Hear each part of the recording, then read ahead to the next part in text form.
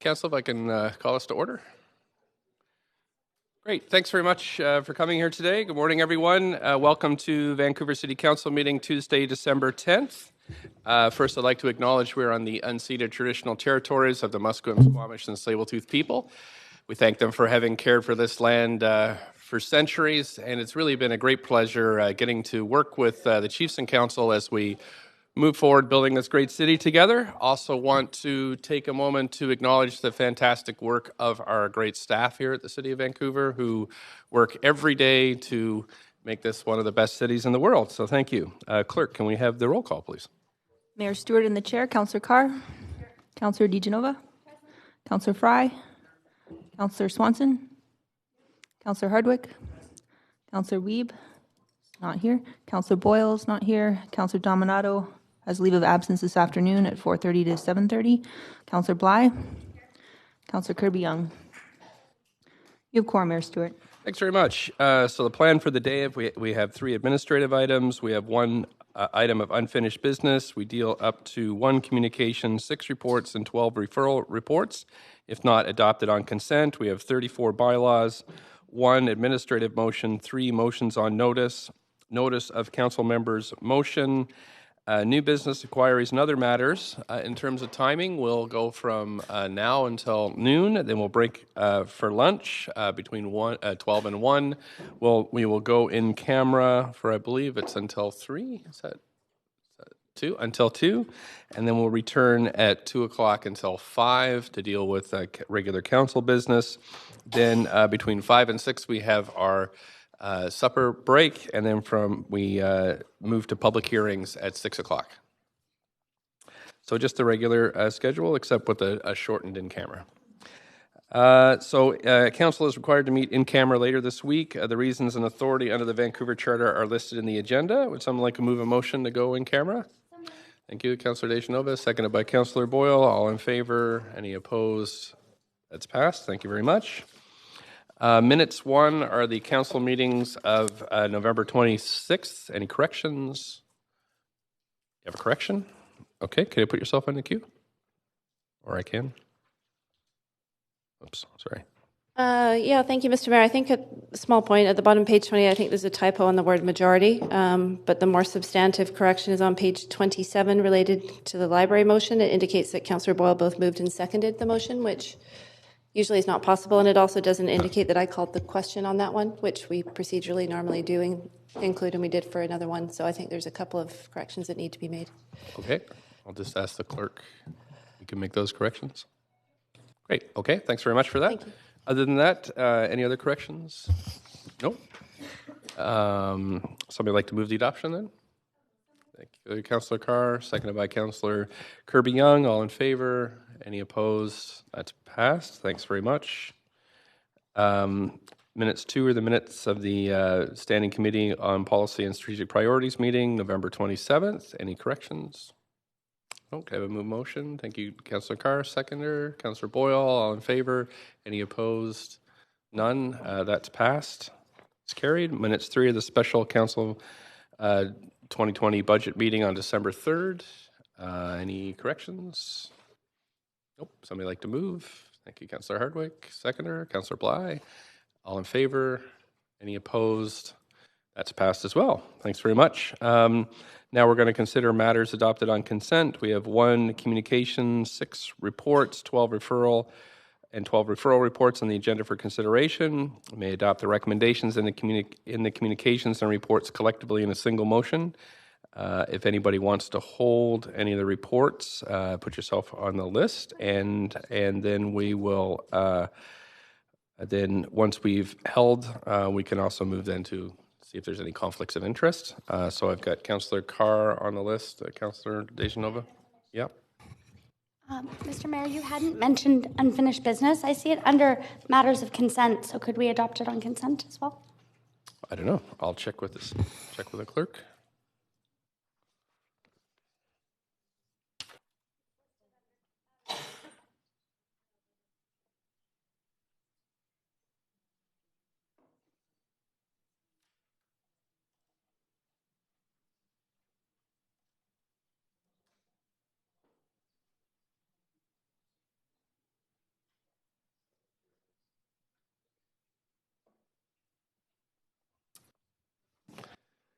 As the speaker withdrew from that, for that item, we can put it on the consent agenda as well.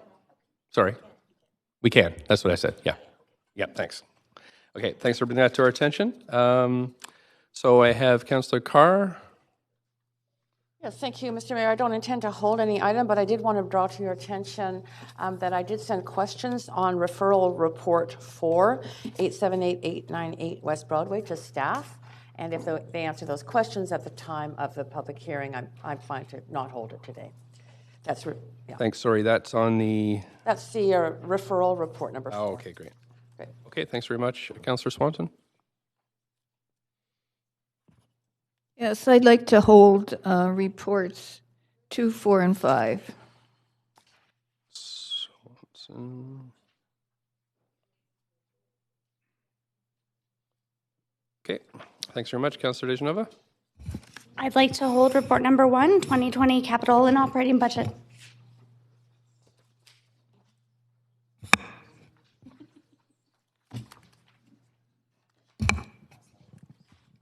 It was. It's on the consent agenda. It says it's under consent. Okay, thank you. Anybody have a conflict of interest on any of these items before we move to consent? I don't see any, so we're going to move to point of privilege. Okay. Thank you. Mr. Mayor, as I've stated before, and will continue to state, as you'd asked if there were any conflict, there is a portion of the 2020 capital and operating budget that I will recuse myself from and declare a conflict of interest, as I have an immediate family member that is a sworn member of the Vancouver Police Department. So I just wanted to state that up front right now. Okay. Thank you. Thanks very much. Councillor Kirby-Young? Thank you. I was going to do this at the beginning of the budget item, but I'll do it here now since Councillor DeGenova is. I will also be declaring a conflict of interest on matters related to the VPD, but specifically only as it relates to components for the collective agreement and not for the aggregate police budget. Okay, that's great. Thank you very much for doing that in advance. Okay, so we now can move to the consent vote. Someone like to move the adoption of the recommendations before council? Councillor Hardwick, seconded by Councillor Carr. Thanks very much. So we are holding report 1, 2, 4, 5, and 6. Sorry, 1, 2, 4, and 5. So all the other ones then, we can, all in favor of passing those? Any opposed? Okay, that's passed. Thank you very much. So the following items have been adopted on consent. Unfinished business, increasing and collecting fines related to fighting and disorder in the Granville Entertainment District. The 2020 council meeting schedule revision under communications. The Heritage Incentive Program 2019 update. Licensed childcare centers at Gastown Parkades and Pearson Dogwood. Appointment of operators. Miscellaneous amendments. And I think that's all the referral reports. Okay. So a whole bunch of referral reports that I will read out now. Miscellaneous amendments to zoning and development bylaw and sign fee bylaw. CD1 text amendment for 505 Smith Street. CD1 on text amendment for 188 East 6th. CD1 rezoning on 898 West Broadway, a rezoning on 415 West 61st Avenue, CD1 rezoning on 1990 Stainsbury Avenue, CD1 rezoning on 2249 East Broadway, rezoning of certain properties in the Nanaimo sub-area, number 9, CD1 text amendment on Foley Street, number 10, CD1 rezoning on Kerr and Southeast Marine Drive, number 11, CD1 rezoning on 3680 East Hastings Street, and number 12, CD1 rezoning on 3600 East Hastings Street. So those have all been passed. We've passed the unfinished business.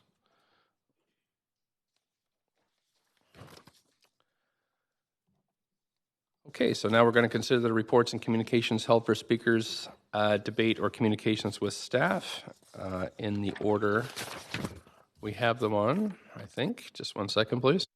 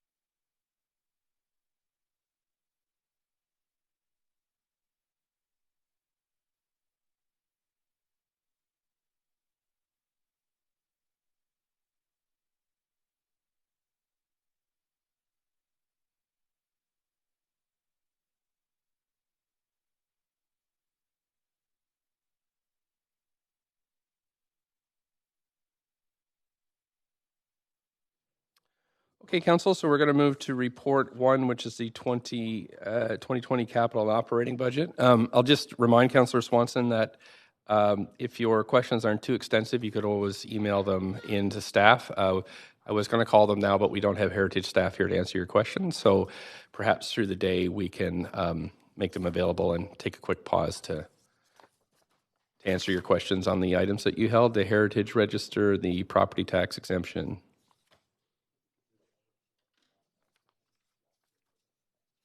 Okay, so at 2 o'clock then we'll try to address those. Okay, thanks. So we're at the operating and capital budget. We've got Councillor Swanson on the list. So again, we've heard from all the speakers. We're just on to the debate now. Councillor Swanson, you've got the floor. Would this be the time? Just 1 second, please.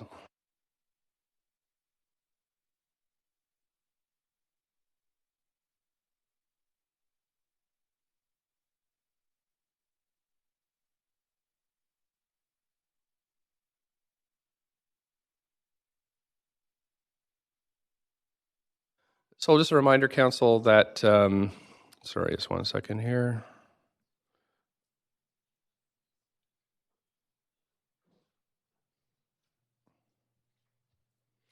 That, of course, when you, at this point, you do have the floor to do whatever you like. However, the motion has not been moved yet. So at this stage, we're still at questions to staff. In order to move an amendment, you would have to move the motion and have it seconded, and then you can move amendments. Point of privilege. Sure. Councillor Carr? Yes, thank you. Just to make a note that I do still have questions. That's true. So if anybody moves a motion before we go through a round of questions, it will create the issue of those who still have questions not being able to get those questions. Sure. You can still ask through points of information. So it is possible, even if the motion is moved by somebody who wants to get the debate, move that along, then they can still ask through points of information. I understand. Just a little bit more awkward. It'll be point by point. Can be, than- yeah. Yes, thank Okay, you. thank you. Councillor Dejanova? Thank you, Mr. Mayor. I was going to move the motion. However, to Councillor Carr's point, and I know that we've been able to do it in this chambers before, I'm wondering if I move the motion, would we then be able to suspend the procedure bylaw to ask questions of staff, and then we could go in a round? If that's through you to the clerk as a point of information? Ordinarily, we do that through points of information, but I would say I will check 1 second.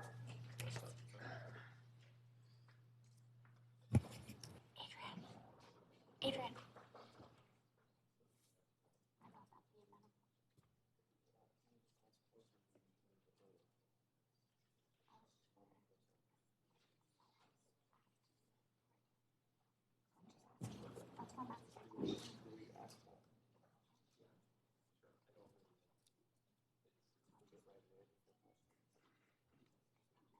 Great. So, Councillor Dejanova, it is still when you have the floor, you have the floor, and you can move the motion if you'd like to move the motion. But if you'd like to try to be congenial in terms of things and asking questions, that's true. But it does not preclude anybody else from moving the motion. Thank you. Just a follow-up to that, because that didn't quite answer my point of Sure. information. My point of information is, after the motion's moved, could council or could a council member move a motion to suspend the procedure bylaw to allow council to ask questions? We ordinarily do that through points of information, and then the question through the points of information is that there is unlimited time to ask questions, so it'd be better if councillors ask their questions now. So there is no way to do that I'll just check 1 through second. the procedure bylaw. Thanks.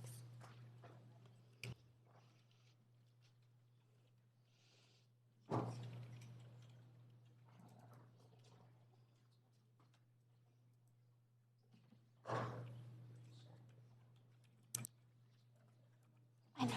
We're going to do questions.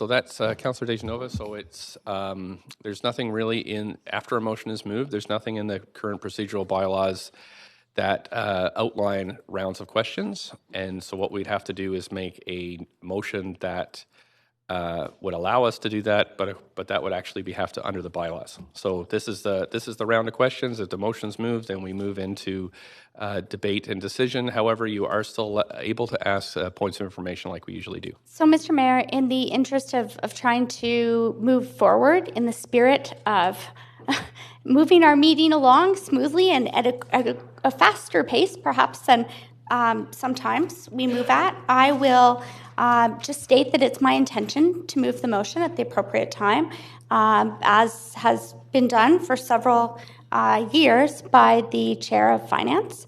However, at this time, as I understand that there are questions to staff, I'm happy to take myself off of the queue, and I'm hoping that I can go on to a new queue when it is time to move the motion. Thank you. Thank you. Councillor Dominato. Thanks, Mr. Mayor.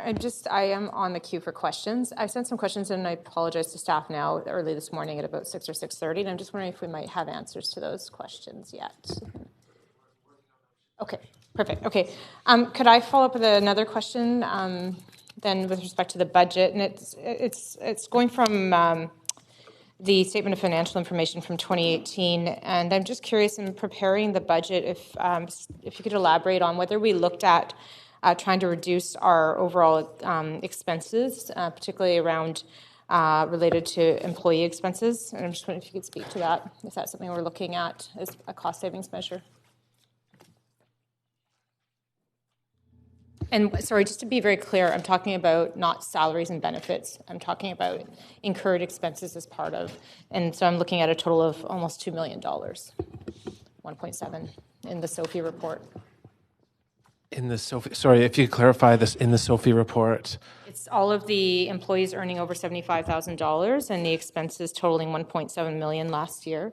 And I'm just wanting to know if we're looking in terms of the preparation of this budget of how we might reduce some of those costs. Because I'm assuming some of that relates to travel. I'm not sure. It's not. So I'm just looking for some clarification around that. So Colin Knight, Director of Citywide Financial Planning and Analysis. So I think there's two components to that question. As part of the budget process, we do go through exercises around looking at all of our costs and how to reprioritize and find savings, and have outlined in the information that has been included on the website a listing of $2.2 million in expenses that were reprioritized, as well as $10 million in new additional revenues identified to assist in balancing the budget without additional tax. Then we have in Appendix H of the budget report, 380 plus items that staff have identified in alignment with council priorities that they've looked within existing resources to try and find ways to deliver those priorities, but without additional tax to fund. Now, on the specific question in reference to the SOFI and the listing of employees earning above $75,000, I might look for, is Andrew here on that?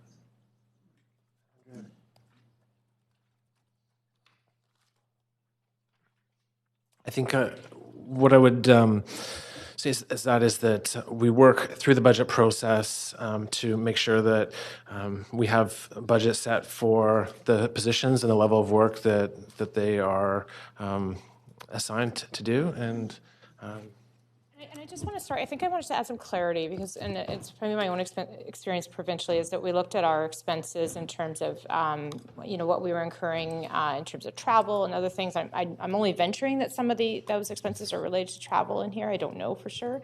But if we have looked at that as a way to sort of achieve some savings within the organization is some of those. Yeah, so we do look at those. Travel specifically, it's not a very large portion of the budget, and we can get you, that percentage, but it's a very small percentage, and primarily it's operational travel, so, police, fire, and requirements of their duties. And so, but we do go through and look and ask those questions. Is there an opportunity to look at discretionary items? And so that, again, would be reflected in that list, which represents the effort of all the different departments to find those If I might, Thank you. through the chair, just add, just on the travel one specifically, we did have internal audit, do an audit on staff travel last year as part of our due diligence to make sure that we're following our policies and procedures. And any international travel actually must be approved by me directly, so I see every single one of those. And typically, if we're buying a fire truck, we might send a firefighter to go down and inspect it. Like, those are the types of things that we're doing, and for the most part. Staff are invited to conferences at times. Often those are either the costs are covered, or we are pretty diligent about making sure we're managing those. So I guess to agree with Colin, it's not a major part of our expenses, but it's something that we absolutely need to be really on top of, and it's something that I certainly am, and through the internal audit committee are paying close attention to. Thank you. Thank you. Thanks very much. Councillor Bly, up to 5 minutes. So I have a couple questions around, we heard from a number of speakers around their need to defer taxes. And I wonder, as this trend seems to be increasing, how we are forecasting what that long-range plan looks like if more and more and more Vancouver residents defer their taxes in terms of our revenue and our bottom line. Do we have a concern there at all? So the deferral of taxes is handled by the province, so we get all of the taxes paid back to the city, and the province holds that liability, and they charge interest on the deferral, and then they would be the ones who would collect the revenue when the property is sold. So there's no risk to the city. We get our full tax revenue. Okay, okay, that's helpful. Thank you. A question around: do we have a sort of simple total for how much we receive in grants from senior levels of government and elsewhere, and how much we pay out in grants? Do we have those numbers? That we pay out, not to government, obviously. So what comes in from government and what goes out to everything, like nonprofits, et cetera. Mm-hmm. So the grant numbers are outlined in the budget, and I can point you to that line item if we didn't grab me that one. On the senior government, most of our funding comes for our capital, where we would apply for infrastructure grants. There's a small amount in our operating budget for some of the supports we might have in running some of our downtown east side community centers or housing, where we get some funding from senior governments for some of the programs from the province. Mm-hmm. Do we have a sense? Don't have that, but we can get those dollars for you specifically. Yeah, and if we have our grants going out are in the tens of millions. The money coming in from the operating budget is much smaller than that. Smaller. Okay. Yeah. It would be in the hundreds of thousands, probably. Okay. There's been some conversation around the average home, or sort of average priced home, has dropped, say, in the last year by about 10%. Higher end home values have dropped by more like 30%. Is it true that that would mean that the portion of taxes that the lower end homes would pay is actually higher than even the proposed property tax when it comes to dollars out, that it could be anywhere closer to 15 to 20%? So the way it works, it looks at we have one rate for residential taxes. So whatever the average increase is across all residential properties, so including condos as well as single family homes. So that's the average. So what we're seeing, we haven't got the final, obviously, tax roll, which we won't get till the spring, but just from the real estate market, we know that single-family home prices at the high end have come down quite a lot, at the lower end a little bit, and then condo prices have been fairly stable. So what that means is that single-family homes will probably get a lower tax increase than what council approves, whereas condominiums may get a higher one. Is it fair to say that there's quite a broad range in terms of value when you say single-family home across the entire city compared to higher-end homes, which would be classified as single-family homes, compared to an average moderate home that would also be classified as a single-family home? So and it'll depend on how much it's gone up or down. So certainly in the past years, the higher ones have gone up higher, the medium-sized, medium, and then they're coming down sort of at that same ratio, it seems. So we're kind of going back to maybe where we were a couple of years ago. So single-family homes at the higher end would have picked up a much higher percentage because they had gone up higher over the past few years, and this year they may come down. So my concern is in the single-family home category, itself, not the broad category of housing, but more so, or properties, that it's more so just a single-family home. But I would just wonder if we factor that in when we consider the affordability piece, when we look at property taxes and the proportion and the shared proportion between the two different, the range and values. So my last two questions, or one question maybe, is do we have any data on how many business owners in Vancouver are also homeowners? That I wouldn't have, and I'm not sure that we have that data of business owners. Okay. Probably have to put together different data from different systems because it's not in our property tax system. Okay, I was we wouldn't curious about how we factor that in terms of affordability. We know that Vancouver is a unique city in that way, that a lot of homeowners are also business owners. There's a double hit there. But mostly that they employ a lot of local people. And when we look at broader affordability, I'm out of time, but if we get a second round, I'll ask the rest of my questions. The business property would be under the name of the business, and the person's home would be under the person's name. So it's kind of not really possible to correlate that without doing sort of a separate analysis. We wouldn't have that data available. Perfect. All right, 5. Thanks very much. Councillor Carr, up to 5 minutes. Yes. Thanks, Mr. Mayor. I'll just do a follow-up question on Councillor Bly's numbers of questions, and I also was having heard from the public concerned about the impact on particular homeowners, and wondering about the division by neighborhood. From maybe east side to west side, home prices are dropping in the west side, but they are rising in some east side neighborhoods.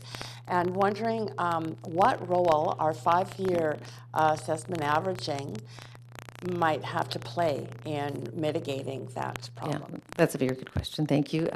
It is part of the mitigation tools that the city has on the residential side. So that would, if a property's value goes up more than 10% above the norm or down, then they would be averaged. So even the ones where we said the high end went down, they wouldn't necessarily, property tax wouldn't go all the way down. They would be averaged back towards the norm. Great. Okay. Thank you. So that is the tool that we have to make sure they're not as big a And discrepancies how year quickly on does year. that kick in?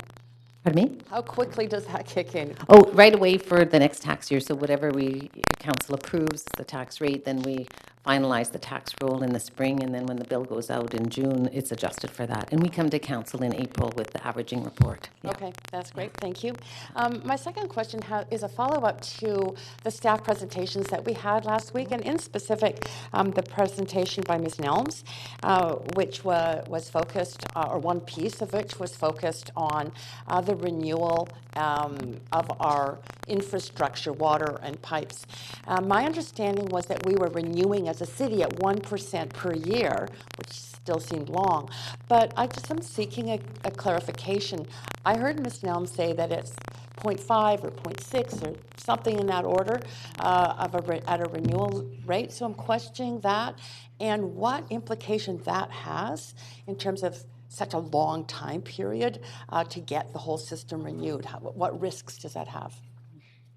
You want to speak to that? So we're currently renewing our water and sewer infrastructure at 0.5%. So our goal is to initiate it at to 0.7. Yes. And we'd like to get it to 1% at a minimum. The industry best practice is 1.2. Oh, okay. Implications of not renewing are increased leakages or breaks, and what we're seeing right now. So we see our break history going up higher, and sort of on-call work, which requires more money to be able to respond. Right, right. I really appreciate that information. That's certainly not the information I've had for the last 2 terms. So I'm happy to hear that, but I'm not happy to hear that. Okay. Because I appreciate the 1.2 being the industry average, that you clarifying that, because I have concern, especially around climate change and what it might mean. But anyway, thank you for that. I'd like to add to that briefly, if I might, just to stress a couple of points. Firstly, when we were looking at when we were doing the capital plan last time, we saw we were at 0.5. We basically saw we were digging a hole for ourselves, right. That we are now trying to climb out of. So the 0.7 is really a step in the journey to get to the 1. And that is partly why you're seeing our capital plan growing. And in order to do that work, that's staff, that's offices, that's trucks, that's cars. that service all of that additional work. And so questions around the size of the fleet, the size of our staff, some of those are driven by the capital plan and the need to do the additional work. And so I guess I just wanted to kind of make the connection between the work on the ground, replacing that infrastructure, to or renewing the infrastructure. And obviously we want to do more green infrastructure and transition to more of a one water approach. But all of that includes the other supports in order to do that wholesome work. Right. So I understand the related costs now. Just one second. Mr. Mayor, can we have more than one round of questions? Is that possible? We can have until somebody moves the motion. Okay. Well, great. Good. Thank you. Thank you. So from your point of view, what is the risks related to the fact that we've only been going at 0.5%? And now with the impact of climate accelerating, how soon do you think we can move from 0.7 to more? Firstly, I think we are growing at the pace that we think is sustainable and viable. As we looked at the hole we were digging, and kind of around the time we were doing the capital plan, Toronto came out and raised the red flag and said we have a major infrastructure deficit. And that was an eye-opener for us. It's just really to understand how do we avoid ourselves being in that position 10, 15 years from now, a place that you really can't dig out of it. And so that's where we said we need to change the trajectory of this. But we also recognize we can't double that kind of investment over one capital plan. So we recognize the need to do it over multiple capital plans. We're well over the 5. So just to close out the point, though, in order to do that growth, we need a sustainability plan, and that's what we've worked to establish through this capital plan to grow it with CDOC and the other things that we're doing. But to recognize that as the infrastructure gets older, you get more breaks, and you miss the opportunities to create each one of those as a transformational opportunity. When we go in and change a pipe, we make it bigger. We try to separate it, so we have sewer separation. We make those things by having a plan. We coordinate with BC Hydro or Fortis. That long-term plan enables us to do it. If we just go break by break, we actually miss all of those. Okay, thank you. Thank you. On to Councillor Weep, up to 5 minutes. My first one is there's a few line items that are moving some of the operating funding to capital. And I'm just wondering, recognizing we have a large capital budget, we normally only get to 80% of it. How come we're moving some of the operating funds, are paying out of taxes for operating funds and moving it to capital? So if there's a section over there on our capital plan, not sure if it's in the book. If you look at our funding for the capital plan, it's partly debt, partly pay as you go. Yeah, so right? I'm wondering and why we're not partly reserves. I guess the question is, how come we're not doing that for the action on climate change to deal with zero emission buildings for $4.1 million? Why we're taking that from operating funding to capital instead of using the similar funding we're using normally for capital to pay for that? Mm-hmm. Okay. So there is not sufficient funding in the capital plan right now to fund the zero emissions as well. Because they're incentives, they wouldn't qualify for debt funding. So it has to be funding from the operating budget from taxes because we're giving incentives to if they're giving a grant. Right? We're not actually building anything. If I might just jump in, we have done that as it relates to our own buildings. Mm-hmm. Okay. So things that really do qualify as capital, like electric vehicle infrastructure, energy retrofits on city buildings or parks facilities, that sort of thing, we are doing that. But where we're providing an incentive to the private sector or homeowners to create an energy retrofit, that isn't an appropriate use of capital. Yeah. So that's why we're moving it from operating to capital, but capital that can be spent specifically by taxpayer money. Is that correct? Say that again. And just the other point is IT is in a bit of a shift from capital, kind of making the opposite direction, because more is going to the cloud and you're buying less and you're doing more services. So actually IT is starting to shift, you'll see, from capital to operating over the next multiple capital plans as well. So I think as business models change, you do see shifts like that. So how is that going to take a shift for us doing the budget if more is going to be moving over to operating funds instead of capital because it's going to be cloud-based?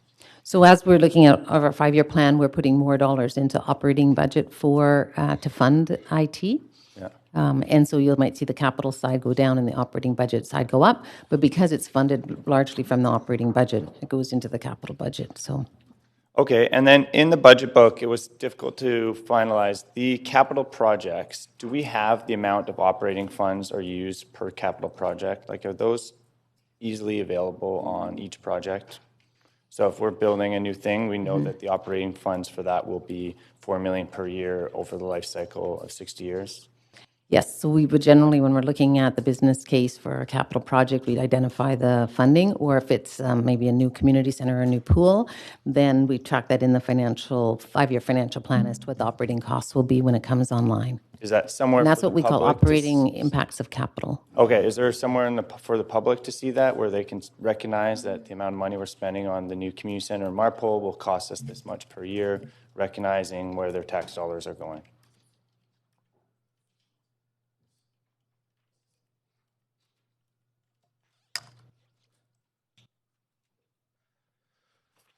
Yes, so what you see in the five-year plan, there's a section in the five-year plan, I can provide you the page references, where we just describe operating impacts of capital. What we've seen as a trend is typically $4 to $5 million per year coming up, and that estimate is built into the growth numbers that you see in the table in the five-year plan. So it's not separated out as a separate line item, but it's discussed in the narrative. And I think...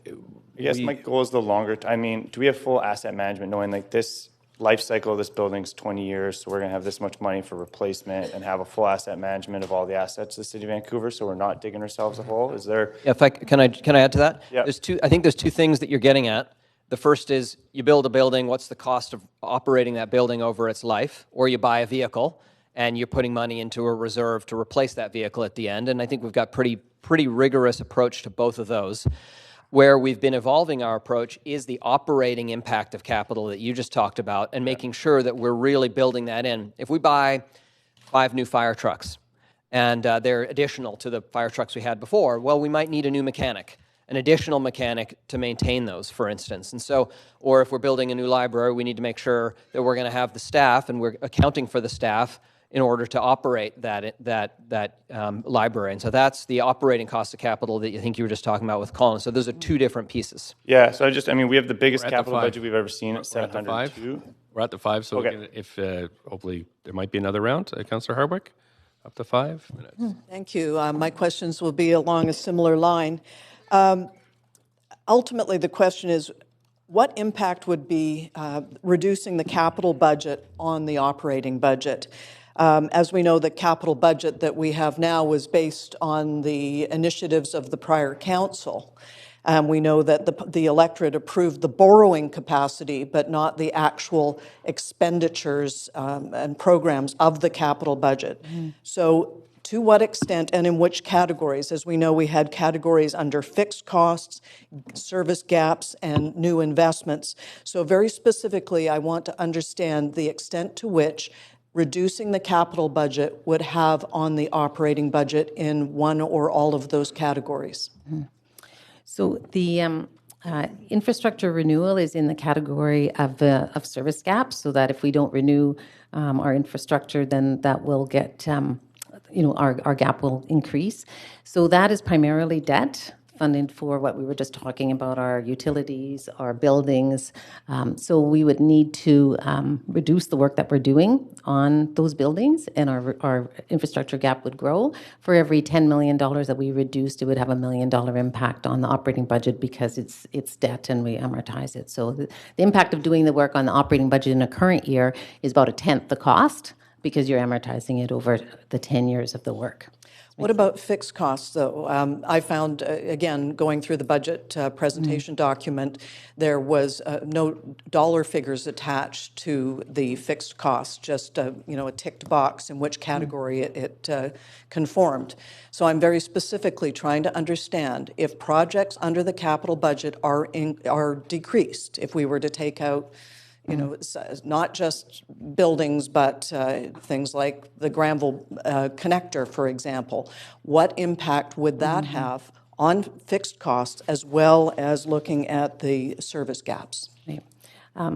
So I might have to step out, have us do a little bit more calculation on specific numbers, but items that are growth, they're generally funded by DCLs and CAC, so those would not impact the capital budget or the operating budget. So it's in the capital. Anything that's in kind is in capital, and it wouldn't impact the operating budget. So those things that are new growth would not. It's the replacement items that are funded. The other things that are funded out of operating budget are things like IT. We have some planning dollars for things like the new City Hall precinct. We have dollars for street renewal. I think of other ones that are not debt funded.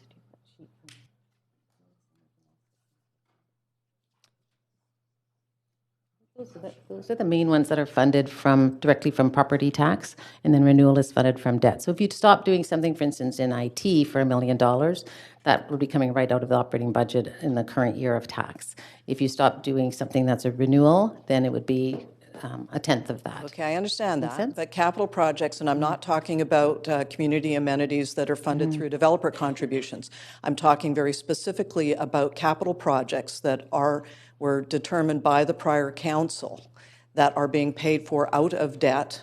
And should we determine not to proceed with those projects, the impact that would happen, it seems to me that that would have an impact on fixed costs, particularly headcount, not just service gaps. I do have some of that data, so let me get back to if you're around on the next round. But again, from the debt side, it's for renewal, so it would be things that are not funded through debt that we'd be talking about that would have an immediate impact. Okay, So well, I'll get you pick it the up data. further though. then. Yeah, Thank you. I have that. Thank you. Councillor Dejanova, this is still questions. Okay. I'm happy to go round and round and have questions to make sure that we don't have points of information that are just going to hold up and delay this. I'm hoping in the spirit of that, as I intended to move the motion, that will also maybe be considered. My questions specifically to staff are regarding, first of all, the fact that the Minister of Housing and Municipal Affairs has set the annual rental increase rates at 2.2%, which is a sizable gap of 6% between the 8.2% that's being proposed here. I'm wondering if there's been any consideration given, or if staff have heard any concerns that, in fact, even though it's not allowed or permitted, that people may actually face eviction, and rents would go up, and then they would rent out their suite, their home, their property at a higher rate to reflect the tax increase. I'm just wondering if this has been something that you have discussed with the province at all in anticipating the budget. Thank you. I assume Ms. Bond might answer the question. Thank you. Yes, thank you, Council. Abby Bond, Managing Director of Homeless Services and Affordable Housing Programs. So we have not specifically talked to the provincial government about the proposed budget and how it relates to renters. I think, in the previous round, answer some questions about how the RTA would prevent renters from being evicted. However, we are hearing some concerns from rental building owners about what the impact of the property tax rise might be. Property taxes generally form 8 to 12% of operating costs, very much dependent on how the building is operated, and it's part of their general kind of concerns about rising costs in relation to managing rental. However, the city is also, as council has recently approved, a new rental incentive program, because one of the biggest drivers of rent and the cost for renters is that rising rental cost. And the best way for us to help maintain the cost of rental in the city is to make sure that there's adequate rental supply.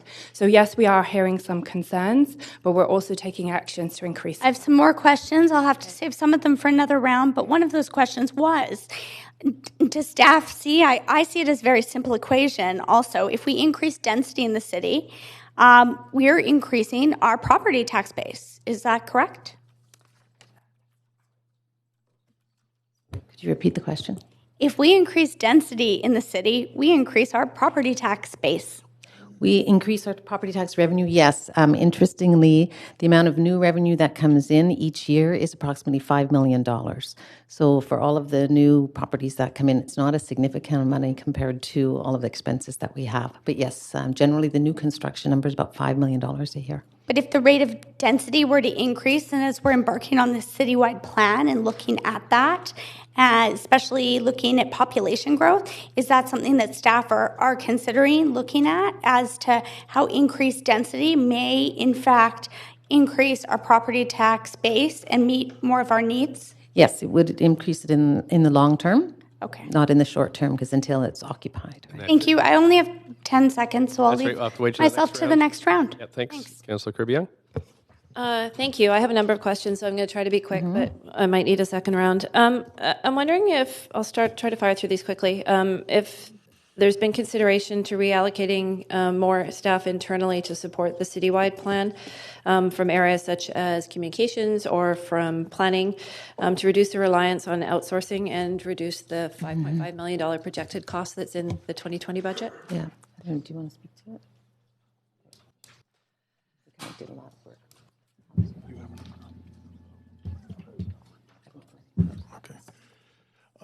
We have done a fair amount of, as you know, the staff is almost fully in place, so there are a few positions left, mostly in companion departments outside of planning to fill in Q1.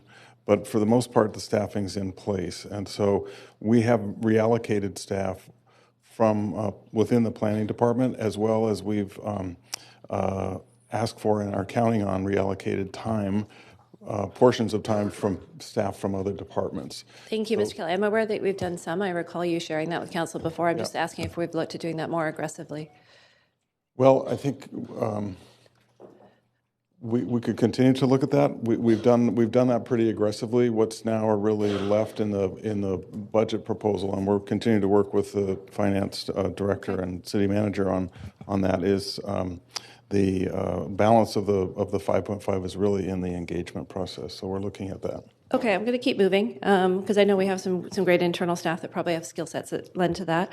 But I'm looking at the survey that was done from residents with their impact on budget, and it really struck me. It says more than half are willing to pay a tax increase of up to 2%, and the willingness to pay a percentage increase up to 4% for enhancements decreases, and with about half of those surveyed being willing to do that. So if the tax tolerance is about 4%, and we're hearing from residents, I'm wondering why in the process we don't provide council with a scenario of what that would look like that matches what the feedback we're hearing from our residents. I think one of the biggest challenges that we have is that our fixed costs are growing more than 2%. So having a property tax that is at 2% would require us to reduce services. At this point, we didn't bring that forward to council, but just because of the cost of our wages and other fixed costs that we can't come in for our base at 2%.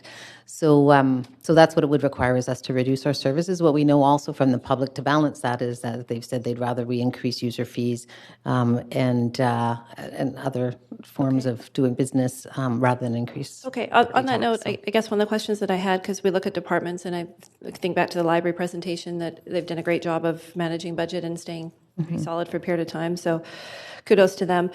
And I noticed that we've kept our hiring numbers flat for VPD and for fire over the last period of time and the number of years. For example, we have the same number of police officers now we had in 2009, and fire similar, I know, have done their review. I'm wondering why we didn't take a similar approach for the city, because our city staff numbers have continued to grow quite significantly. So I'm wondering why we didn't invest in core services, but we let our city staff complement grow. We have had some increases, certainly in fire. We had increases related to opioid. We have an increase this year related to development. So there have been other increases over the years. It's not been flat 100%. And basically, as we've looked at different areas where we've added staff, for instance, in development and planning, that's not funded by property tax. That's funded by user fees. So we generally would align that with the fees, and those costs will go to the fees. Okay. In staff's consideration, can you help us sort of understand the thought process? Because knowing that there's a higher tax ratio that our businesses bear and our small business are suffering significantly, and we're seeing a lot of them not able to sustain, like they're simply going out of business, and they're, I think rents are forecast to go up an average of 12%. Any significantly higher increases because of the higher ratio for business is going to hit them. And I'm really worried about our small business. Is that factored into staff's thinking when they present this budget?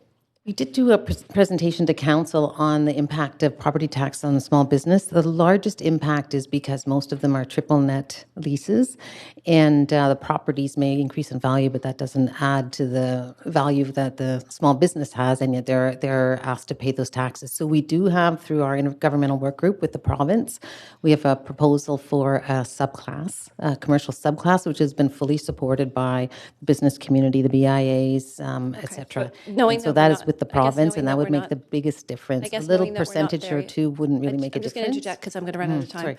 Sorry. Knowing that we're not there yet, we didn't decide that maybe this wasn't the time to have we're a just at the 5 significantly minutes. higher increase. Just at the 5 minutes. I'll do another round. Thanks very much. Councillor Fry. Hi. Thanks, Mayor. I did send in a bunch of questions and never did get a reply from last week, so I'm going to try and go through some of them. Coming your way, but we can maybe answer some of them here. Yeah. Riffing off some of Councillor Kirby-Young's comments, where are we expecting some of these extraordinary tax increases to land? Do we, beyond just median values, have we anticipated where the hot areas are that might actually really be impacted by big shifts in taxation? So we probably won't know that until BC Assessment finishes their assessment round, and they usually come to council and they do a presentation that shows where the hotter areas and less hot areas are, and that's when we find that out, and then the tax averaging applies in order to smooth that out. So you would see that more in the spring. So there will be some proactive tax averaging to mitigate some of the impacts, should it be that we see extraordinary? Okay. Yes, absolutely. We do that on the residential side and on the business side. But again, as I mentioned, the business piece is really, it's not so much the averaging, it's the fact of the triple net leases that's the biggest impact. The QP15 president pointed to a Columbia Institute study suggesting that contracted out work was less cost effective than utilizing in-house. And then there was a parent from Dunbar who complained that outsourced workers were less efficient. And then there was a commercial real estate investor who actually suggested the opposite, that it was more efficient. To what extent are city services outsourced, and is it efficient? Do we have a sort of cost analysis of that? Yeah, so the bulk of where we use third parties is generally an analysis would be whether we think we need, timing, a certain set of skills, et cetera. So some things are used through a third party rather than internal. We do not have a policy or program around outsourcing, so we've really our staff does the bulk of the work in the areas that we do the work, that they have done the work. So other than the recycling that happened a number of years ago, really we have no program for outsourcing and haven't outsourced activities. But I mean, we do have some third parties that do work for the city. Yeah. But so we don't have an analysis of what? We do it at various times when we look at, when we go to market, whether there's an opportunity to do some of that internally or externally, but often it's a lot of our construction, roofs and things like that, we do through third parties and not internally. Okay, so what percentage of our multi-year capital budget is financed by taxes? About a third is financed through taxes by debt, and then a third is pay-as-you-go, but that's not all taxes. It would be utility fees and could be other fees as well. And then the rest is TCLs and that kind of thing? Yes, yeah. Okay, so how is it workable to shift some of the multi-year tax asks? On the capital asks, the multi-year capital? To shift some of those projects? Yeah, or the payouts, yeah.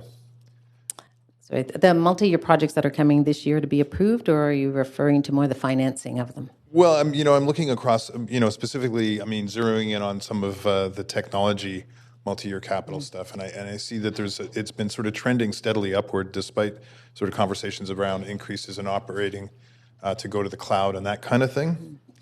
So I'm just wondering, I see that tech budget's gone up almost $10 million from the last, since 2016. Mr. Mayor, if I could jump in, a couple of points.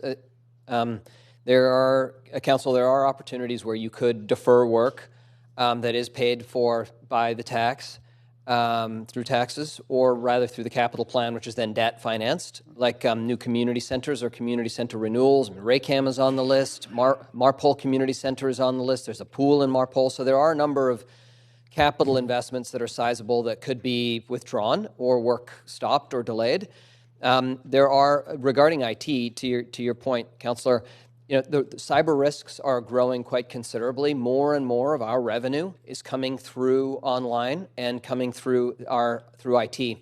And so what we've been doing is really investing in our IT to ensure that our revenue streams are secure, that our systems are secure. And so, it wouldn't be something that we would recommend reducing investments toward generally, because you look at the types of incidents that are happening across the world where there are problems as it relates to cybersecurity. And so those are areas. Plus, e-plans and enabling people to get business licenses online. Like, we're trying to shift a lot of our business online. We're trying to have our workers in the field to have tablets rather than having 3 people fill out forms and duplicate data entries. So there are efficiencies that we're trying to achieve through IT, and those investments, I think, are important for modernizing our organization. We're at the 5 minutes. Thank you. Councillor Bly, that's the second round. Is there anybody not been in the first round of questions? Okay, thanks. So we'll move on to Councillor Bly then for 5. Thank you very much, Mr. Mayor. Okay, a couple more questions, and these are, well, I guess we're hearing a lot about the capital plan, and what I'm curious about is how much would the capital plan have to be reduced in order to affect a 1% reduction in in our property taxes? Could we have just a really clear number? Yeah, so $1 million of operating budget is $8 million. You'd have to reduce something that was funded. 1% of the 1%, sorry, okay. is $8 million. So you'd have to reduce one of our tax-funded items by $8 million. And I do have the list here, so I have that now. And in there is IT, which we just talked about, as well grants to nonprofits and grants for building retrofits is in that group. We have planning and research for our capital plan, renovation of existing assets, and renewal projects like the City Hall campus. So those are the items that are in tax. So $8 million out of that would be a 1% reduction in property tax. So that's the items you could choose from there. And then on the debt funded, as I say, it's largely renewal, facilities renewal, and renovations, Marpole Library, the archives, the fire hall seismic upgrades, and Sunset Yard. Parks and open spaces, so it's maintenance and renewal of parks. Transportation is a large piece of that debt funded, and so that would be streets, bridge renewal and maintenance. So that's the debt funded pieces. Okay. So that's, I think, Councillor Hardwick, your question as well. And I think Councillor Weeb asked some of that as well. So, and we can send that out in the email so you have the list. Yeah. What's not clear and to me is around why those projects would be something that we could consider in a way as a way to reduce the overall operating budget versus other projects that may have already been, right this afternoon or tomorrow we're going to be talking about the park at Smythe and Richards. We've heard about that.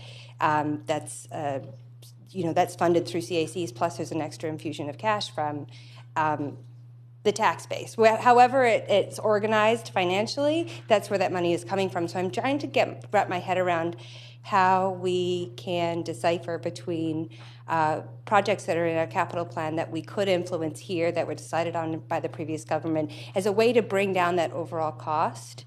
So So I'll send out this list that I just read through. Those are the items that are new projects coming forward that were in the capital plan previously approved, but councils are being asked to approve those, to initiate those this year, so they haven't started yet. Other ones that are about half of the budget is projects that are already underway, and so those are a little bit harder to stop when you're partway through the bridge and we've already issued a contract and all kinds of things like that. So this would be the area where you'd look to reduce. So we'll send that out in email to everybody, so you have that. Yeah. Okay. So they're harder to stop, but it is possible to influence them at this point. The ones that are already underway? Yeah. Yeah, that's okay. I If do we've have got a contract with a third party or if it is our staff. Yeah, okay. So I have a few more questions, but in case we don't get around, I'm going to ask them in order of priority. And I think this one here for me is, so can you share with me the process if council directs staff to look at this budget and deliver a lower tax rate, and perhaps with some direction as to where to go and look, what would you do? Sort of what's the process there, and when would we see that come back, and what would that look like? Well, I think we would, depending on the tax rate, I mean, when we came with the outlook, we sort of gave an indication of where we thought our costs would be going, given all of the activities that we were doing and council's motions and priorities. We would do what we would have done then is actually go back and say, okay, so what do we need to do to adjust? Right now, we're focusing specifically on property tax. And the thing that we need to remember about property tax is that it funds, it's this, if you take out utilities and development, which is funded by permit fees and things like that, then most of that budget is police and fire. Police and fire don't have an alternative revenue source. It's property tax. So if we're increasing police and fire, there's really not an alternative other than to decrease something else that's funded by property tax. So that would be parks, ACCS, Culture, Community Services, Library, and facilities. So if you're going to add something to police, you have to take something out of that group. And because police is actually larger, you probably have to take twice as much out of those other groups to fund one increase in police. So it is a very difficult situation on property tax if you're talking about public safety, because the costs of public safety are that much higher. So unless we find other revenues, which is something that we really want to put on our I think going into this next year, we're definitely going to focus on looking at other revenue sources. I know Ernst & Young is doing their second part of the financial review. They're coming back to us with opportunities to build capacity for the futures because we know this trend will continue. And one of those is to look at other sources of revenues, in particular to support public safety. If we don't have other sources of revenues, we can't charge more for utilities, we can't charge more for development licenses or permits to fund police. So that's kind of the conundrum around property tax. Thanks very much. Councillor Dominato, first round. Second. Thank you. Thank you. Just a brief question is just around the increase of $111 million. What do we estimate is the collective agreement cost? Because we had to do some estimates around collective agreements, but what does that represent of the $111 million increase? Sorry. What's the proportion of that?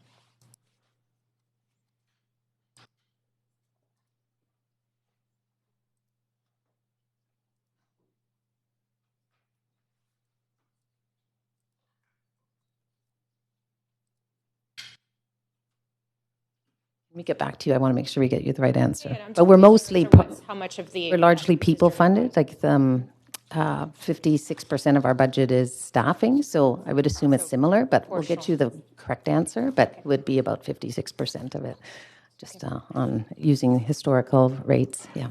Okay. Thank you. We can get your real number. Mm-hmm. Thanks very much, Councillor Boyle. First round, 5 minutes. Thank you. I am curious to hear, in our budget deliberations last year, Council approved the multi-year fire increase, and so I'm just curious why it this year fell into the category of increased investments to address risk rather than being part of fixed costs as a multi-year increase we had already voted on. Right. So fixed costs are the cost of doing exactly what we're doing now. If we didn't add another person, then that's just the cost of carrying on with what we're doing. So to some extent, council doesn't really have a choice. You can't say that our hydro rates need to be lower. In order to address that, we'd have to reduce staff or services. So that's what the fixed cost bucket, it's really just the cost of what we're doing today. Then everything above that is either an investment that we're making because we want to make sure we're maintaining service levels. We could choose not to do that and have those service levels stay where they are today. And then the third group is enhancing service levels, so doing something we weren't doing before, or doing it at a higher level. Does that make sense, sort of how we broke it up? Yes, I guess. So fixed even when costs we're making multi-year commitments, we still go back to them every year. There's kind of no guarantee Because you set the tax rate every year, you set a budget every year, so we don't set a multi-year budget that's unchanged. You set it every year, so we come back, yeah. Okay. I'm also curious to some of the process questions, just wanting to be prepared for what might come up later. If somebody were to suggest the budget go back to staff to make cuts across all departments or something of that nature, can you give me a bit of a sense of what collective agreement implications might be, or how those decisions get made? Well, particularly if we're looking at property tax, there's only certain areas that you can kind of impact. So one would be infrastructure. So agree to not renew our infrastructure as we had planned according to our asset planning. And then staffing is the next. So then it would be looking at reducing, either not adding, in that second bucket, not adding staff, or reducing the number of staff. And so not adding staff is a little bit easier, but if we reduce staff, then we have the requirements within the collective agreements requiring bumping and things like that. So that's also why we separate out the fixed costs from the new ads. Okay. So My you can last sort of see question that, for now is also a process question. I've heard some discussion about wanting to delay the budget to the new year, and I'm wondering what the legal possibilities are around a kind of provisional budget or something getting passed in theory now to create more time for the budget. Is that? I think we talked about this last year as well. Legally, we need to make sure we have a budget finalized and a tax rate finalized by April, because that allows us to send the property tax bills out. Otherwise, we would miss that deadline. So that's the legal requirement. The best practice is to have a budget in place by January 1st, so that staff can execute and hire, et cetera. So if we didn't, basically what we would do is we would need to either, if council agreed to minimally fund the fixed costs, then we wouldn't add any additional staff or address any of our risks, et cetera. So that would be our next step. Really, I think if council has a view of what they'd like us to do, we don't know that adding many more months to it will make it any easier. There's just a certain number of options that council has, and I think we could outline those for you, in the next in a very short period of time, and we wouldn't have to wait till the spring. Okay, that's helpful. Thank you. Thanks very much. Councillor Carr? Yes, thank you. I'm curious, what happens if council does not approve of one of the items listed in section 1F on the operating budget? I mean, these are very specific money requests for areas like risk and service gaps, core services, very clearly outlined there, the police board, the library board, parks and recreation, property endowment fund. What would happen if one of those was defeated? Well, certainly on the risk items, we would need to address those. So we would probably make the decision to reduce some other service level so that we could make sure that what we're doing might be a lower service level, but it's, if it's a regulatory requirement, we would have to do that anyway. So service levels would come down because we would do those nonetheless. Okay. Right? So they would stay the same or come down. Okay, so there would be a pause as things were reassessed? Because we couldn't, are you saying, in other words, that something would have to change? We couldn't go forward with just rejecting something as major as that, right? If I can jump in, I think in the past the budget was approved in April, and there was an understanding that the fixed costs were covered. If there's discomfort with the fixed costs being covered, we can't really go into the new year with business as usual. We would definitely do a hiring freeze. We would take a number of measures to very, very considerably reduce our work, including reduce construction. This would have pretty significant impacts across the organization in delaying the work or deferring the work or just not doing it at all. And certain things that are additional that might have been directed would certainly be put on hold until we had some sense of what those fixed costs would be for the new year. So If it were to be pushed into the new year, if that's what council wanted to do, it would be our recommendation that at a very minimum, the fixed costs are approved so that we know we can continue with our work into the new year. Okay, thank you. Along the same lines, we did have direction, we gave direction to staff regarding Vancouver Fire and Rescue Services in last year's budget. And I'm just going to seek some clarification. I'm going to read what we said, that in order to allow Vancouver Fire and Rescue Services to meet the best practices recommendations found in the Dark Horse Needs Assessment, Council commit to fully funding the remainder of the recommended plans, including 122 new staff over the 5-year period from 2019 to 2023, shifting any necessary staffing commitments not met in the 2019 budget to be split between 2020 and 2021 to make up the difference. So would you remind me, what were the staffing commitments that we didn't meet in 2019 that was part of the Dark Horse recommendations? I believe the recommendations were spread out on a more even basis, and so we moved some into the next year. Yeah, I somehow remember that something like 6 positions, but what was the ask for, or what was the recommendation for? 22 in year one, 22? and we funded 7 and pushed the remainder into the second year. Thank you. Okay, and does the remainder in the second year mean this year, or does it mean, as it was outlined in this particular motion or amendment passed by council, that it would be shifted into this year and next year, like 2020, 2021? Do you want to go through the numbers? Maybe I'll get the chief to give you the specific numbers so that they're right. I know it's 35 this year, and then I think it goes down the next couple of years. Okay. We do one catch-up this year, and then it evens out.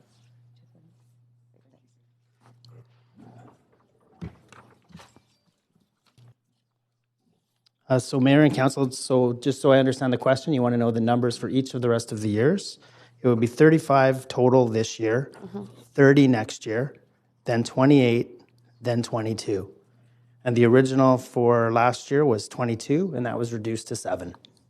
And so it's those numbers have been made up both this year and next year. That's correct. They were split between being added to this year and next year. Okay, all right.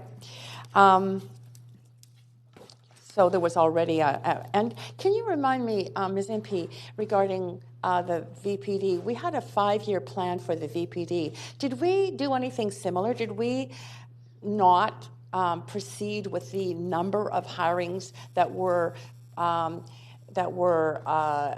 recommended in the needs assessment for VPD, or did we go with those recommendations? We're actually at the 5. We're actually at the 5. The VPD originally had, I think the recommendation from the third party was a certain time period.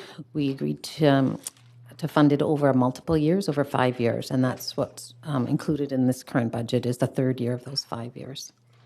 Okay. Thanks very much. I'll go back. Councillor DeGenova? Thanks. I do have more Second, Rick? questions. Yep. I've checked with others on me after the queue, and I understand they have more questions too. So my question is specifically about Park Board. After hearing Commissioner Irwin, although he wasn't speaking on behalf of the board, he had talked about the possibility of, I'd asked him about Langara Golf Course and understanding that that's a large revenue generator for the Park Board.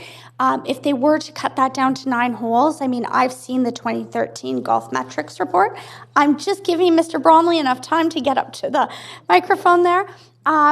Also looking at the moratorium on, as he put it, paid events in the, which I understand to be commercial events that also generate revenue for the Park Board. I am wondering, Mr. Bromley, is this a concern of yours if these actions were to move forward based on the golf metrics that I don't think have changed all that much from 2013? Would you be concerned about revenue? Would you need to be coming back to council looking for more money in your budget to top that up if revenue dropped? Also considering the $1 million for Oppenheimer Park. It's built in here. Thanks for that, Thanks. Councillor DeGenova. There are no plans in 2020 that affect the 2020 operating budget with respect to golf. The plan that the board has directed staff to embark upon is a deep dive into golf to take a look at the highest and best use of the golf courses. with a focus on Langara and with a primary focus, exclusive focus actually in the motion on park purposes. But as for an impact on revenue in 2020, that's not foreseen at all. In terms of the moratorium on commercial activities, private commercial activities, that is for new events. And so our revenue that we project for 2020 is based on the 2019 performance, and that will be maintained. So overall, you would see the revenue being able to maintain itself and not needing to ask City Council for any more? No, we have taken the budget exercise very seriously, and the bulk of our growth will be self-funded. We are fortunate that we have an enterprise group that can generate revenue. Thanks. Highest and best use, does that include, because everyone defines that differently, does that include meeting your revenue needs or sustaining the revenue levels that you have currently? Very good question. When we do this review of golf, we're going to do a 360 review about the social benefits of it, the environmental benefits, the fiscal benefits, including revenue and expenditures, all of the components that we want to help the board think about and give them our best advice on the future of golf supply in Vancouver. Thanks. I'm not a golfer, but I hope it means you can Thank you. Explore the courses yourself. Question about district energy. And looking at the fact that when district energy was formed by the City of Vancouver, the business plan for that, and I know that this was asked several times in the previous term, was to eventually look at either possibly a partnership in that or possibly even the City of Vancouver doing a joint venture, selling the utility to make sure that we were providing the most affordable rates and also looking at the huge capital costs that come with that and expanding that throughout the city, which I think would also meet our goals in climate. So I was wondering if you could speak to if staff have considered that, considering there are more capital costs in this budget. I know we were at between $22 and $25 million last year. We do have a plan to do a review of whether or not what to do with the district energy system. That would be coming in future years. But as identified previously, we are in industry norm in terms of our costs and expenditures for both operating and capital expenditures. And we do find that when we do the construction, we've done benchmarking with outside and inside work construction for our expansion, and we found, say, in the order of 50%, which is extremely high, savings by having it done by our internal resources for the capital expansion. Okay, so when it comes to the market rates and what the consumer is paying, have we actually embarked on a study to see if it could be provided cheaper to them, or if the network could possibly be expanded faster, or in a partnership where maybe we own some of it? Okay, so in terms of ratepayers, that's where we are in the industry norm with other providers of district energy systems. In terms of pursuing partnerships, we do pursue them on a regular basis in outside developments, and they don't need to be operated by engineering or City of Vancouver. It could be cared for by the development organization that puts the project forward, like Women's Hospital. That would be an example of one. And in terms of, I forgot the third part of your question, but I'm over time, but I think it was looking at expanding the network and if we could do that faster, possibly with a partner. Sorry. But I look forward to hearing what staff Thanks come very back much. with. Thanks. On to Councillor Kirby-Young. Thank you. I have a number of questions. The first one is just following up on Oppenheimer Park, and it's for finance. And I'm just wondering if part of the consideration process there was any thought about making a recommendation to council now that we have a $1 million line item anticipated to support the continued encampment at the park, to charge that back to the park board. And I ask that particularly because the park board has issued a news release today indicating that they intend to seek conducting a study which includes looking at appropriate shelter options in the park before they would move forward with a conditional injunction. And I'm really concerned that I think the park board are acting outside of their scope. And so I'm wondering if staff considered that, because the city now the park board has come forward with a budget ask, but now their decisions have resulted in an extra $1 million to taxpayers projected for next year. So right now we've added it as a line item for council to consider. Obviously, council can look at other options as well. Do you want to comment on your... Thanks for that, Councillor Kirby-Young. Yes, so the board last night, in a decision, gave me authority to seek an injunction once I'm comfortable that certain conditions are met in the park. And that includes, sufficient shelter. We've had our colleagues from housing and fire give input to the board, and the board is now in a position where they realize with the colder weather and the increased risk of self-developed heating sources that we need to find a better location for individuals to make them safer. And so I will be working with... So just follow up to that, it does say, and am I correct in the release, it indicates that the board has asked you to seek to conduct an external... What it says is that we'd like to work with a third party, not-for-profit group, to help us facilitate conversations with all of the campers as a collective issue. Our housing staff do an excellent job with our individuals in the camp to find them suitable housing.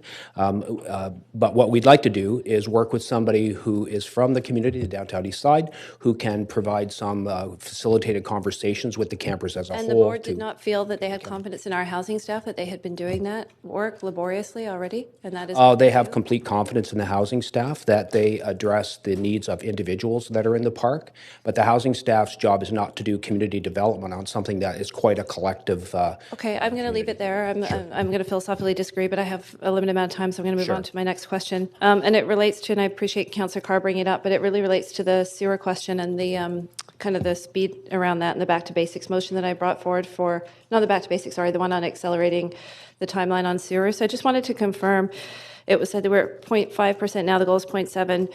Over the next 3 years, what percent would we get to, Ms. Nelms? Can you just our goal is to affirm get that? to 0.7%. Our goal is to get, but over what period of time? For this capital plan. And So next by capital 2022? By 2022.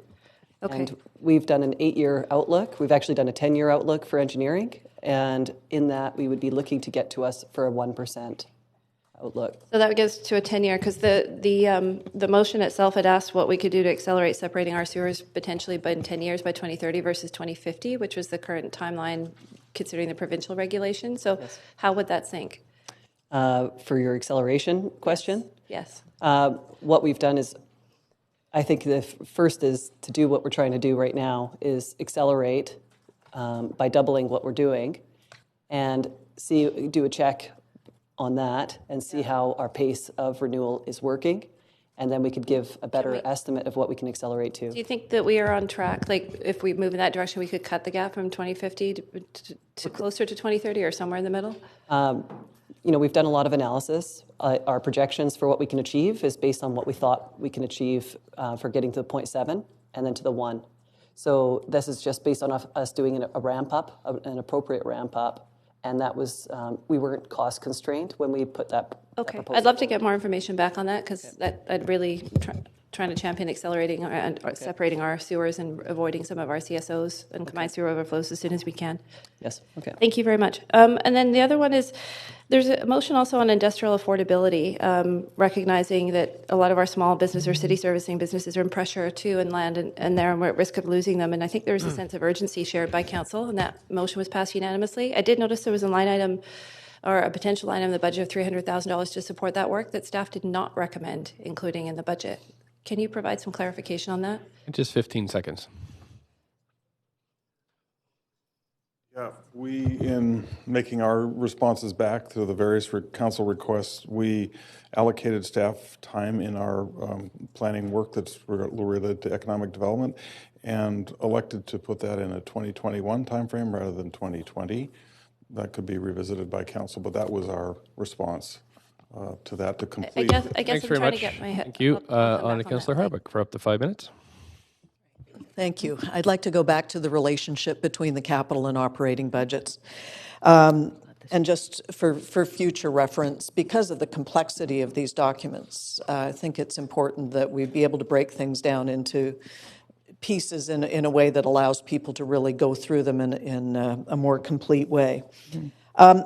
Did I hear it right? We have the sheet almost ready to send out to you, which has Great. the items, how much is for this year, and the impact. So that's the more detailed review, summary of the capital projects being funded. Yes. Okay, so you mentioned a number of $8 million equivalent to 1% property tax decrease. So let's take an example, the archives. Mm-hmm. The archives shows a line item of $16 million. This is, although we are mindful of sea level rise, it's not going to happen next year. So this is an example of a project that could be put forward to a future date. What would the implications, given the example you used, would that then reduce this by 2%, being 2 times $8 million, a $16 million line item, equaling 1%? We would, because it's if it's debt funded, then it would be 16 million divided by 8 is 2, and 10% of the 16 million, sorry, 1.6. I got that right? 1.6 million in 1 year if it's debt funded. So that wouldn't get us to the $8 million in 1 year. Okay, so the other piece is that I think we need to look at the sheet that I'll send you out. It'll give you the projects that are coming forward and how much of that's happening in the current year. So also some of these are over multiple years. So by delaying it, might spread it out over a few years, maybe not all. The other issue, if I might jump in, the other issue just on the archives, since it's a specific example, it's helpful to look at, is that the archives have outgrown their current space. So we're currently leasing additional space, which is now full. And so we if we don't make the move on the archives, we need to find a third storage place to accommodate their holdings. And so there are real constraints with that specific project and needing additional space. There's a difference between renting some storage space and $16 million, I think we'll agree. So I'd like to be able to go through in a more complete way and, again, have an understanding of the relationship, not only of service gaps, but on the fixed costs that are associated with this. And I'd like to be able to have details on, I think there was something in the order of 380 items that were listed in Appendix H, but there were no dollar figures attributed to them, just a checkbox of which area they are associated with. So it makes it very difficult to do any kind of detailed analysis when you don't have that information. So again, I'd like to understand the relationship between reducing elements of the capital plan on fixed costs, not just service gaps. Okay. We'll give you that information in this table that we're sending out, and you can see which are all items it's all in all of the 20 items, regardless of which bucket they're in. Okay. So in terms of, so my points are across. I need to see the fixed costs with actual numbers associated with them. Just so you know, I had went and created, because there were PDFs of Excel spreadsheets, for example, it made it necessary to go in and recreate those to be able to dissect and understand the information. So it would be more useful for people like me that are detail-oriented to be able to have that. That's just a general comment. In order to be able to do complex analysis. I think the staff have put the detail spreadsheets there on the on Vancouver.ca, so they're accessible to everyone now. Some of them are. If you're missing ones, let me know. We can. Yeah, the fixed costs. Right. Thank you. Councillor Fry? Yeah, thanks, Mayor. On the subject of the Oppenheimer Park line item for $1 million, and congratulations on the decision the Park Board made last night and moving forward with that and the announcement. What does that look like possibly in terms of this budget ask for our city then? Do you anticipate that there will be a cost to the City of Vancouver that would meet that $1 million line item? The $1 million, as far as I understand, is annual cost projected for the entire year of 2020. I do not foresee that being the situation at Oppenheimer. The board would like to move on decampment, and that's what the plan facilitates. With eventual hard stop, that includes an injunction. That says that by this date we need to clear the park. Part of our move is to update our park control bylaw that would be in line with cities like Victoria and other cities that have court decisions that directed them to ensure that people who don't have shelter options and housing options can seek shelter in a park. Right now, our park bylaw does not comply with that. So we have to bring that up to speed. We'll be doing that in January, and then we'll be working with a third party to help facilitate decampment. And so I would suspect within Q1 we'll have a resolution to the issue. Okay, thanks. You're welcome. And then, yeah. Thank you. Sandra Singh, General Manager, Arts, Culture and Community Services. Earlier this year, Council passed a fairly robust motion directing city staff to work with the Park Board on Oppenheimer Park. That motion included some broader direction to staff regarding homelessness in general and some new areas of exploration. So staff would anticipate using some of that $1 million, if approved, to fulfill some of those motion directions as well. Right, because we'll still need some of those ancillary services regardless of people, if they're in the park or if they're elsewhere. We'll still, yeah. So we have a homelessness crisis. That would contribute some of that work too. Okay, I appreciate that very much. Thank you. Back on the tech services, I'm a little curious about what is the tech services business projects? It's listed as, it seems kind of vague in how it's related as a consistent $5 million ask for new projects over the last couple of years. So the way that Technology Services separates their projects is they have sort of the base core infrastructure that everybody needs and that's required for the city to run our business. And that's the bulk of the technology plan. I think it's about $20 million. And then there's $5 million that they set aside for business projects. So that would be something that's specific to a business. HR is interested in putting in a learning management system. So that would be something that would come from the business. And then there's a number of different ones. Different organizations have different technology needs, and then those would be prioritized within the $5 million bucket. There's many more projects than there are funding. So just so council knows that the $5 million does not in any way support all of the technology projects that we could be doing from the business. If you think of all the different business units we're in, everybody's looking for technology to help them change. And so, but that's the $5 million is for those ones that you could say are discretionary, and the core stuff is our core infrastructure. And so how does that differ from the, obviously there's a bigger ask for the business projects, but the Chief Technology Officer priorities, which is a separate line item for $500,000. I believe that one is probably discretionary for, yeah. Well, hi. Hi. Jessie, Chief Technology Officer, kind of still. Yeah. So the discretionary projects, actually all of the $5 million funds every year are released based on a business case that we do. So all of the allocations are done to ensure continuity or automate things that are manual. So some of the examples might be there's still lines of business that are on manual systems, and so they need some kind of automated system. And what we generally tend to do is a 10-year total cost of ownership. So we don't release any of the business project funding unless we've done that business case assessment.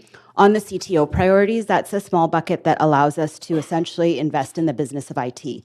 So technologies are really changing, and so we have to ensure that we're constantly updating the tooling and the skill sets, tools that allow us to, for example, promote software code to a production server. Those kinds of tools emerge very rapidly, and the actual programming languages change very quickly, and so we need to have access to a little bit of funding to be able to enable us to use those productivity tools to keep pace with the technology as it changes. And it just constantly is so rapid now that we need to have that little bit of funding. So, I mean, tech budgets being... Sorry, we're at the 5 minutes. Thanks. I did send in a response to your questions last night through to finance, so that should be coming through, and I saw that you had those 3 listed in that. Yeah. Thanks very much. On to Councillor Dominato. Thank you. My question is just, to engineering and just around the capital budget. Thank you. I'm just seeking some clarification. I'm looking at, I'm sorry, I don't think I have the appendix number right now. Page 553, but I'm just wondering if you could comment on any opportunity to reallocate funds, capital funds within the capital budget to specifically pedestrian safety efforts, including crossings, crosswalks, and lighting. This is one of the top things that I hear about, and yet when I look at some of the other capital priorities, everything from, for example, green infrastructure implementation, and even local improvements, it seems very low what we've got allocated for local improvements as well as some of the other, so those pieces. I'm just wondering if there's an opportunity to reallocate. Thank you for the question. In terms of reallocating, I think for all council, there's a review. You need to consider the different sources of funds that we look at and have available for the different types of infrastructure that we are looking to build, whether it's growth or net new. So we could not move green infrastructure funds over to a street a lighting project, because the lighting comes from a debt source of funds if it's not a growth project.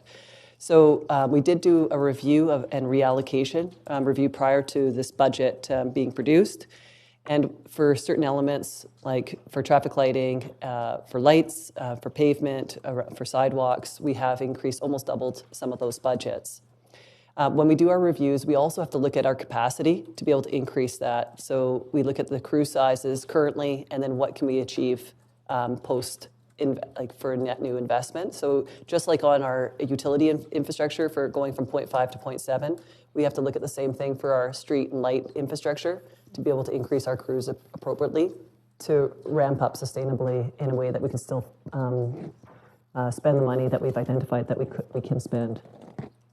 I guess I'm curious though, is there relative, I mean, I don't expect you to know this off the top of your head in terms of other areas, but it just seems to me markedly low when I think about life and limb, and we have a great record. I mean, we're really trying to keep fatalities down. We track that. We have what challenges we have in terms of certain intersections, but I would love to see more investment in those areas, because that's what really hits people hard, is that, when you lose a loved one, and I met with someone recently who lost his wife, and I'm just would love to see us, and I mean, certainly we could talk about maybe a motion around that, but I think that.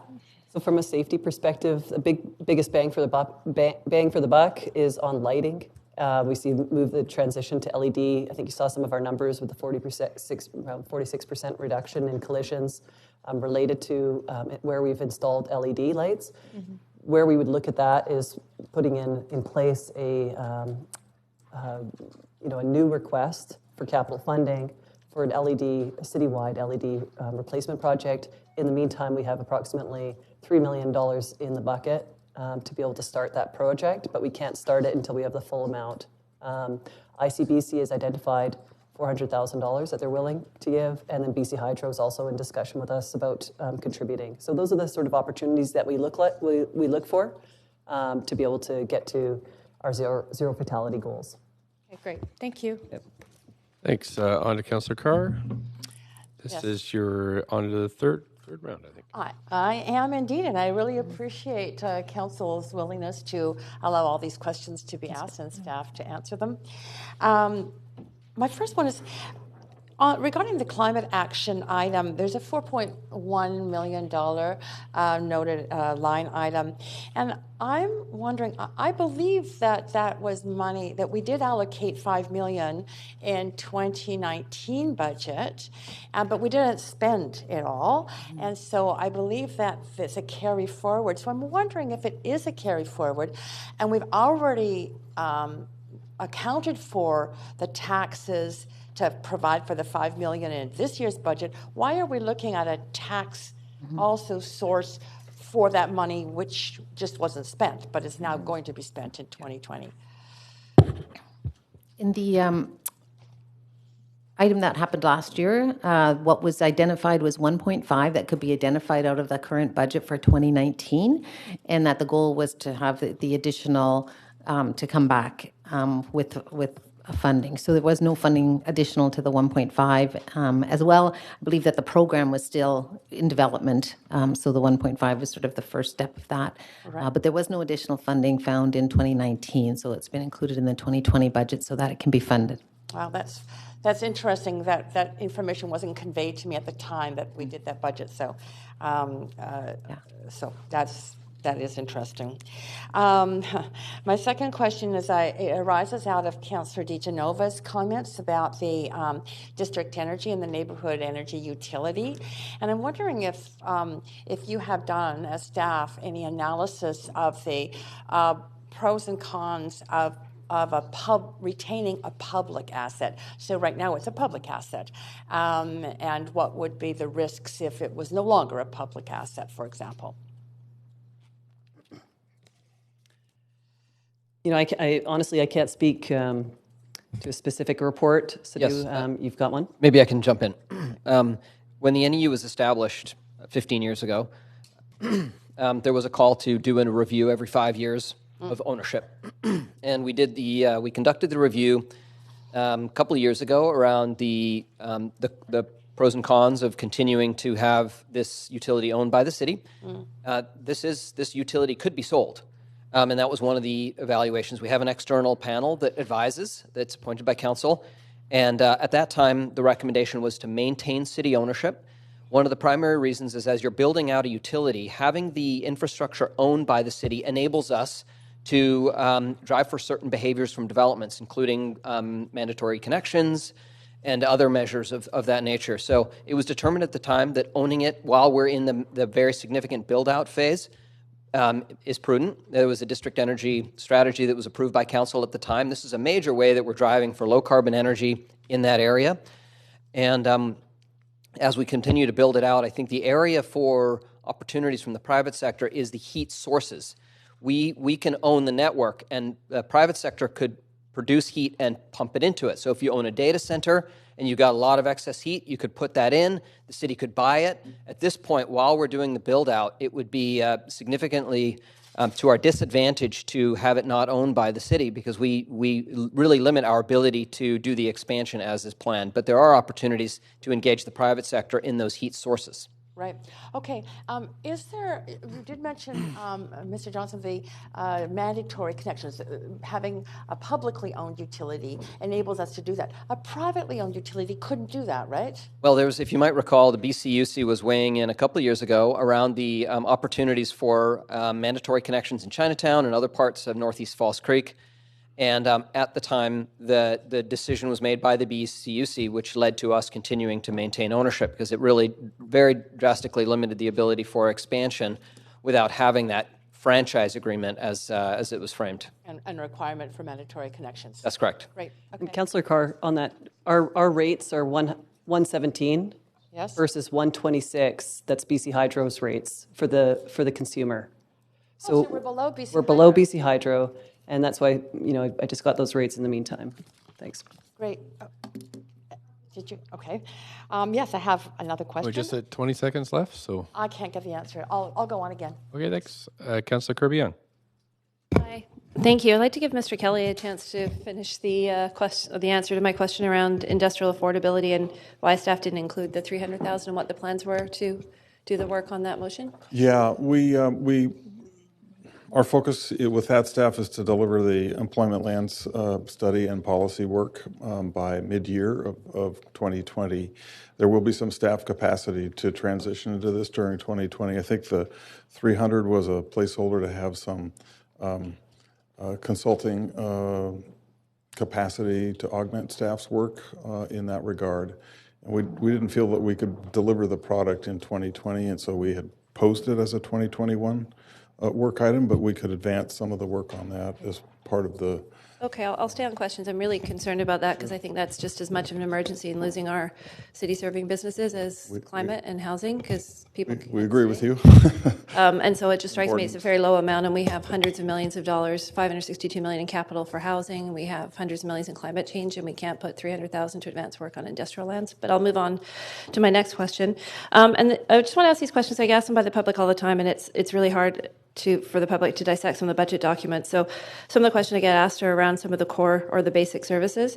So I wonder if you can advise on the back to basics motion that council passed, and I believe there's a line item of $632,000 for incremental service levels. Can you just simply share what that is going towards, please? Sorry, can you repeat this? The line item that was put in for additional core service work responding to the back to basics motion about prioritizing public realm maintenance and cleanliness. And I know there's a line item for $632,000. I just want to be clear and for the public's benefit of what that's going to support.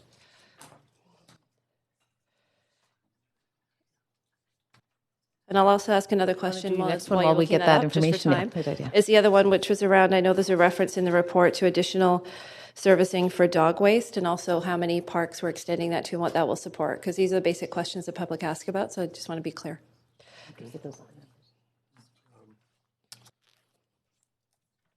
Very good questions. Thank you. We'll start with dog waste. Okay. So $250,000 that we're allocating for our expansion of the dog waste program represents 10 additional dog waste parks. That will tap out the existing processor's ability to manage the dog waste that's collected. There is an allocation in there as well to work with the Parks Board around some form of alternative processing that could be done for dog waste. We did a request for expressions of interest this past fall and got no response, basically, that was going to give us anything suitable. Okay. So the other, so there's 632,000. I thought it was a little bit more, but there are some key issues or key components of the back to basics response that we provided. So $300,000 was going to go to improvements in service levels and some additional staff training. $300,000 would go to expanding, or not expanding, but funding for a full year the social agencies that we provided the 2019 grants to.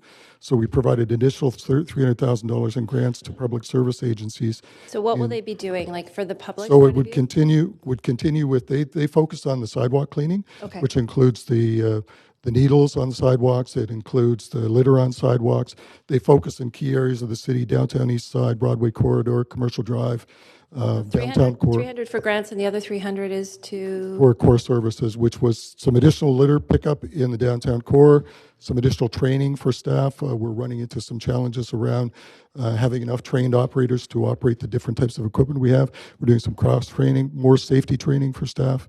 And so those are the two key areas that we're focusing on. But is it fair to say the majority of that's going into what people will see? They'll see a difference in The terms $300,000 for the street cleaning grant program extends that program to a full year from 6 months. Okay. So they'll see more services. in which across the city?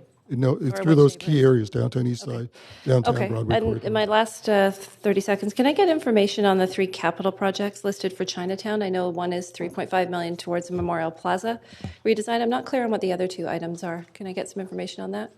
I wasn't able to discern that from the budget document. Know what they are?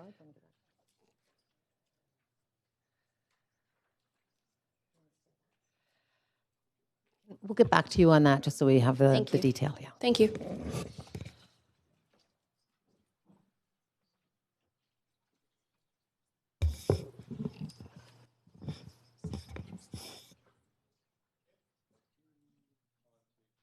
Councillor Dejanova, up to 5 minutes.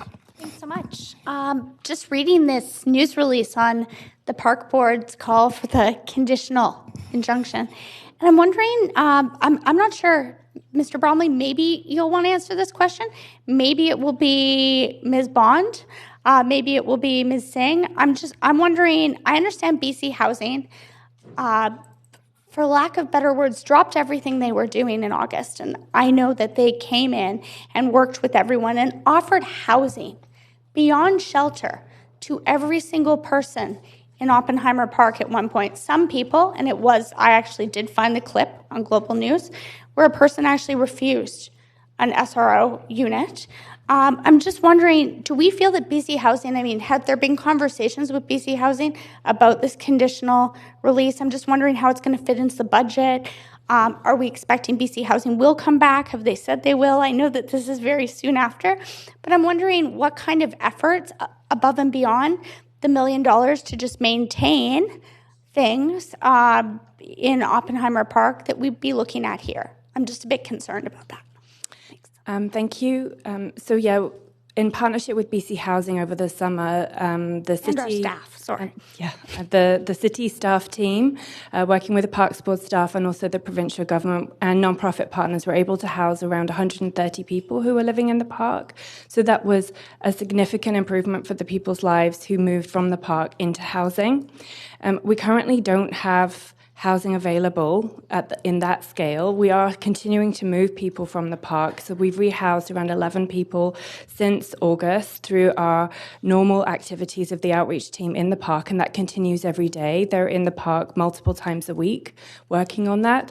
We haven't had a chance since seeing the news release this morning to connect with our BC Housing colleagues, but we are doing that on a regular weekly basis at the moment as the situation has continued to deteriorate update in the park. So we anticipate making contact with our provincial colleagues today regarding potential solutions.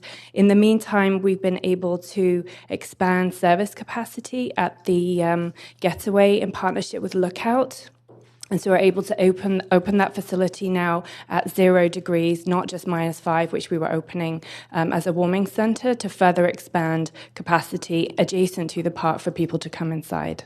Okay, thank you. But we wouldn't know what the cost would be to us to move forward with actions that would come with a conditional injunction, which would mean clearing the park. Not yet, no. Okay, thank you. I could just supplement that. Two things that I wanted to ensure I shared with council was that I've had 2 meetings with BC Housing, one including Sandra and myself, to talk about the future and the plan. And so this approach has included BC Housing in the thinking. It's the board's responsibility, and you're correct. In August, there was perhaps better options available at that time, but here we are, and now we're coming up with a plan that authorizes me to seek an injunction when I'm comfortable and our team is comfortable. I'm going to work together with Abby and Sandra and BC Housing to ensure those conditions are in place. And I should also note that while this is a significant financial impact on the corporation and on the park board, we have over 100 parks that have homeless people living in them. No. And the impact Sorry, on, I do have other questions, Mr. Bromley. If not, I'll go I could back finish. on. I'm just saying that there's an ongoing cost to the park board budget that is a direct result of homelessness across the city. I understand as a former park board commissioner. I was just wondering if you could speak for BC Housing, if you'd heard from them. I understand no. I'm not sure if they'd come in or if we'd have to give more resources. That's the answer. I'm here seeing Ms. Bond nodding. Thank you very much, and thanks to staff for their work. Childcare. I had put forward a motion. It was supposed to be back in March. I want to thank staff for the memo we've received, talking about the work that has been done. I understand that there's a lot of work in that motion. It was a priority of council. Will that motion be complete and come back to council in this budget? Which included expediting permits and services, creating some type of hub for the 3 licensing branches, looking at incentives in planning, development and sustainability, and through your department, Ms. Singh, Community Services. Yes, we intend on bringing an update or presenting a memo update to council early next year on the status of the work on that motion. As you noted, there were a number of different components to it, from looking at processes to looking at incentives within planning to other aspects, and so we will be bringing an update. I don't know that we'll be in a position to complete out the entire motion because a number of the planning contemplations are pretty significant and would require some consultation and further work. So, but we will, my hope is that we will make progress, significant progress on it next year. Okay. Thanks very much. On to Councillor Weep. Up to 5 minutes, please. Yeah, there's been a lot of talk about the police budget, and it says in the plan, all initiatives contained in the service plan are subject to council approval. But that's not the understanding I had. And so I'm just wondering what is in consideration in the service plan that has council's approval? So all of the items that were written in the service plan were reflected everything that's in the budget that came forward. And knowing that council may not approve all of those if you choose to adjust some of those. So we brought the whole thing forward for your consideration. So whether you make adjustments to the council priority list, whether you make adjustments to the filling the service gaps, or the fixed costs. Okay, I'm wondering. So what they're saying, until council finalizes the budget and the rates and the taxes, the service plans are conditional on that. Otherwise, not all of those can be accomplished. If the okay, and I guess the thing is, for me, there's some metrics in here, KPIs of where time of police arrival on a significant call is continuing to go up, and it looks like it's going to go up this year and next year. So I'm wondering what is being done with this budget to address those concerns that the public might have if we look at the budget and resources. Well, I think I'll have the chief is here, but that would be reflected of the additional staffing that's included in the budget. So I would just, obviously this is a concern, so I want to make sure that it's being addressed. I agree with you. It is a concern. So some of those numbers were calculated back late in the summer, so some of them are a little bit outdated, but for sure they are continuing to go up. The other thing that's important, though, is that those numbers were calculated based on the current staffing. They were not calculated based on what the new staffing increases will be. Okay. So we're hoping to start leveling off some of those things and bringing them down with new staff, because right now, We just this year got to the level where we're at in 2009. We're actually 3 officers shorter now than we were in 2009, but calls have gone up 14%. So we're hoping with the new staff that we can turn that around and get things back on track. Okay, it does say the calls went down, but maybe priority 1 calls have gone up? Well, actually, calls went up. So that's what I'm saying. When we projected that earlier in the year, it did look like calls were going to go down. But what I'm saying now is in December, when we look at the numbers, are actually going up. They're not coming down. Okay, would the numbers you just have would be really helpful for obviously us doing budget stuff? It'll be about 267,000. So it did go up. Okay, it did go up. And also to your other question, priority 1 calls have gone up 25%, which is the most serious calls. So it's gone up 25%. And then if we did the increase with the operational report for extra staffing, yes. What would the call times, what is your projected call time for a category 1? Would it drop down to under 10 minutes, or is that kind of still the baseline? We could do some projections. I mean, it's not a perfect science when you're projecting because there's so many different variables, but we think that we could stabilize it with the addition of officers because we are putting most of them in patrol, in particular in the north half of the city where the greatest call load is. Okay, thank you very much. Thank you. Second question is on the Innovation Fund. How much the innovation was spent last year? So how much is carryover and what is available for us to utilize in this budget coming forward? We'll pull up that number and let you know. Okay. The third is $1 million additional budgeted in this budget. Yes, but I'm wondering how much. Yes, how much is left from the previous? We've only approved, I think, 1 or 2 items in it, so just wondering what the carryover is. Next one is on the Metro Delta revenue sharing of the waste facility. There's a significant change, and I know there's some explanation on why, but when you look at the numbers, it looks like there's a $7 million swing in revenue sharing. I'm just wondering, are there ways to mitigate some of that swing? A lot of the change is due to changing in whether we pay quite a significant amount for sewer charges to Delta, and so in a wet year, we'll see a very high charge. In a dry year, we see less. In terms of the revenue sharing with Delta, it's pretty consistent. We pay them a royalty fee for every ton of waste that comes into the facility. It's either paid for by the City of Vancouver or by Metro Vancouver. And so it's... But in here it says 2019 budget was negative 1.4 million, and this year it's positive 5.6 million. Can you just give me the page number? I'll quickly look it up. 262. And so it's a $7 million swing this year, and so that's a pretty significant swing. And so there is some explanations on it. It's extra costs, reduced amount going to the program, less waste being dropped off. But, I mean, that's a $7 million swing, so I'm wondering if we can get a little more explanation on it. Just 262 was water and sewer, so I'm just looking. It might be in, I might be looking at Budget Book 1 before we had Budget Book 2 printed. Yeah, so anyway, would you mind asking the question again or show me the page? Because I can talk about it a little bit more accurately then. Thank you so much, sir.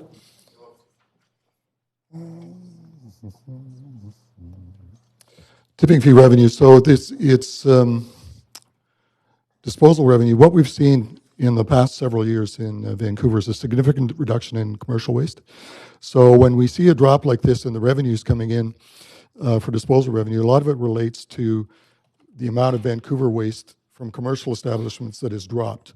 So we make a projection every year based on previous years. And what we're seeing is, I would say, more success in waste diversion, which is a bit of a double-edged sword. So we're seeing positive results on diversion of waste, which correspondingly reduces the amount of money that we recover from the tipping fees. So the way the tipping fee structure works is the differences between the tipping fee and the actual cost to operate the landfill are remitted to the parties that are the source of the waste. So for Vancouver, we charge the Metro tipping fee. It costs us $45 a ton to landfill the waste. The difference between that 45 and the $110 We're at 6 minutes now. is our profit. So we're seeing a drop in our profit. Thanks very much. Okay. Councillor Swanson, up to 5 minutes. I think this is for Ms. Bond. I'm just wondering how many staff we have trying to find housing for people who are homeless. I know they do other things too. Yeah, so in the outreach team, we recently went through a process to regularize many of the staff in that team, and we have around 15 staff who are working, not all working on the same day. They have shifts that they work in, but because they work at the weekends as well, but around 15 staff. So I just want to say I think it's really interesting. 11 people got housing in 3 months, so that's less than 4 people per month. Really shows how much housing we don't have. That 11 was just from the park. Obviously, the staff team who are working at the Oppenheimer office on the Powell Street, that office is partly funded with dollars from BC Housing in partnership with the city, but they see many hundreds of clients every year and house 700 to 900 people each year. Yeah, I know they work hard. Thanks. Thanks very much. Councillor Carr? Yes, thank you. Just a couple of other things we haven't talked at all about. I remember there was a lot of discussion at the 2019 budget about this innovation fund, and one of the concerns being, because we did cut it back at that time, that it had funded a lot of reconciliation work. Can you tell me if that reconciliation work is now mostly embedded, or maybe all embedded, within other program offerings, grants, et cetera, of the city? I think that was corrected that the Innovation Fund wasn't the main funder for the reconciliation work. So I think we corrected that. But yes, it is embedded in the city's budgets, and we have Indigenous planners throughout the organization and a number of other staff that are funded for that work. And there's obviously much more work that can be done. Oh, and what I know that the Reconciliation Fund helped with the Women Deliver conference. Was there anything else that we funded through the Reconciliation? Through the Innovation Fund? The Innovation Fund, sorry. We'll bring that back with the list, yes, or I'll send it to you in email, one or the other. Okay, that's great. A question about communications and the citywide plan. In a normal year, I know that we do a lot of consultations on a variety of kinds of activities in many different departments of the city. But we have got a huge focus over the next 3 years on the citywide plan. And I know that we've been hiring within the citywide plan. And so I'm wondering if that hiring include, and maybe reassignment of people, includes communication staff. And if we expect to have fewer needs regarding the kind of broad and in-depth consultations, public consultations that we've had normally, because now it's going to be in the city plan.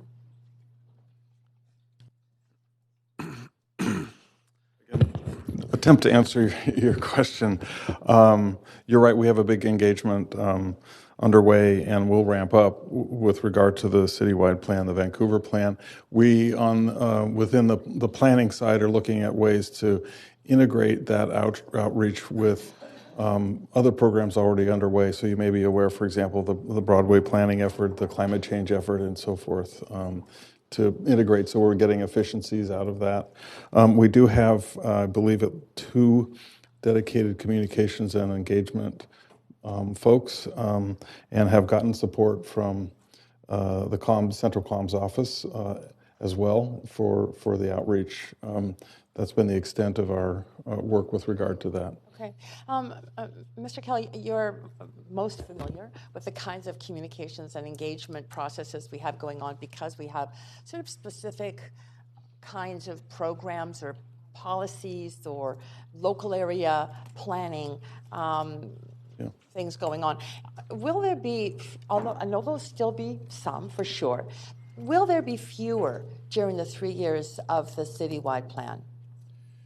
Well, I think we're trying to do our best to get as much out of combined events as we can, but I think with regard to the absolute number, it could evolve during the 3 years because of your interest as council's interest in early actions, which may require their own discrete consultation.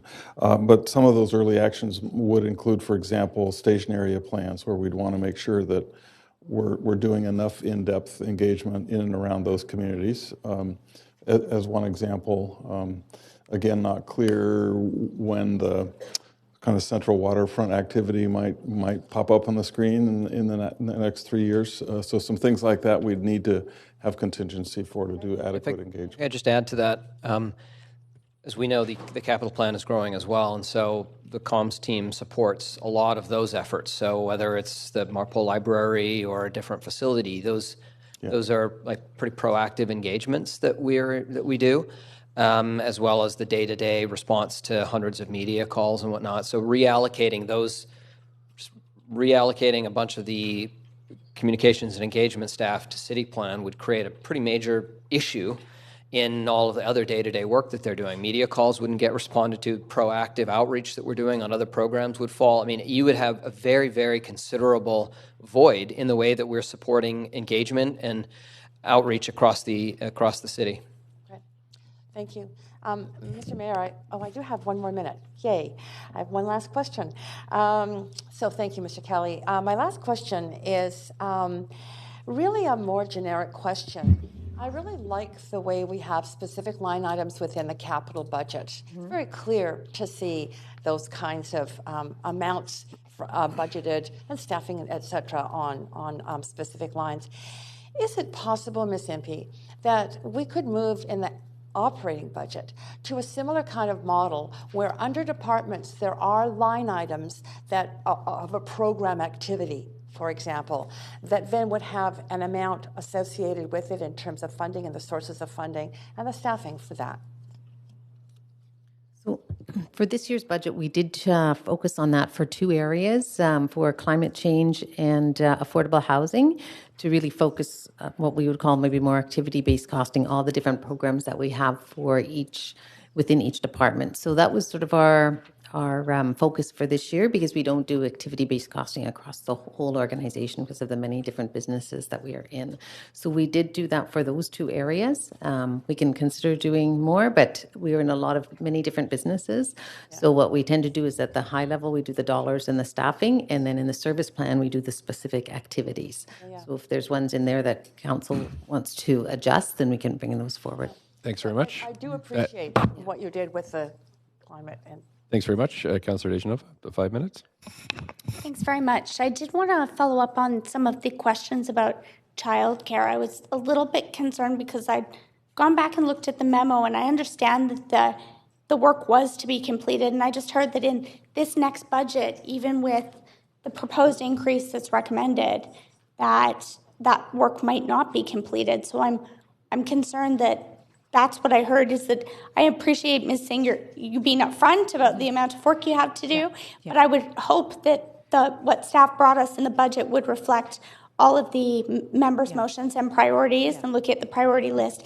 It is on there to be completed in this budget. So I'm very concerned, considering Council had said that childcare was a priority. Yeah, absolutely. We've made significant kind of advances on a number of the different components of that motion. The area of work that requires more kind of in-depth consideration and work with our colleagues in planning is around some of the incentives around how to accelerate the delivery of childcare. So that would be part of our ongoing work as the childcare team and the work of Gil's team in planning. So that doesn't require necessarily new funding. That's kind of our ongoing, that's building into our work. That is an ongoing priority. Okay, thank you very much. So I understand that part of it would be completed in there, just looking at... We do have a largest part of our contribution to childcare is in capital, so it is it's in the capital budget. It includes some of the funding that we got from the province, the $33 million. So we've put that in the capital plan. There's a good portion of that in the budget. I understand that, and I appreciate that. But the motion specifically set out, recommendations, and in the matrix, which I'm very impressed by. That lists all of the member motions that came to council. A family-friendly Vancouver was a motion that I had put forward that council supported, and I know that there were a number of people who, or council members, who have put forward motions on childcare and have committed to that, including the mayor, who was able to secure a significant contribution on behalf of council for the City of Vancouver, along with our staff. So I'm wondering, I understand that part, but not seeing captured then this, as it's written here, that says that this would be completed. So within the outstanding item where we have significant work to do yet is around the incentive, is looking at the incentives. There are not, what I can do is email you where we are very briefly with the various other items, but we've looked at, for example, modular deployment of childcare. We are looking at, we did look at some of the processes around the different accrediting bodies or licensing bodies. So, for example, we've had discussions with VCH around some of the points around the licensing. The area that we need to do significant more work on is the planning pieces around the policy for incentives. So we have that in our work plan for this year. My hope is that we'll make great progress. These are big considerations. How you incentivize the delivery of childcare in various development forms and things like that it's a lot of work, and it's definitely a priority. Absolutely. Thank you. I'm just trying to understand how it says here that it would be completed, and then I'm happy to follow up with you after, but might need some time to understand that. I think we'll probably have more questions, is my understanding, so I will go back on the queue. Thank you. Councillor Dominato? Thank you, Mr. Mayor. I just want to ask a question around leased and rented space that we have, particularly for our staff and our public service. And I'm just curious if we have looked at trying to consolidate and reduce, bring down, like, I don't know what that represents in our budget. Maybe somebody can give me at least a sense, not an exact figure. But have we looked at that? I know the province has looked at that, and because of the overhead costs, and it does hit the operating budgets. And so I'm just curious if we could speak to that, and whether that's something we're looking as a means to. I know we found 2.2 million in efficiencies, but is there another opportunity there? And we did have the answer to the question. It's 1% of the budget is on leased space. And we have looked at that over the years, and at a certain point we consolidated a number of people out of some other leased space that we had. Right now, because of our growth, the limitation of the property, the buildings that we own, which is this one in the Van City building, then we have been leasing more space. There is, of course, the office accommodation program that we have that's looking at sort of the future for the City Hall campus. And obviously, I think our sense is that owning is more cost effective. We're not going anywhere. We expect to stay here as a city, and so owning is the right option for us. And so it's looking at how we can develop some of the property that we have here in the City Hall precinct, and then reduce our reliance on leases. That's sort of a multi-year exercise. There is some, when we send out the list of the capital projects, you'll see there is some dollars in there to do some of the planning for that shift. I'd like to, could I jump in there, just because I think there's a couple of points to add. Firstly, we have been stressed on this one because the east wing of the City Hall campus was removed a couple of years ago. And then we're also losing all of the buildings on Broadway, which a number of our staff are accommodated in. So we're kind of losing city accommodation while we're in the process of this, the growth that was mentioned.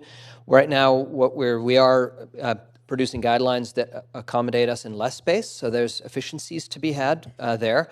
And then we're also really pushing the boundaries on our pilots for working at home and flex working, and really providing other opportunities to be more efficient with space in that way.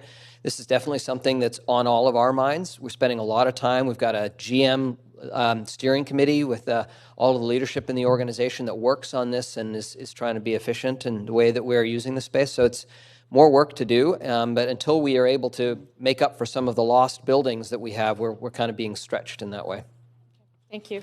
And just two more questions, just following on a couple of questions that related to what was identified as sort of fixed costs, and I think it was fairly clearly articulated in the budget book about what that refers to. But I just want to clarify: are there any net new hires within that those fixed costs, or it's just addressing incremental costs related to salaries, benefits, hydro insurance, in that realm? It's not sort of additional staffing. Yes, the new staffing would be in the second and third categories. Yeah. And then just going to that one around service gaps and addressing that. So just excluding fire and police for the point of this conversation. Obviously, staff are indicating, you can look at these in tiers. You could support just 3.5. You could addition. But if we exclude fire and police, the other areas, you've identified gaps and risks. But would those be managed within if those were not supported by council in this budget? Because again, they're not. Earlier, council referred to cuts. We're not talking about cuts. We're talking about proposed new investments. And I think it's really important to be, because if you're cutting, you're actually reducing services or you're laying off staff, and that's not what we're having the conversation around. But would you be able to, we would manage within? The items in the gaps, those are additions. Yes, you're correct. What we would do, though, is for some items, for instance, the risks, as I was saying before, if they're regulatory risks and things, we would have to action them. So we would have to stop doing something else, which might impact the service that you're seeing today, or we would not be able to progress with some of the things that are on the list. Some of the areas like ACCS, there's a long list of items that council has asked for that just aren't staffed. And so they won't be able to be done. Some stuff that's staffed where we're not able to really get all of the work done, some of those would have to be cut back. So if we don't do that, then the service levels would drop, but it would be through reallocation, not by reducing staff. If I could be clear, though, I think what we would, what we need to do is hold all the vacancies and then use the vacancy savings to cover those issues. And where there's a legal risk, like a life safety risk, I mean, there are compliance-related issues there that we feel we absolutely must complete. So we would hold vacancies, which would then impact service levels across the organization in different ways, and that could be across all of the departments. Or through attrition, I suppose. I just had a follow-up question, but I've now forgotten it, so I'll probably leave it there. Thanks. Thanks very much. On to Councillor Hardwick. Hi, me again. So I did an analysis of our headcount increases. The graph that was provided to us went back to 2016, and there's some departments that have grown incredibly. And what I'm trying to understand is the relationship between the headcount increases and the capital projects.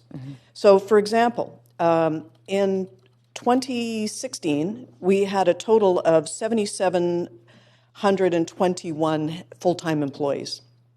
In 2020, we're projecting that up to 8,840 employees.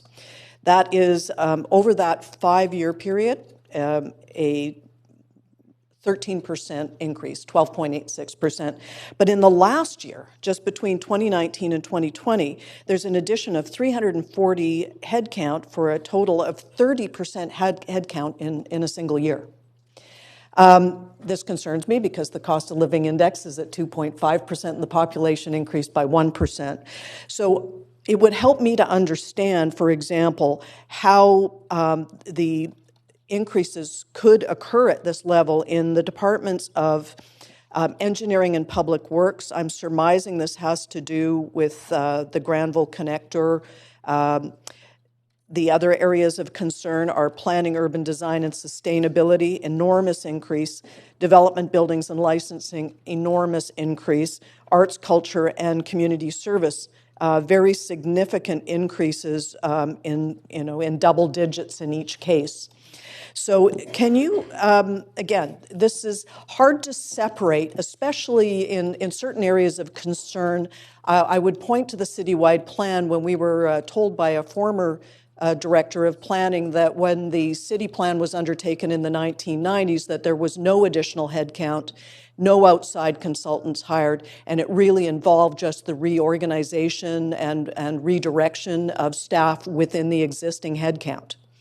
So very specifically, I would like to understand the relationship between the precipitous headcount increases in those departments and the capital projects that they are associated with.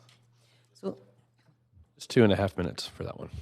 What in the engineering, that's the largest increase, and that is primarily because of the capital plan. So the work we're doing on renewing sewer and water, and I think as was discussed, is those are areas that we staff and do our own construction, as well as we do some of the planning. So with the capital plan going up, that is a big piece of the engineering. The development, building and licenses, as well as some engineering, as well as some planning, those relate to the increases for the building permit processes, and that's funded through the building license fees that council had approved earlier this year and last year. So that's not impacting the tax piece. The engineering increase is primarily funding is in the utility side, though there is some that comes to tax for the sewer. And then planning and urban design has again, partly due to the fee increases and also partly the city plan. All of the staff are located in planning and development in that grouping. The one other thing that I would mention is that in 2020, that would include the forecast for 2020, which is a bit higher than in growth because it also includes vacancies, so people assuming they're filling vacancies, and then any new positions. ACCS, the increases are primarily in the filling service gaps and in the council priorities, so a number of the staff would come out of those items should council approve all of those items under social diversity. And yeah. And Councillor Hardwick, with respect to your question about the Greenway, we actually have no new FTEs identified for the Greenway connector. When we look at our FTEs in Public Works, there's a total of 46.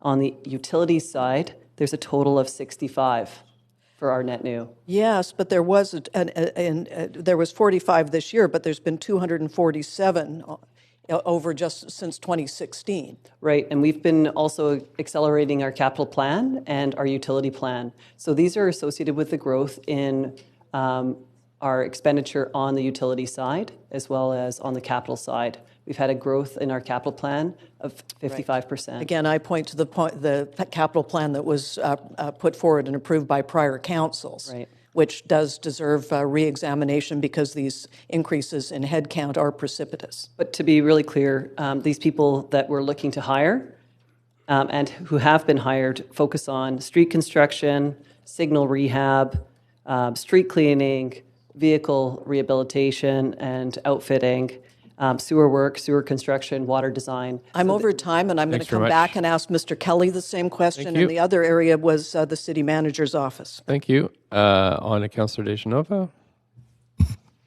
Thanks. I was thinking about, I didn't know if other councillors had questions still. Looks like a few more. In the spirit of waiting to go through questions, I see Councillor Hardwick already mentioned she had another question.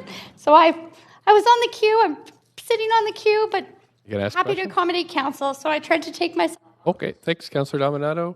Up to 5 minutes. Mr. Mayor, I just have a couple of quick questions around the corporate support services and general government. Both those areas are seeing some increases. And I'm just curious if you could expand on the focus of those increases, and because I think it totals almost $3 million. That's page 86.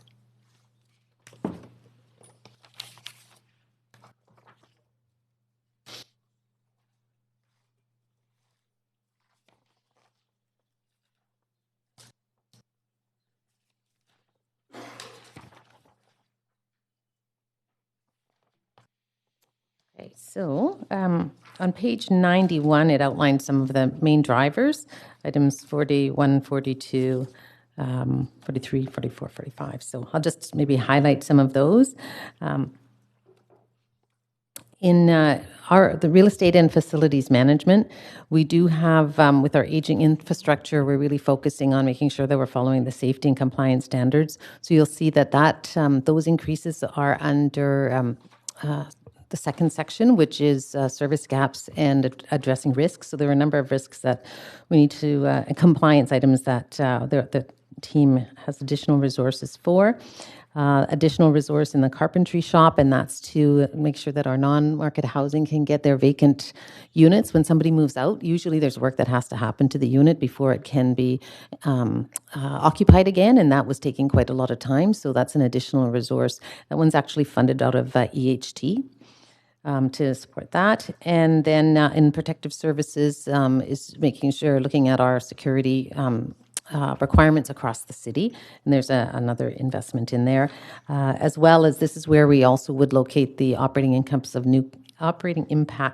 of capital for new facilities projects. So that's also in that piece. Then this gets allocated across to the different business units. In finance, risk, and supply chain, there was just two items. One is the Sustainable and Ethical Procurement Program. We focused this year on the social value framework. That was a project and temporarily resourced to go through the pilot, and that's looking to regularize that person, that funding for that role. And then the second one is some resources around managing some of our risk programs, again, related to some of the work that's happening in the departments. And that's funded out of a different bucket as well, so it's not impacting property tax for that one.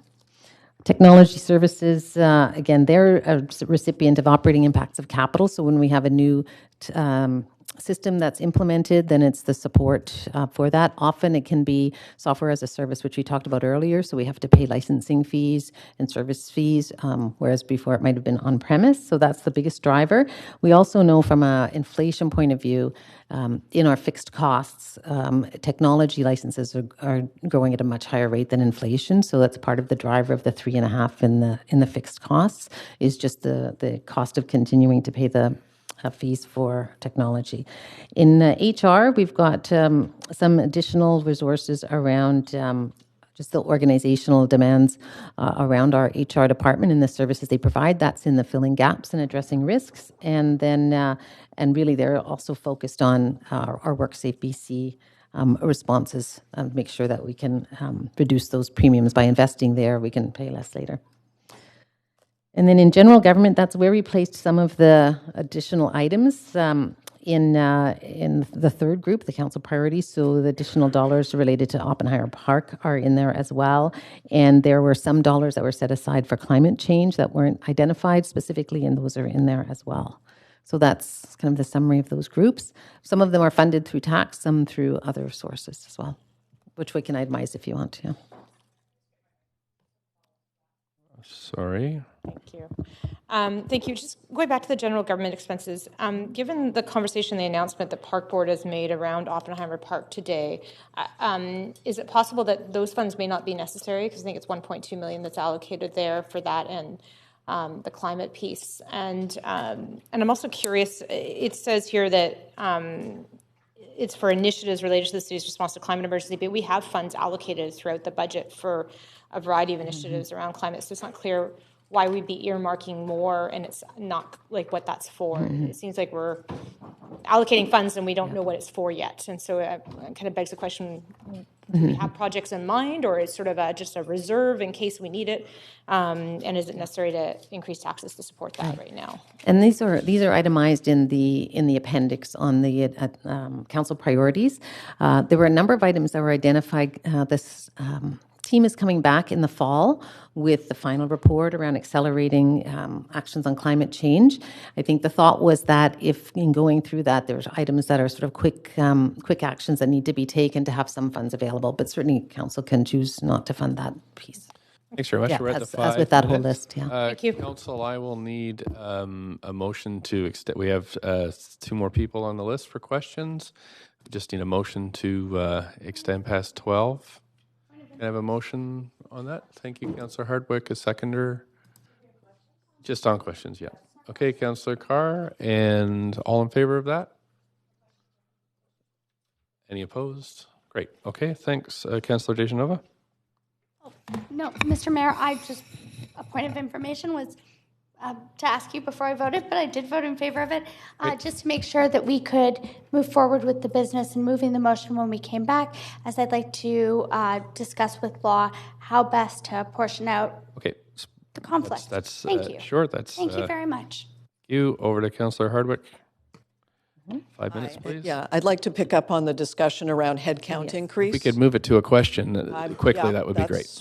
There is, again, I'm looking for a rationale of a 30% headcount increase in a year when the population has grown by 1% and cost of living by 2.5%. But I'd like to direct to the 2 areas of planning, urban design, and sustainability, and development, buildings, and licensing, which were bifurcated into 2 departments a number of years ago.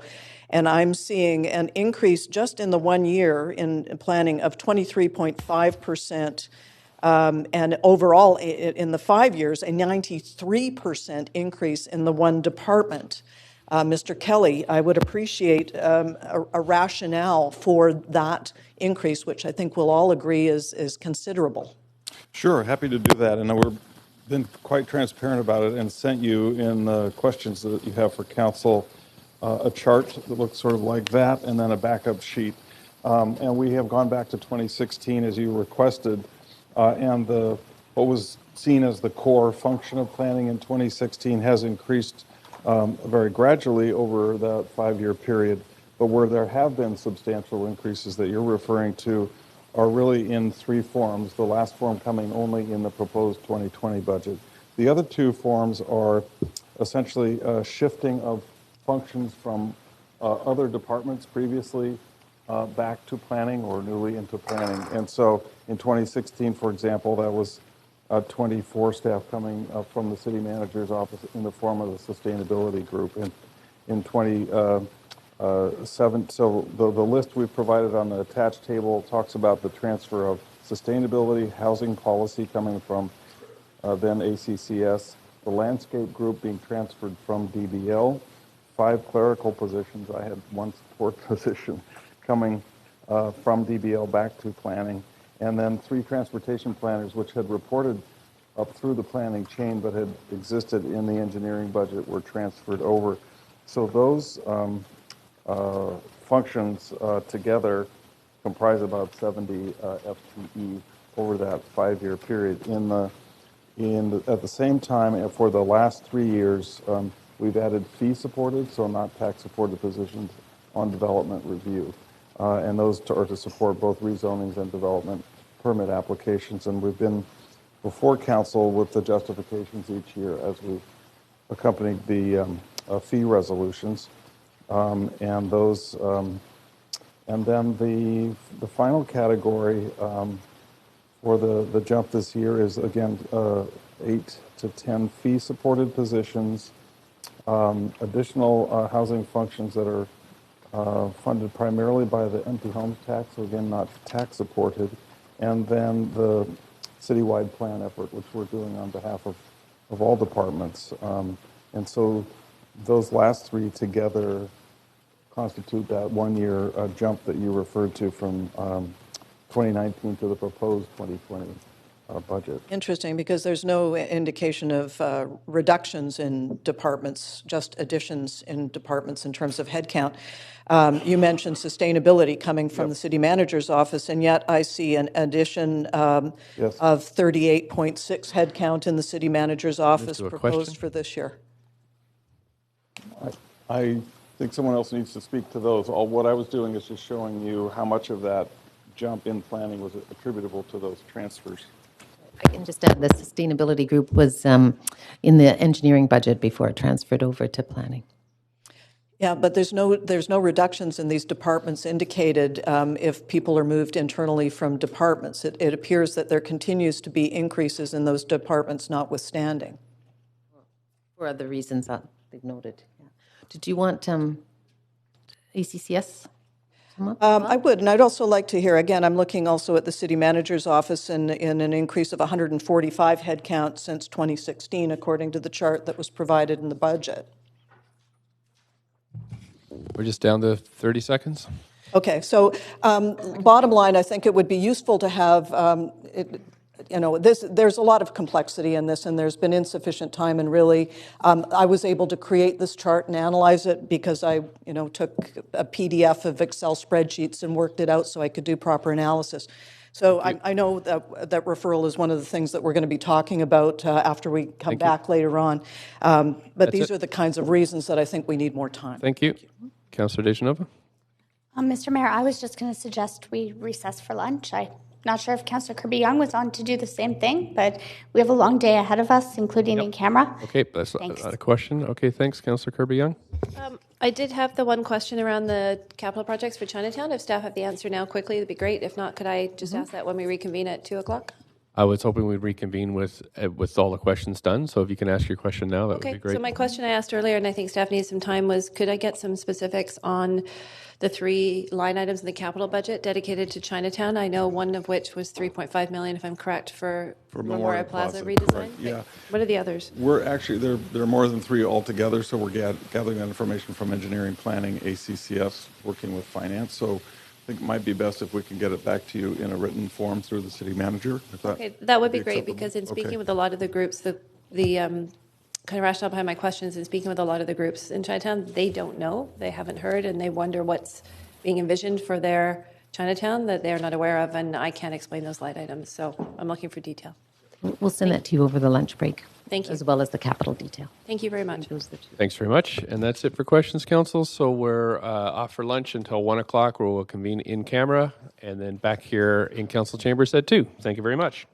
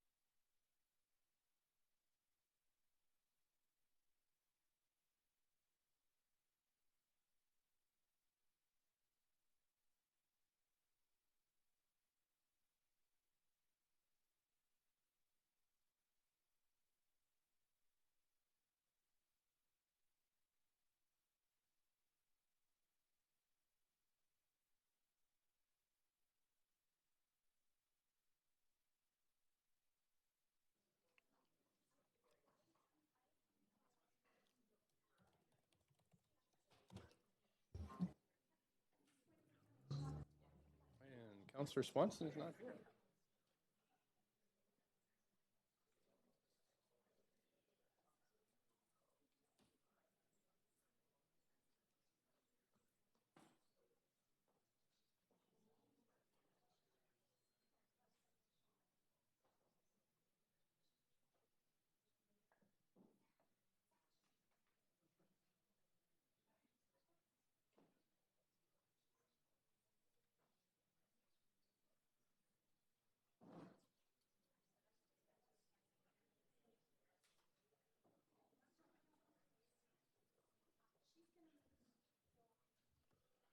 So we're going to go through the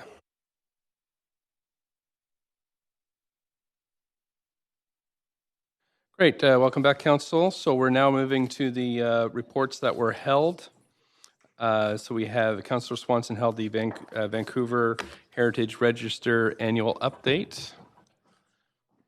So do you have questions on that for staff who are here now to answer your questions? Point of information, Councillor Dejanova? I was just hoping you could maybe recap for the afternoon, the plan. The plan is as before. What we voted on was that we would get through questions on the first item that was held was on the recommendation, the reports. And then once lunch was over, we would return at 2 o'clock as we voted on to here are the 3 items that were held because staff were here. I think it's great for anyone who just tuned in for the Great. budget. Okay, thanks. Thank you. Great. Councillor Swanson. Yeah, I have a question on number 2, the Heritage Register annual update. One of those buildings is the Sun Ah Hotel in Chinatown. And I'm just wondering if you think that putting this building on the Heritage Register is going to have an impact on the SRO rents. No, it wouldn't. It could only have a beneficial impact in a case they decide to apply for heritage incentives through the Heritage Incentive Program sometimes in the future. They'll be eligible for that. There are no adverse impacts whatsoever. No effect. Okay. Okay, that's fine. All good stuff. Yeah. Thanks. Thank you, Councillor Swanson. You also held the Heritage Property Tax Exemption Bylaw, number 4. Yeah, this is, I sent some questions, but I haven't got a written answer yet.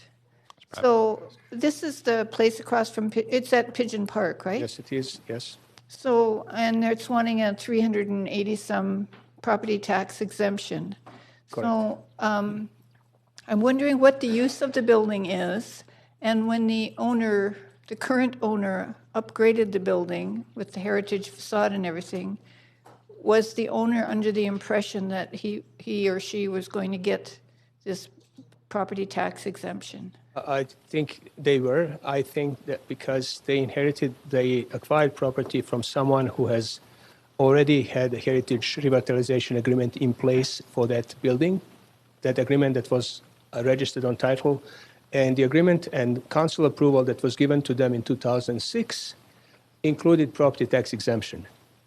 The property tax exemption bylaw, however, expired 5 years after that, and the current owner assumed that they still have an access to the property tax exemption, which wasn't the case. So But did anyone from the city tell them that they had that? We did, but we need to go through this procedure. After the expiration of the initial 5-year term, we have to go again through the same procedure with council to approve the incentive that has already been given to the previous owner of the property. And do you know what the building is going to be used for? We do know it is office use on the upper floors, and it is restaurant use on the ground and basement level. Oh, boy. So we're giving them $300 and some $1,000 for a gentrifying restaurant? So this is the building that is critically located in the downtown east side that was underutilized for a number of years, even before 2006, and started to deteriorate and dilapidate aggressively. A few years ago, we had a situation where a piece of the fragment of the facade of the building fell down and almost killed a city worker who was cleaning the place. So we are actually very happy that the owner has persisted with Heritage Revitalization Agreement obligation to revitalize the site. They are also engaged in developing the site next to this building and rehabilitating the heritage building adjacent to that next site. So they are kind of involved in the whole Pigeon Square facing 3 heritage resources there. So, yeah. So there is a bigger picture that we are trying to revitalize the section of important intersection in downtown Eastside. When we're talking about budgets and such, and that's so much homelessness there, putting Understood. 300 and some thousand into that is a little hard for me to swallow, but we'll see what happens. Okay, thanks very much. Council, just apologize. I forgot to call a vote on the second option, the Vancouver Heritage Register annual update. There were no other questions. Can I have a mover? Councillor Carr, second. Councillor Hardwick, all in favor? Any opposed? Thanks very much. That's number 2. Now we're on number 3, and I see Councillor Weeb, you have questions on the, on Heritage Property Tax Exemption Bylaw? You don't. Okay, Councillor Dejanova, you have a question on the Heritage Tax Exemption Bylaw? Councillor Dejanova, got you on the list. Heritage Tax Exemption Bylaw? Okay. I just heard the reference, a gentrifying restaurant, and I was hoping that we could maybe define what a gentrifying restaurant is. Is that a restaurant that doesn't provide charitable work in the community? Do we know if that's the case? Is it fair to say that about this restaurant right now? I was just really hoping to get some insight on how we classify this. You know, I hear this often asked about affordability, so I'd like to ask about what do we consider a gentrification restaurant? Well, thanks. What I know is that the development permit that is issued for this place has included Class 1 restaurant. So many things can fall under that. The office space and the intent of the owner to populate the space, office space, and to bring some more economic benefit to the area is obvious. I have to say that they have tremendous difficulties in finding tenants for their building. As for the restaurants concerned, I think they are attempting to employ local people and building their relationship with the community to get some opportunities for economic benefit that spill over into neighborhood as much as they have. They still have their own. So could that be a social enterprise that possibly takes over? Or like I think about potluck catering or other, not just employ, but actually provide a community benefit. Is that a possibility for this? Because that's how I read it. It could be, but development permit is not specific. Okay. Thank you very much for clarifying that. Offers me hope for what this restaurant could be. Thank you very much. That's it for questions. So can I have a mover for this? Thank you very much. Councillor Dejanova, seconder. Councillor Hardwick, all in favor. Any opposed? That's passed. Thanks very much. Last one that's held is the closure of the item number 5, closure of sale of portion of land adjacent to 1465 West Broadway. Councillor Swanson, you have questions on that one as well? I don't have a question. I just have an amendment, which I just sent. Have an amendment. Okay.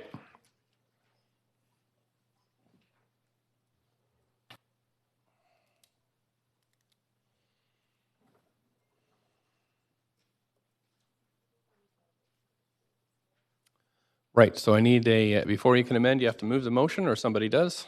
So are you going to, I don't know what your amendment is, but could it be added to the report as moved, clerk?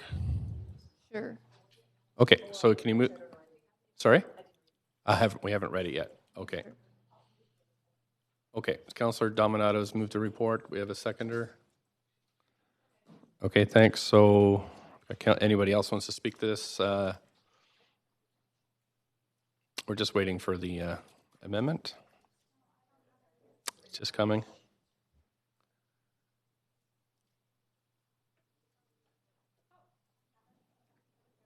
Right.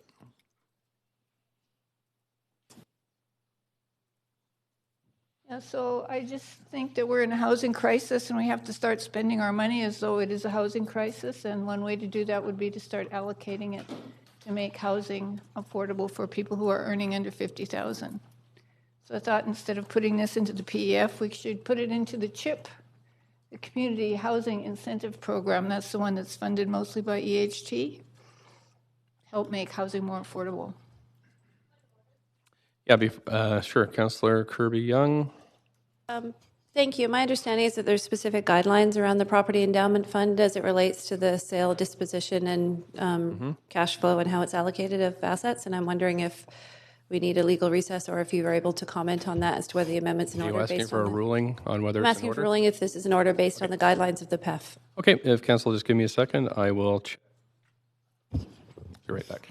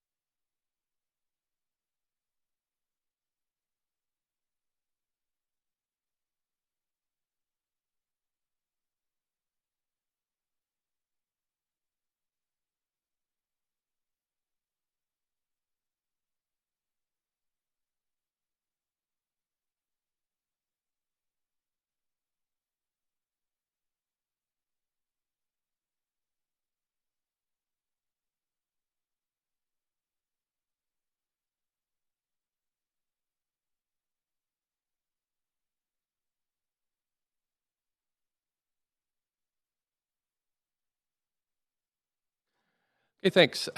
So this motion is not out of order. It just goes against the regular practice that's recommended by staff as shown in the report. So we're okay to go on that. So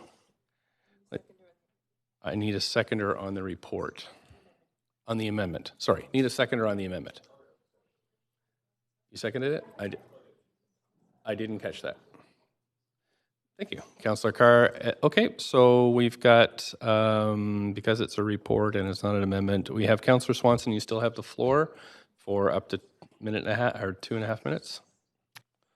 I just think we're in a housing emergency. We have over 2,000 homeless people on the street. If we're going to treat it like a real emergency, we have to start allocating money for it. Here's some money I see. Let's allocate it for housing for people that need it. Okay, thank you, Councillor DeGenova. Thanks so much. I was hoping through you, Mr. Mayor, that I could ask a point of information to staff as to why staff recommended that this indeed go back to the Property Endowment Fund, and perhaps just a quick Coles Note version of how we preserve our capital, and it's important to preserve our capital, and the reason that we try and bring things back to the PEF. Okay, so for selling them out of the PEF. Why they made this recommendation goes through the city manager. Why the original recommendation? Sorry, I'm looking. Yeah. No problem. They can jump in if they deem appropriate. As you know, the way that we acquire new properties, be they for housing or other needs, we utilize the PEF funding. And so it has been our practice, and we recommend replenishing the PEF so that that isn't depleted and we still have the ability to acquire new properties. Okay, and just a question, a follow-up question, thank you, before you sit down. That would be specifically with the PEF.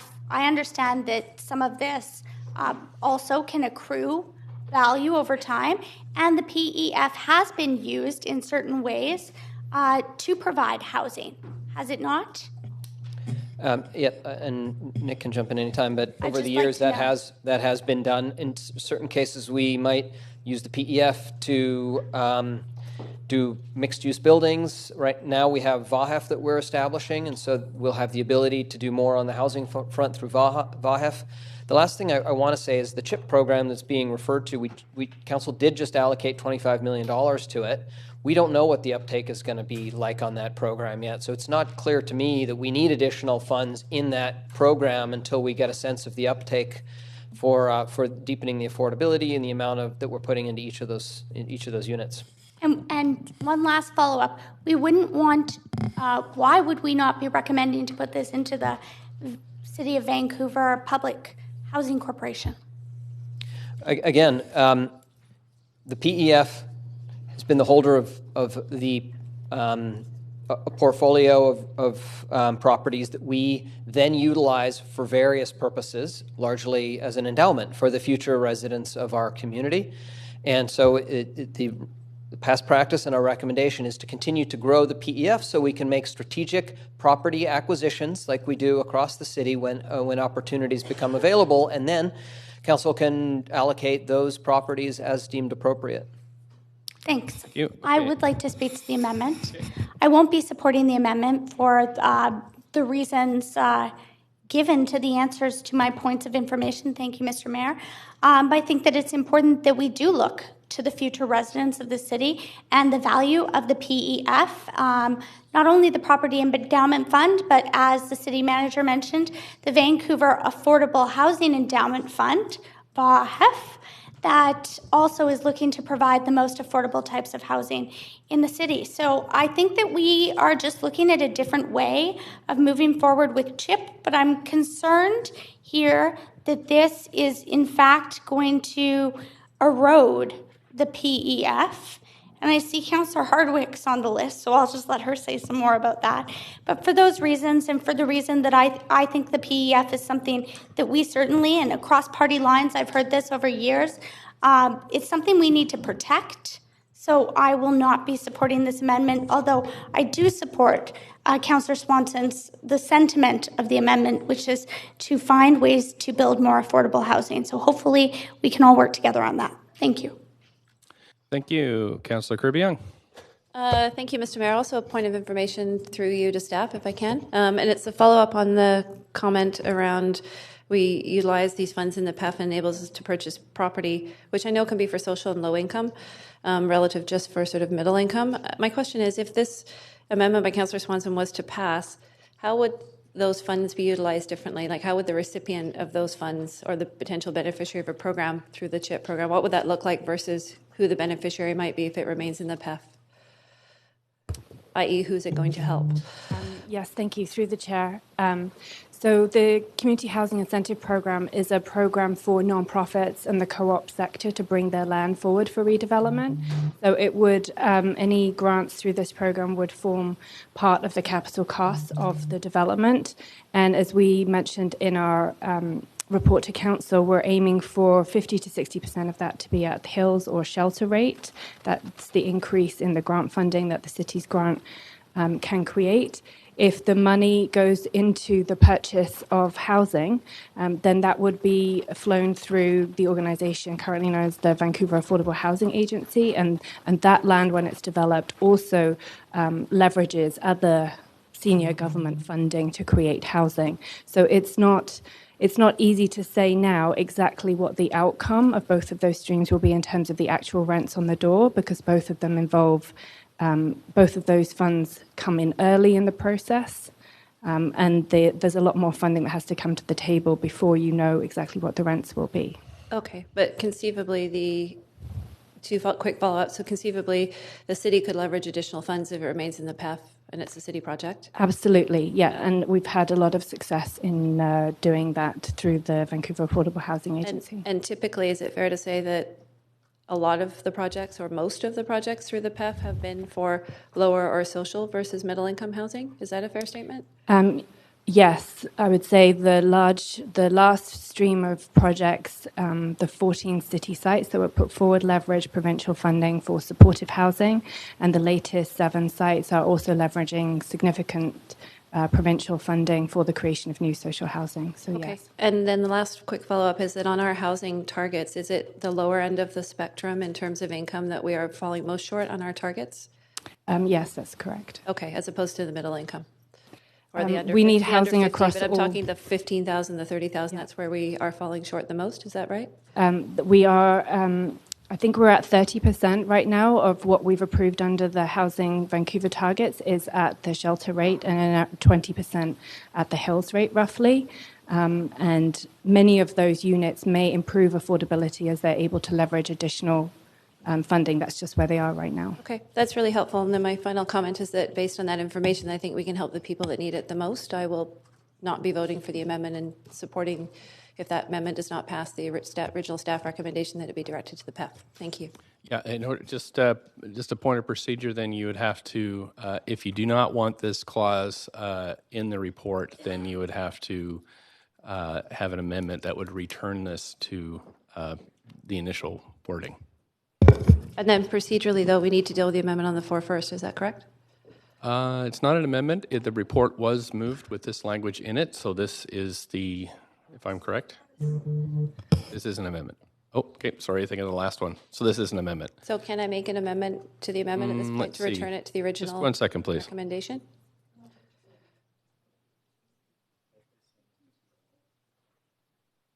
Sorry, my mistake.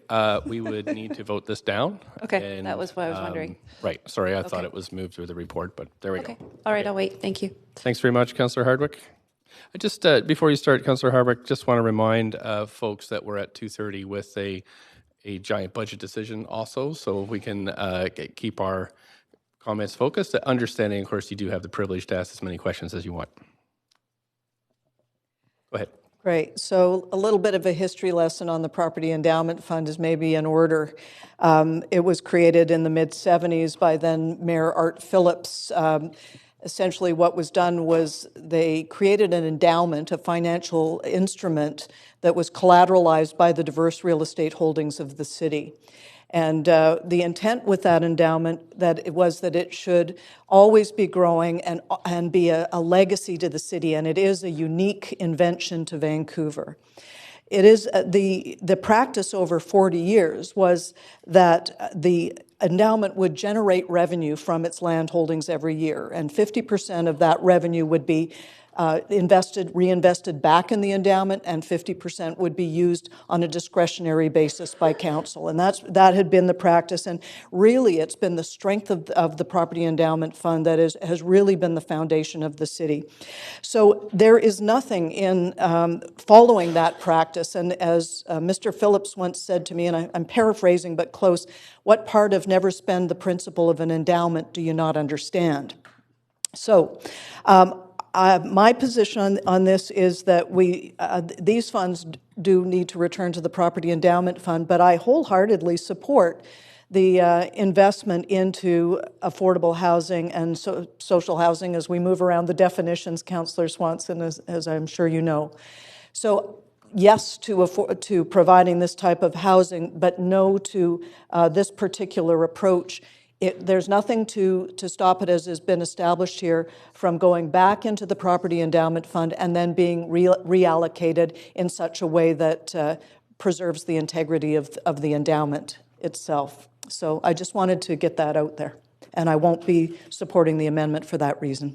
Thank you, Councillor Dominato. Thank you, Mr. Mayor. In light of the comments so far, I'll keep mine brief. I do appreciate Councillor Swanson's amendment in that we all share the concerns around affordable housing in the city. Absolutely, we know that is probably the top issue, and as well as generally affordability in our city. That being said, I am of very much like mind to Councillor Hardwick on this, is that the PEF was set up as an endowment, and the intent behind that is that the principle is left intact and that you really build off the investment income and use that and leverage that. And so I think the funds have to be returned to the PEF. And there's certainly, as the staff have noted, we just invested recently in the community housing incentive. I think it was $25 million. And so it is for those reasons I will not be supporting the amendment. Thanks very much, Councillor Swanson. Go ahead. Yeah, I'm following on what Abby said. 50%, we strive for 50% at Hills and Shelter. So we're really low in our targets for under 50,000. And my theory is if we throw this right into the low-income housing, we can get those targets to 50% at Hills and Shelter. We can maybe boost it up to 70%, or maybe have more shelter so we can get more homeless people off the street. I think we have to start thinking about directly using our money for what it's needed for, and that's why I propose this amendment. Thank you, Councillor Carr. Yes, thank you. Having been on council now for my third term, I've been very careful to sustain the Property Endowment Fund as an incredibly important vehicle for this city, to use the lands that are within it to achieve matching funds from the provincial government, especially in order to supply housing.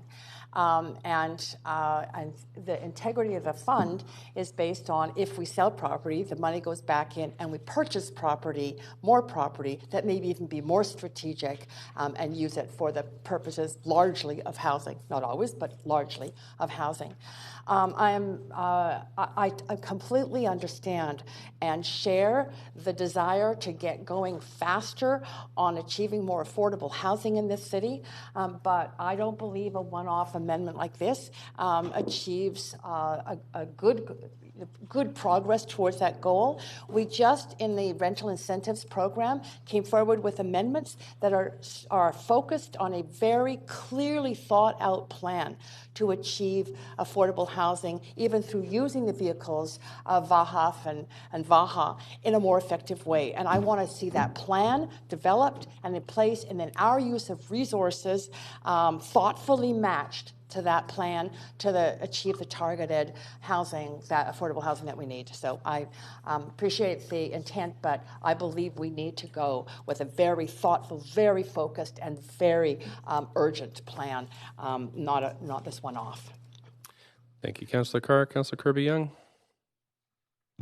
I'm waiting for the next cue to move an amendment after this vote. Okay.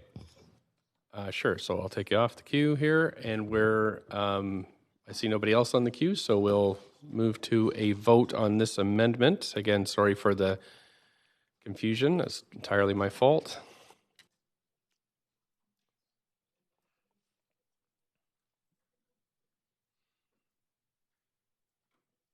Councillor Kirby-Young. So that is it's failed with Councillor Kirby-Young, Bly, Dominato, Boyle, Hardwick, Dejanova, Carr, and myself in opposition. So we're back to the. I'm sorry, I lost your name there, but there we go. No, you voted in favor.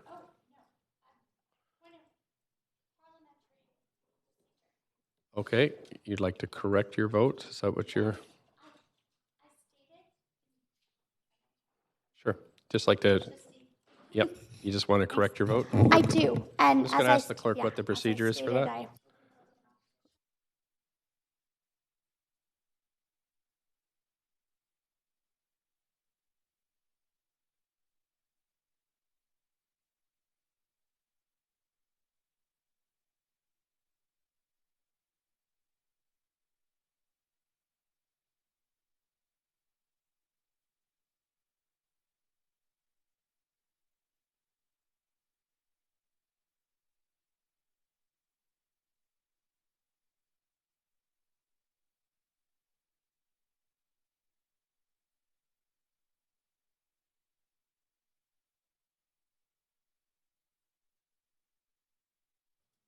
So, Council, since I actually reported the recording of the vote, it is official, and what we have to do in order to allow a member to change their vote is to move a motion to reconsider so we can vote again.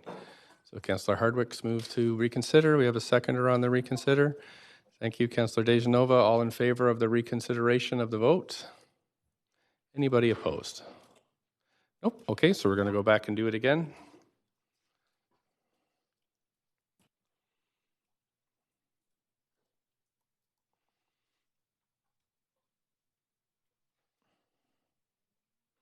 Councillor Dominato. Great. Okay, so that has failed with Councillor Kirby-Young, Bly, Dominato, Boyle, Wiebe, Hardwick, Dejanova, Carr, and myself in opposition.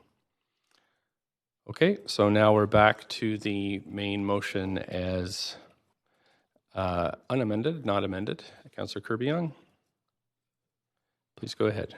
Okay, so just point of clarification procedure. You earlier stated I needed to bring a motion to return to the original motion. No, we don't. You're now saying the We original. don't. Sorry, I was totally recommendations mistaken on that one. Because this was an amendment, just not voting for the amendment returns the report to the original form.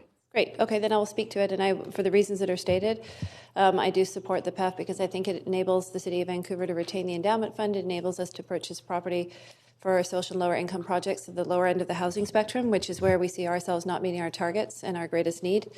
For those reasons that were well articulated, as well as the ability to lever additional partner funds, I will be supporting the original recommendation. Thank you. Okay, great. So with that, I don't see any more speakers on the list, so we'll call a vote on the report with the original recommendation.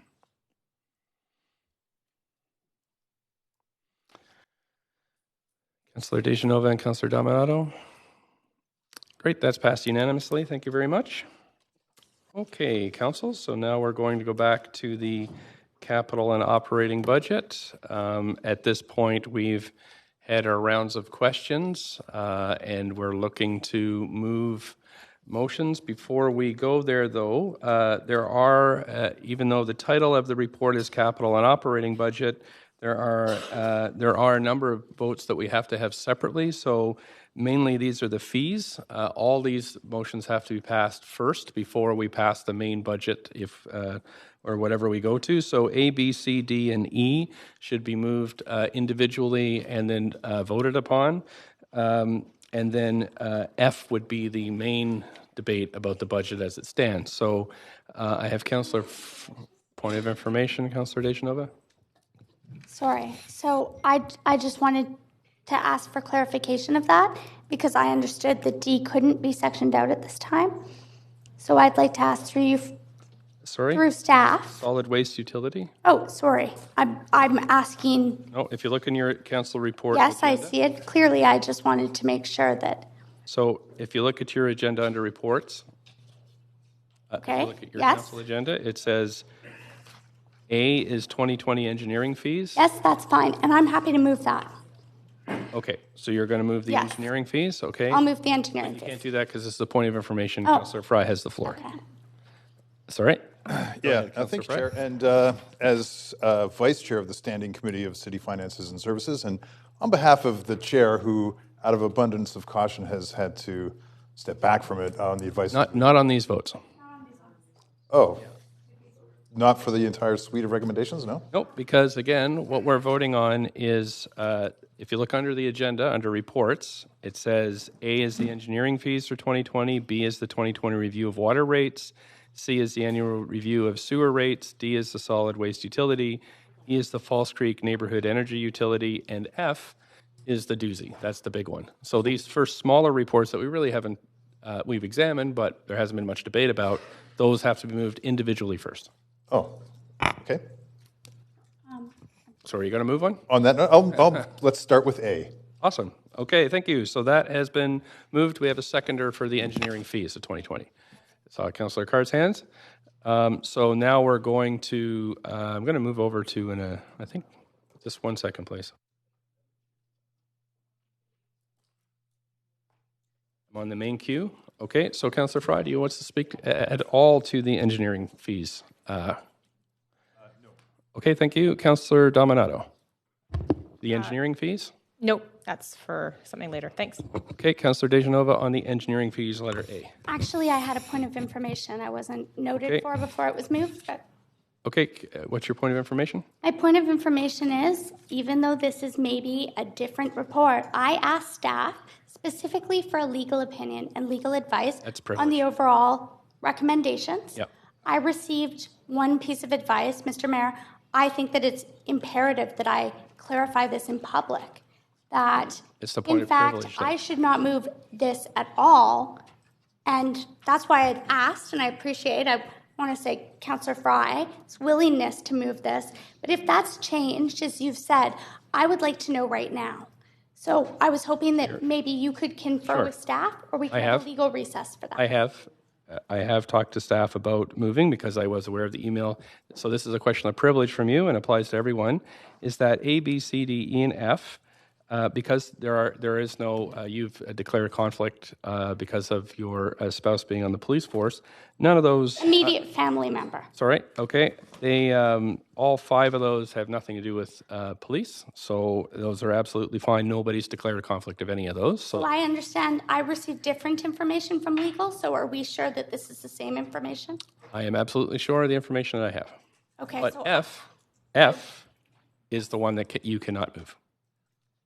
Oh, So I understood it to be different, actually. Sure. Pardon me? I understood it to be different, so I'd like That's- to move for a 5-minute recess. No, that's the clarification, and that's what we So have. I can move those items. You can move A to E, but you cannot move F. Okay, so I would Councillor be Fry's happy moved. to move that. I think he's moved A, but happy to move the Yeah, rest. well, that's so the point of privilege for has F. been answered, and we're on the discussion on the engineering 2020 report. Does anybody else would you like to talk to that? No? Okay, thanks. So we can call a vote then on the engineering.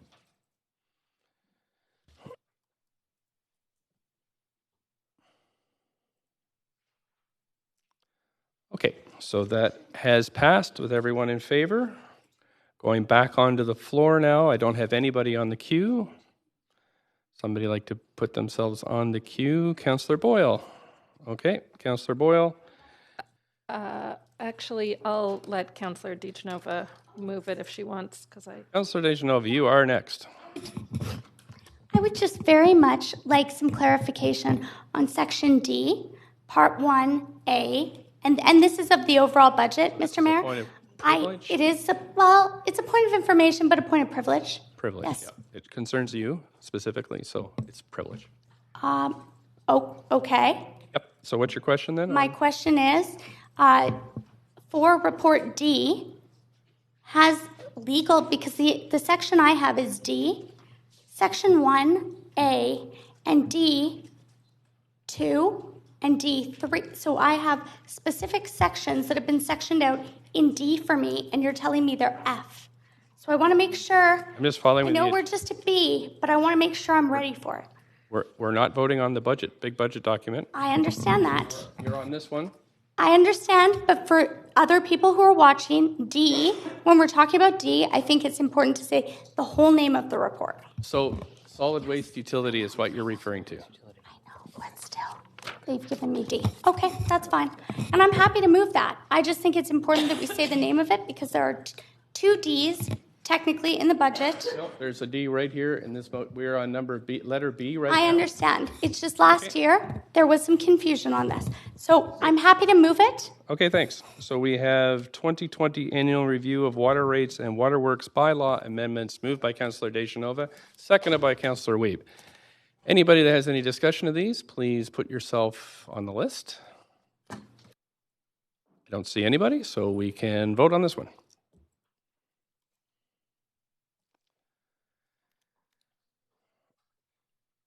Okay. Thanks very much. Anybody else like to? Councillor Fry. Thanks, Mayor. And on item F, I would like to move the recommendation as vice chair. We're not Still there on yet? C. Well, I thought we just voted on A, B, now we're on C. You didn't run B through. So would you like to move C? Actually, Mayor, I'd like to move C through E, which I understand. We have to have individual votes on those two. No, actually, the city manager told me we could do them all. Check with the clerk.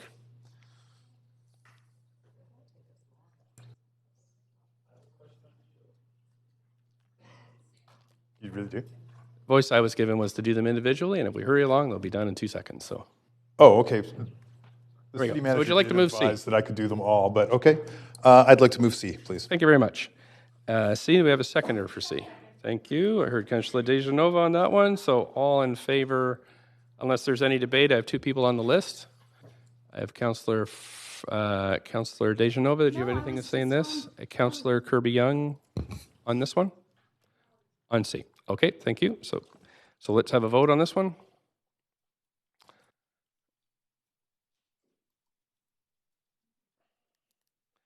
Thanks very much. That's C. So I need a motion on D, which is the solid waste utility fees and bylaw changes.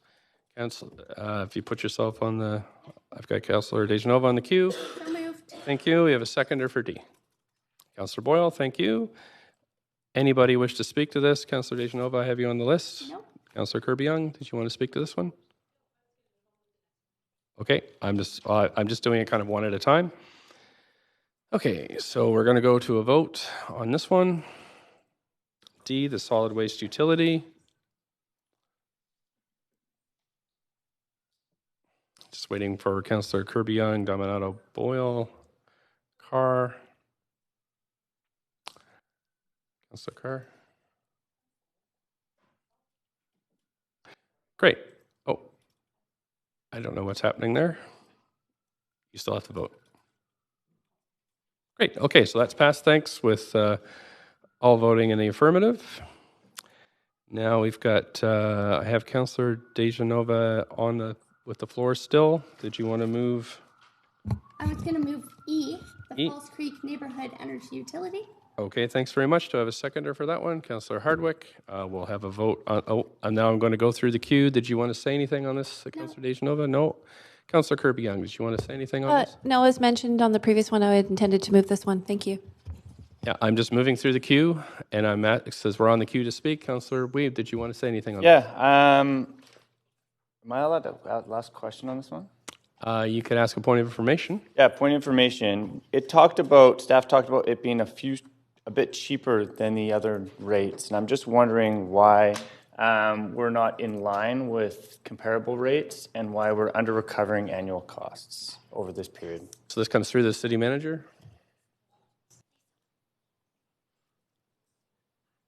And somebody will. Trace, you want to answer that? This is on the Falls Creek neighborhood. Yeah, it's on the neighborhood energy, and you said that the rates are cheaper than comparable rates, and then in the reporting it talks about we're under recovering annual costs, and it flips at about 2024. So I'm just wondering, is there an ability for us to be comparable to other rates and reduce the gap until 2024 and increase the gap afterwards as we continue? Sorry, I didn't hear. I can answer the question, actually. We've talked a fair amount about this. We are under recovering as we're building out the utility. Yeah. What we do, we benchmark between a Fortis rate and a BC Hydro rate, and we try to stay between the two. And so what we're trying to do is to create a consistent rate for the users, so not to have big bumps. So we aim to be within those two, BC Hydro and Fortis, in the middle of them, ideally, and to have consistent rates for the customers, and not. So our recommendation is to continue with the under recovery until we've got the basic critical mass of customers that then start to recover. Perfect. Thanks for the answer. Thanks very much. Anything else, Councillor Weeb? That's good. Okay, so we'll call the vote on this one, which is letter E. Okie doke.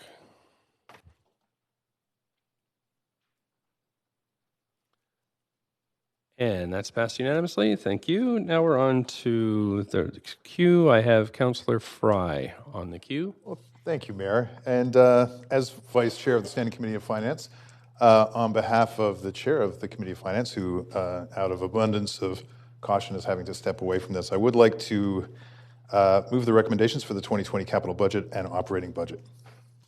Okay, thank you. Do we have a seconder for that one? Thank you, Councillor Dominato. So anything else to say, Councillor Fry? Nope. Thank you. I have Councillor Dominato on the queue next. Point of privilege from Councillor Dejanova. I understand out of abundance of caution. When this was moved, and because there were some concerns because of the letters before, so thank you very much, Mr. Mayor. Okay. I understood it was the whole budget. I understand those reports now are separated. We're learning every day on the 5 years I've been on council. Councillor Dominato. So I would like to.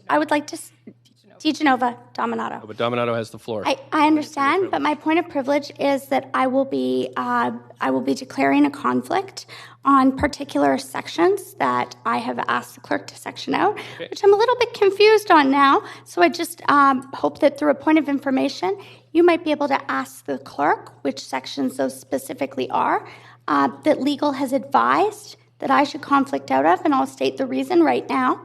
The reason is in D, and they've sectioned out sections of D.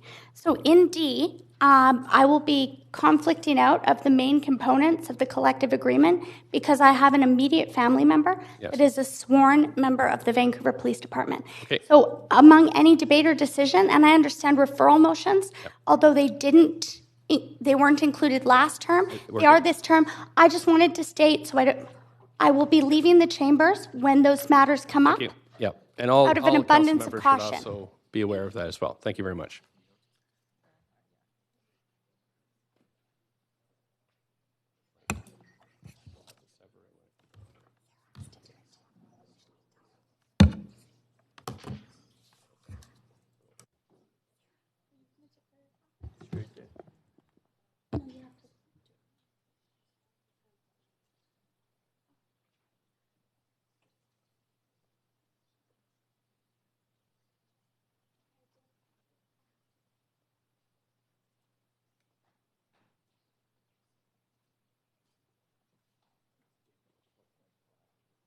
Nielsen.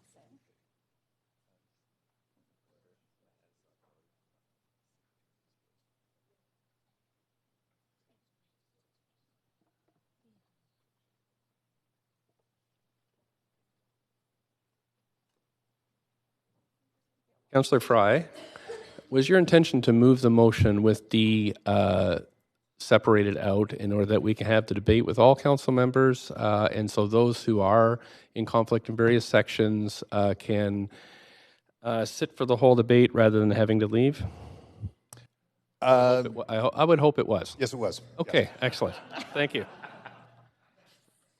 Great. Thank you very much. Okay, so we have Councillor Dominato, unless we have a point of information or Point of privilege. privilege. Okay. Yeah, and if we need to take a legal recess, then please let me know. But pursuant to my earlier declaration of a conflict of interest as it related to the Vancouver PD, also because I have an immediate family member, that I would not be voting on anything related to the collective agreement, but legal had advised I could on the aggregate budget.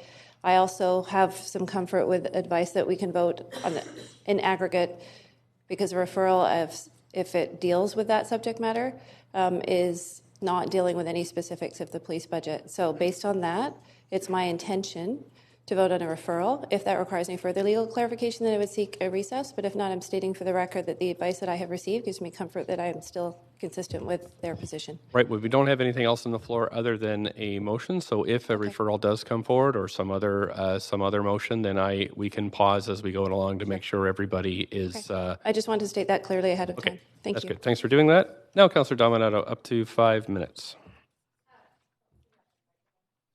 There you go. Oh, mic should be on. I don't know why it isn't. Sorry about that.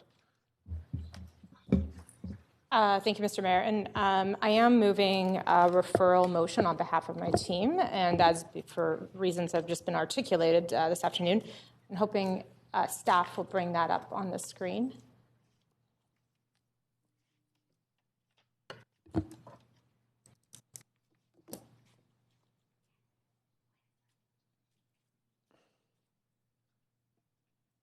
Maybe I'll just keep on speaking. That awkward silence. I am proposing that we refer this draft budget back to staff, seeking an amended budget that would present us with options for targeted tax increase options of 4.5%, 5%, and 6%. And that in doing so, that staff consider a variety of cost-saving measures, efficiencies, and offsets that we might find across all of our departments, as well, but while maintaining and still focusing on our core services and other key priorities. As well, it also notes that we'd like to have staff report back and present on just what the implications might be about shifting from pay-as-you-go capital financing for our sewer, water, and solid waste, because it does add significantly to our current operating budget, but simply looking for more information around that. And I would like to just be very clear, I am bringing this on behalf of my team, and that this is in response to, I think we had just floods and floods and floods of correspondence in the recent weeks since the draft budget was proposed for 2020. And I would say largely the concerns center around the proposed tax increase and the implications for affordability in this city.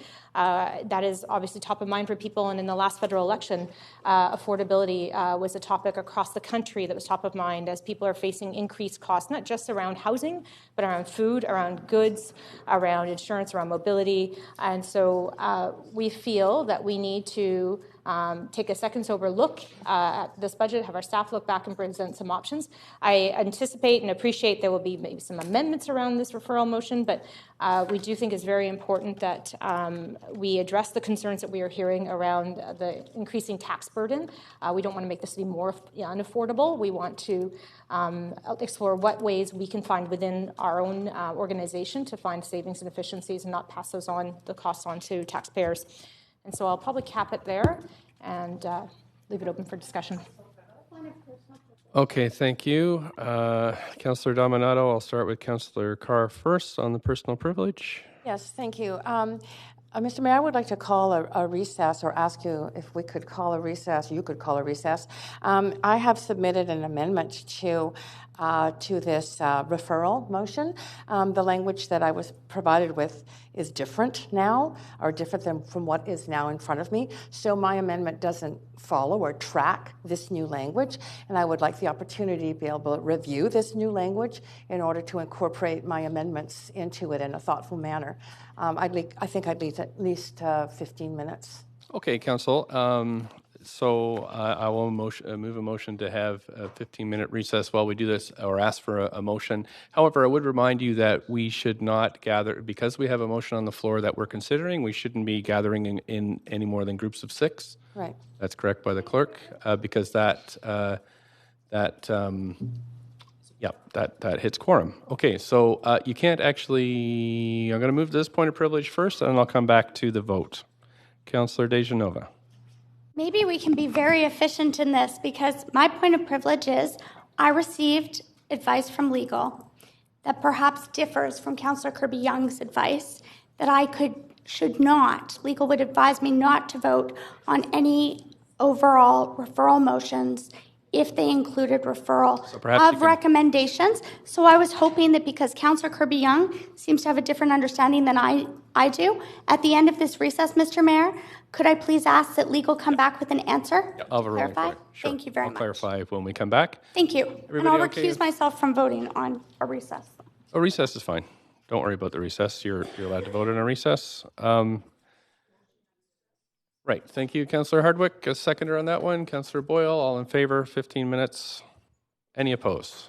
That's good. So 15 minutes. And again, don't gather in groups of more than 6. Thanks. 6 or more, sorry.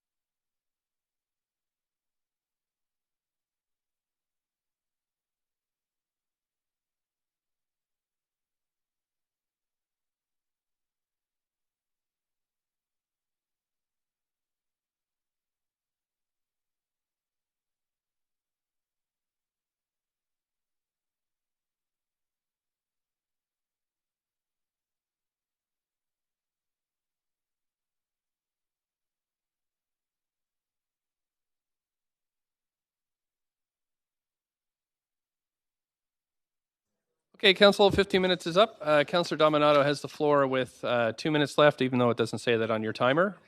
And just so you know, we have a motion that has been suggested but not yet seconded with Councillor Dominato at the floor. Go ahead, Councillor Dominato.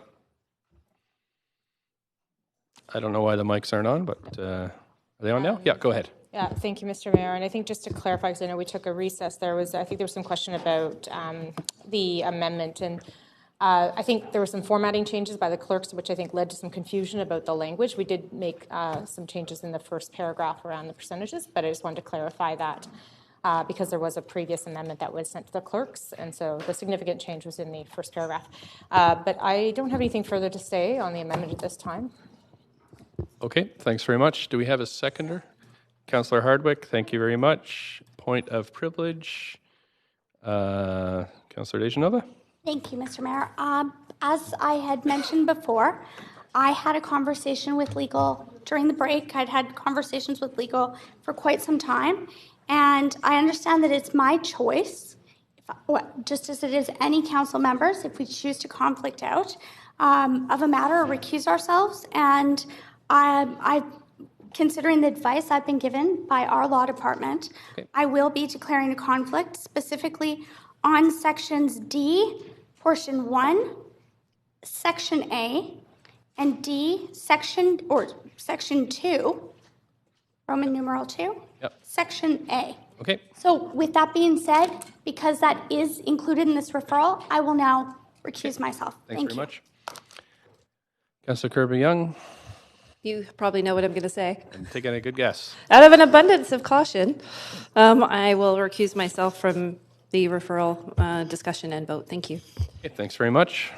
I have Councillor Dominato still with the floor. Okay, Councillor Carr. Councillor Carr. Yes, thank you. I have, Mr. Mayor, sent in an amendment to this referral motion. And thank you for the time to review the new language of the amendment, referral amendment. So the changes that I've put in front of you all are several-fold. One is that the language I've added asks for detailed line item options, including potential risks or impacts of each proposed cost-saving option, so that I expect that there will be line items that then we know that's a particular service or whatever the item is that gives us the ability to make a more thoughtful and informed decision on these options, that overall provide council with options to reduce the budget in order to result in an overall property tax increase of less than 8.2%, but no less than 5%, with scenarios of 5% or 6% or 7% tax increases. In the second paragraph, I have moved just the last clause into I think a more appropriate place in the wording of that last sentence. So, as well as the capital budget through potentially amending the timing and pacing of projects, exactly the same language, just in a different position. But what I have added that's new is the language, while maintaining priority investments in basic services, public safety, and first responder services, and added the word affordable in front of housing. So it's clear where council priorities are. And those are my amendments to the referral motion, Mr. Mayor. And as a point of information, I would appreciate some sense from staff as to whether the timeline is achievable, overly optimistic or reasonable or something like that. I've got the city manager rising on a point of information. Go ahead. Thank you. Thanks for the question. Actually, based on the scenarios, staff would be prepared to report back tomorrow. We have mapped out a good number of scenarios already, as you can imagine. So we prepared to bring forward a PowerPoint presentation tomorrow to map out scenarios of how you could achieve the objectives that are listed here. At least would move the information across so that you're aware of those and can consider them. So my recommendation would be to refer it to tomorrow. Okay, thanks. I'm just going to ask the clerk a question. I'll be right back.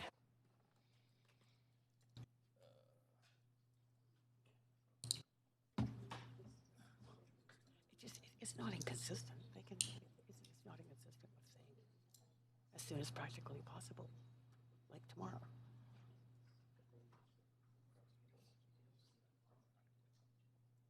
Oh. Well.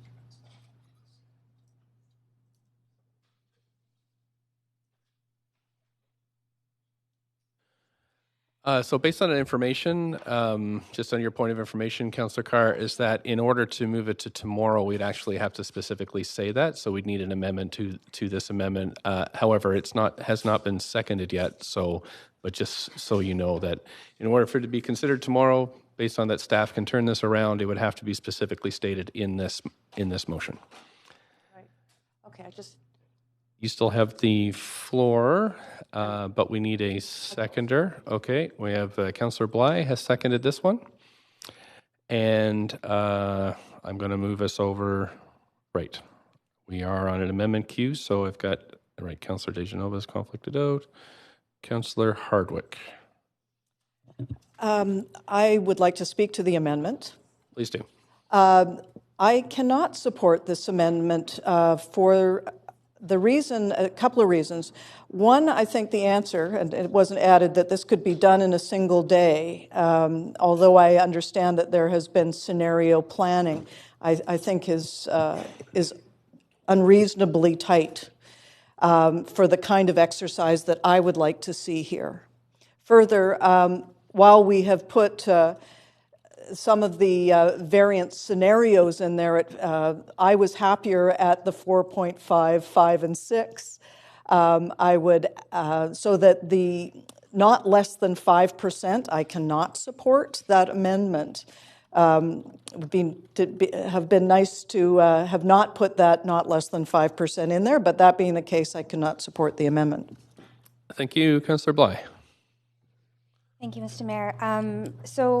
I personally have been consistent, I would say, when we first went through this process last year, and that is that we, as a council, set a property tax increase or range if we must, and then provide direction to staff on where to go and look in order to meet that property tax increase. And so I am glad that this amendment has come forward, giving staff the opportunity to do just that. I do think that we wrestled with the 4.5% last year, and now we see the 4.5% off the table, which would have been the lowest we could possibly have gotten to this year, and I would have enthusiastically supported that amendment had it not been amended. This isn't about being anti-tax so much as what it is to be reasonable and sustainable over time, which is the argument for hovering around inflation. But we know the world's changing and the city's dealing with very complex issues that require resources above inflation. So then the question becomes, how much above inflation is reasonable and sustainable? We know staff work incredibly hard within the structures to report back and recommend to council, and I think it's fair to say we may have missed the key opportunity to provide this level of direction when we had the budget preview in July. And I can own that as one member of this council, that in hindsight, that was our opportunity to do what we're doing today. And certainly next time, I will do that and advocate for us to take more leadership earlier on in the process. So I will be supporting this. I have, outrageous concerns about the budget as it's been presented, and we've probably heard that, because what that really means is it is in excess of what people can manage, and we have heard overwhelming, beyond political beyond any political divide from residents of the city, renters, landlords of small apartment buildings, that they're just not going to be able to sustain this. So I appreciate that council is listening, mayor and council is listening, and we're working together to get to where we are now. So I will be supporting this and look forward to however long or short of a time it takes to come back and look at those changes then. Thank you very much. Councillor Boyle. Thanks. I'd just like to note, it's my understanding we're in an amendment to an amendment. So I would like to add tomorrow's date there, but I will do that once we dig ourselves a bit out of this amendment queue, as I can't do that at this point. And I'm happy to support this. I appreciate that these are difficult conversations, and I really appreciate Councillor Bly acknowledging these are we got ourselves to this place but by not doing this work ahead of time. I'm comfortable with the priorities that we've laid out in the budget, but also quite comfortable coming back tomorrow and looking with council at how we might make sure we're doing the due diligence on this, and particularly appreciate Councillor Carr in her amendment and in Councillor Dominato's the highlighting of the critical need to be investing in both affordable housing and the climate emergency priorities, as well as particularly the fire, public safety, first responders who are doing so much of the frontline work around our opioid crisis. So happy to support this and then add tomorrow's date in when I can. Thanks very much. Councillor Swanson? Yes, I was happy to see that the part about not cutting climate and housing in there, so I'll be supporting it. Okay, that's it. Oh, Councillor, I'm going to move to sever. Okay, is there a particular part that you want to sever? There's that further and further. So I guess, okay, so the two, right. So we'll vote on the amendment to the paragraph that starts with that, and then the paragraph, yeah, okay. Just want the clerk to, so we're finished there, clerks, with the, just making sure that we know what we're voting on.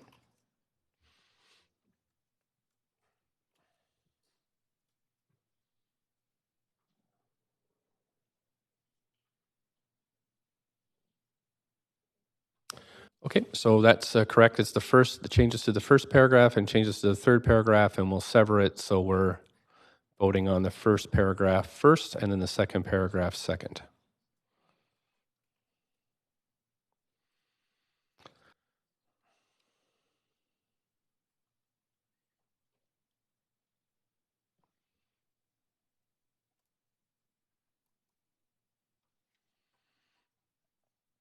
And Councillor Hardwick. First paragraph.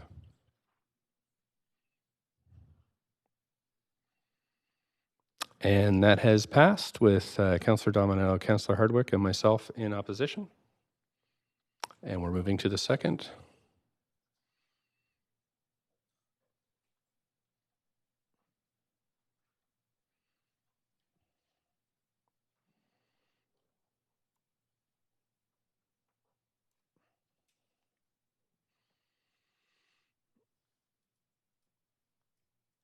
And that has passed with Councillor Bly in opposition. Okay, so now we're back to the main queue, question queue, I think, with Councillor, am I on the wrong queue here? Which queue are we in? Are we in the question queue or the amendment queue? Sorry, if just stop clicking your buttons for a sec. I don't know which one I was in either. So we just had Councillor Carr move the, yeah, I think we were here. Yes, please go ahead, Councillor Bly. I had lost track of where we were voting, and I wonder if I can correct my vote on that last vote. We'd have to vote to reconsider. So we need a motion to reconsider. Second, all in favor of reconsidering. So the second vote, we're going to do it over again. Can we clarify exactly, because there's no letters? So We're voting in the third paragraph down, the red lettering.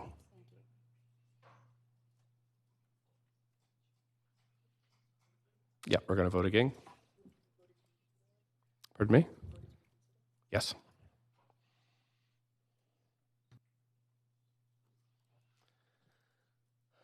Okay. Oops. Okay, so that's passed. Councillor Wiebe? That's passed unanimously. Thank you. Okay, so we're back on the main queue. Councillor Carr, you still have the floor? That's okay for now. Thank you. Okay. So I don't have anybody else on the queue.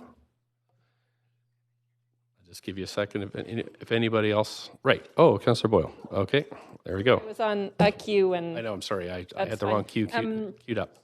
So I circulated an amendment to the amendment to specify that we request that staff bring back these detailed options to the City Finance and Services Standing Committee meeting of December 11th. Okay. And we need a seconder for that. Councillor Carr, thank you. Anything else, Councillor Boyle? Nope. Okay, thanks. Councillor Hardwick. As I stated before, a day to review this scenario planning seems sadly inadequate to me. You know, if you guys have had all of this information all along, it might have been helpful for us in our process leading up to this moment in time. That not being the case, my hope is that, so I will not support this because I think that there needs to be a more fulsome discussion around this and not just rushing it through. Thank you. Thank you, Councillor Weep. Yeah, I also am looking forward to seeing the risks and options and think that one day is not enough of a turnaround to properly do the review and diligence for that. So I will not be supporting the amendment, looking more as next Tuesday as a better option. Okay, thank you. Councillor Dominato. Similarly, I also will not be supporting the amendment. I think that we need some more time also to be able to see and have time to review information in advance of meeting collectively. And so happy to see this come back next week or at a later date, but not tomorrow. Thank you. Okay, Councillor Fry. Yeah, thank you, Mayor. I just submitted an amendment to the amendment, and it's some really messy rainbow color kind of action because I did it in blue highlights. But it's just to receive the information for tomorrow and then for debate and decision the following week. So we have a little bit of time to review that. And no, we're in amendment queue now. This would be an amendment to the whole thing. Too many ahead? Right. So we can't do this. We can't, this is the amendment to the amendment to the amendment. Oh, okay. We've over-amended. All right. Then I can't support the amendment to the amendment. Thank you. Councillor Bly? Yes, I won't be supporting the amendment. I think that we need more time to digest any suggestions that come back tomorrow, or whenever they do from staff. So I won't be supporting this amendment. Okay, thank you. Councillor Carr. Yes, I actually have a point of information, but I'll preface it by saying my understanding would be that if we receive information tomorrow, we as council, I assume, would have the ability to be able to refer the debate and decision on the information to the following week, but we would just receive it tomorrow. But just perhaps can I get clarification from staff as to whether or not, in other words, we could get the information and start a discussion, but refer it. City Manager? Thanks. Through the chair, I think that's an important point. What we could do tomorrow is map out what the scenarios look like so that as you go in to consider for the next few days, you have an understanding of how those scenarios could play out. And that way you do have 3 or 4 or 5, 6 days to consider those various options before you come back on next Tuesday. Great. So yes, you could get the information, ask questions about it, talk to staff, get input, and then refer the decision to next week. Great. Great. I was under that impression, which is why I seconded the amendment.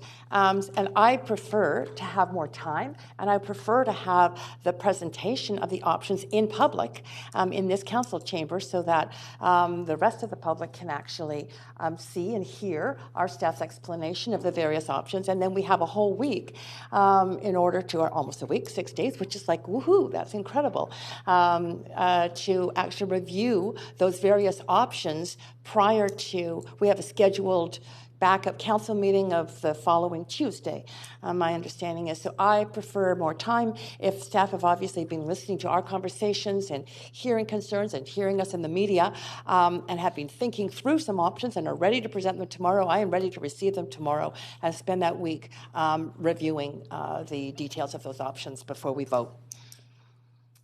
Thank you. I don't see anybody else on the queue, so we'll move to a vote on this one.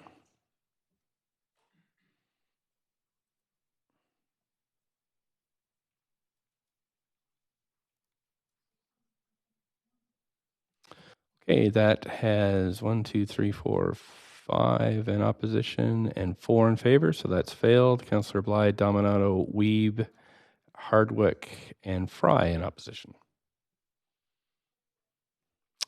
Okie doke. So we're back to an empty queue. Anybody else want to say anything? Councillor Fry? Yeah, so at this point, can I just you already knew what I was going to say. Thank you. So essentially taking that and just adding a little bit of clarity so that we're receiving it for information tomorrow and that we're clear that debate and decision will be the following week. So that's that. Okay, we have a seconder for that. Okay, Councillor Bly, thank you.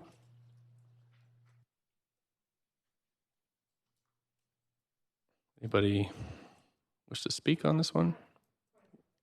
Point of information, Councillor Dominato?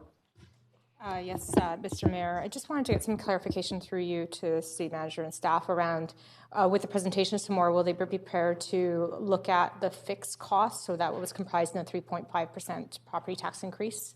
Will we have that detailed information, or are they feeling that they'll have that? I don't know if the city manager can answer that, but take a crack at it. Through the chair, we would certainly be able to talk about what's in the fixed costs, what could be rearranged or moved, what the implications might be. I mean, at least it's food for thought. Okay, just wanted to clarify that. Okay, thanks very much. Okay, I don't see anybody else on the queue, so we'll take a vote on this one.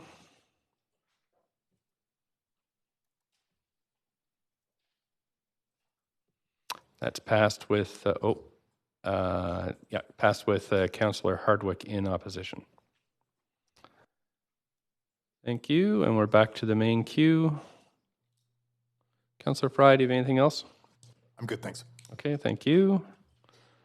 Guess that's it for amendments and discussion, so we can call a vote on this referral motion.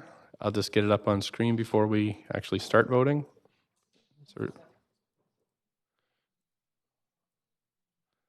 So don't vote yet. Yeah, we'll just pull it up first and then we can see what we're voting on.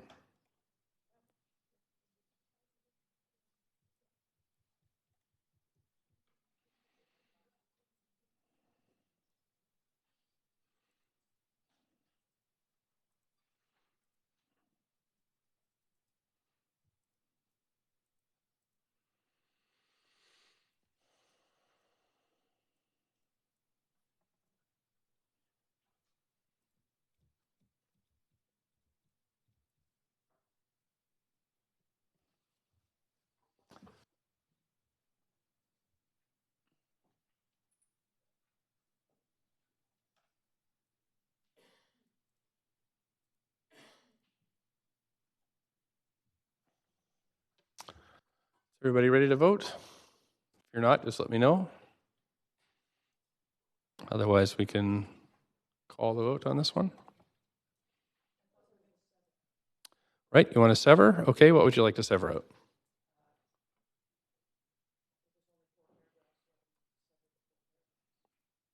Okay. We can sever the 4, and will be 4 votes then on this referral motion, starting with the first paragraph.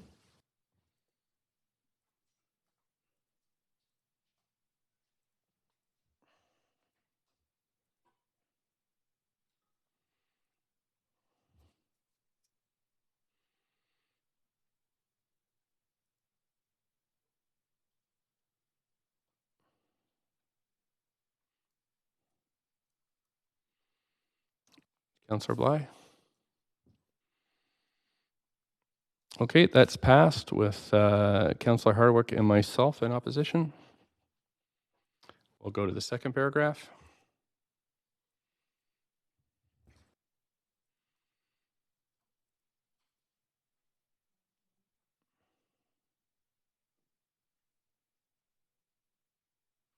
That is passed with Councillor Boyle in opposition.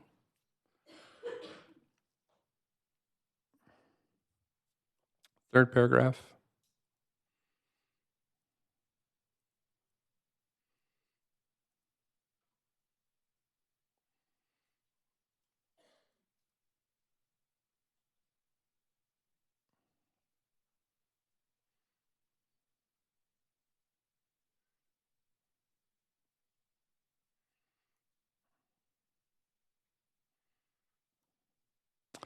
And that has passed with Councillor Hardwick and myself in opposition. Fourth paragraph.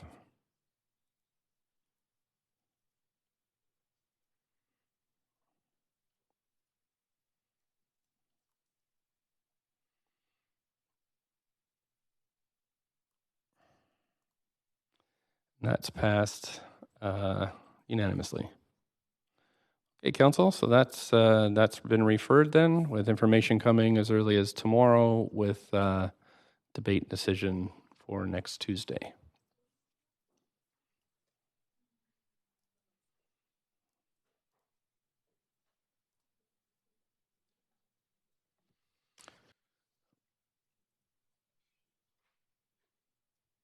Okay, thanks very much. So we're on to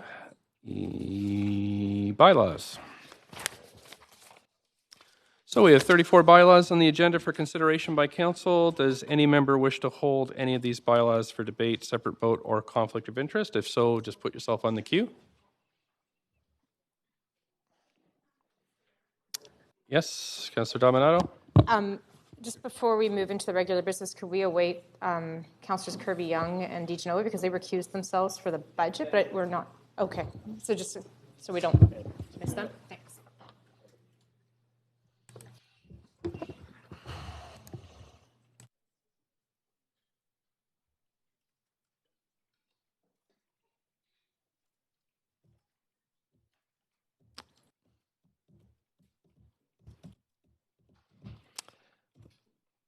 Okay, so does anybody want to hold any of these bylaws for debate, separate vote, or conflict of interest? If you do, please put yourself on the queue. Councillor DeGenova? I'm sorry, I have a point of information. I am not logged in yet. Go right ahead. Thanks. My point of information is to any of the bylaws. I was just wondering because there were some of them that I couldn't locate the particular reports that they were linked to. Are any of these to pass the C2 rental replacement recommendations? I don't know, and I think it would be... I would like to ask before voting on it. It would help I think that's me in my up for decision. councillors to decide that on their own, but... I know I just can't find it here, so I would like to ask that on the record. I don't... You see, I tried to look up bylaw number 12511. These are numbered bylaws. Point of privilege? You're saying you didn't have access to the information? No, it's actually that the information isn't given anywhere in our package as to which these bylaws pertain to. So I just wanted to know if it pertained to C2 and the I don't rental know. Would you like to replacement. call a recess and we could look that up? Yes, then I will. Okay, so there's a request for a recess to review information under the bylaws. Do we have a motion? We have a motion for a recess from Councillor DeGenova. Do we have a seconder? Seconder? Councillor Hardwick. All in favor of a recess? Any opposed? Nope. Thanks. Okay, we're recessed. Sadu. Oh, okay. Thanks.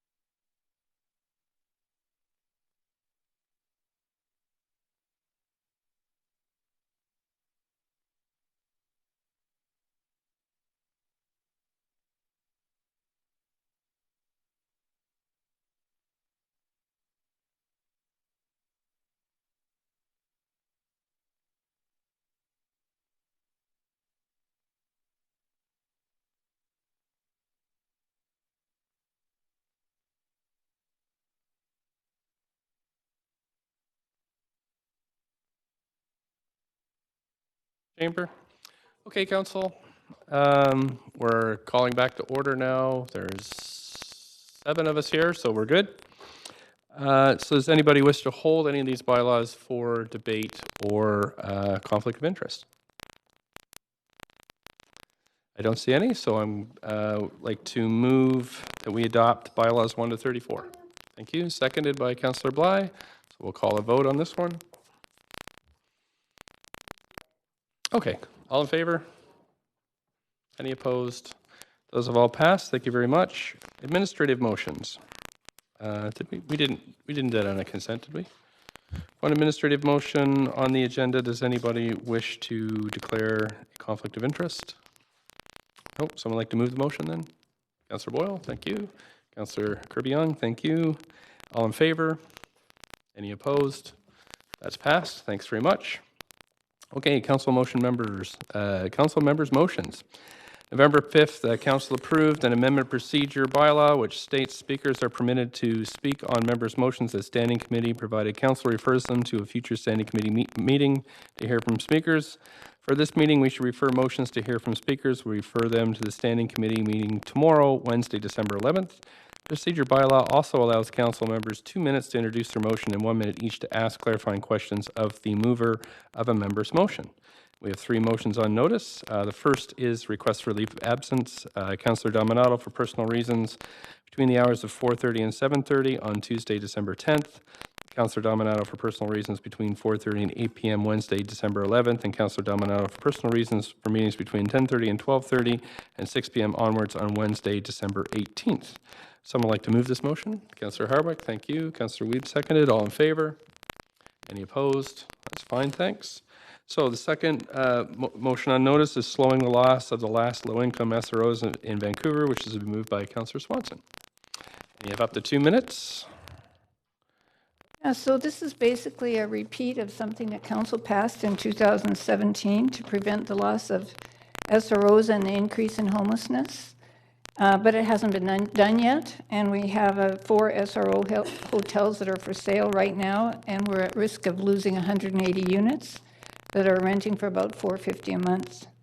And they'll probably be replaced by more expensive units, maybe up to $1,100 a month. The 4 hotels are being marketed as micro units and as investment opportunities, which shows they could suffer the same fate as hundreds of other SROs already have. And this process is one reason why the 600 modular units that we got last year didn't reduce the homeless count. These are 4 of the better run SROs in the downtown east side, and they show that SROs can run at low rates. We need urgent action by the province to figure out how to do it or to stop the people from being evicted when new owners take over, or we need to be able to do it ourselves if the province won't. So this motion is basically calls for an urgent letter to the province, and if the province won't tie rent control to the unit, not the tenant, then for us to do research on how we could do it. Thanks very much. Any questions for Councillor Swanson? Councillor Fry, I'm going to just turn on your mic and give you a minute. There we go. Sorry? Oh, yeah, thank you. And, that's okay. I can.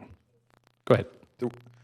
Yeah, thank you. And thank you, Councillor Swanson, for bringing this forward. I think it's a really important initiative to recognize it. I'm wondering if, we have the SRA protection bylaw, and I know you're pretty familiar with it. What are the shortcomings of the current bylaw around SRO replacement? So it does protect SROs from being turned into condos or from being turned into hotels. But if the owner does a slight renovation, like what they do is they put in a bar fridge, they paint it, they put in a laminate floor, and then they think of some excuse to get rid of first they think of an excuse to get rid of somebody. I've dealt with hundreds of these before when I worked at Carnegie.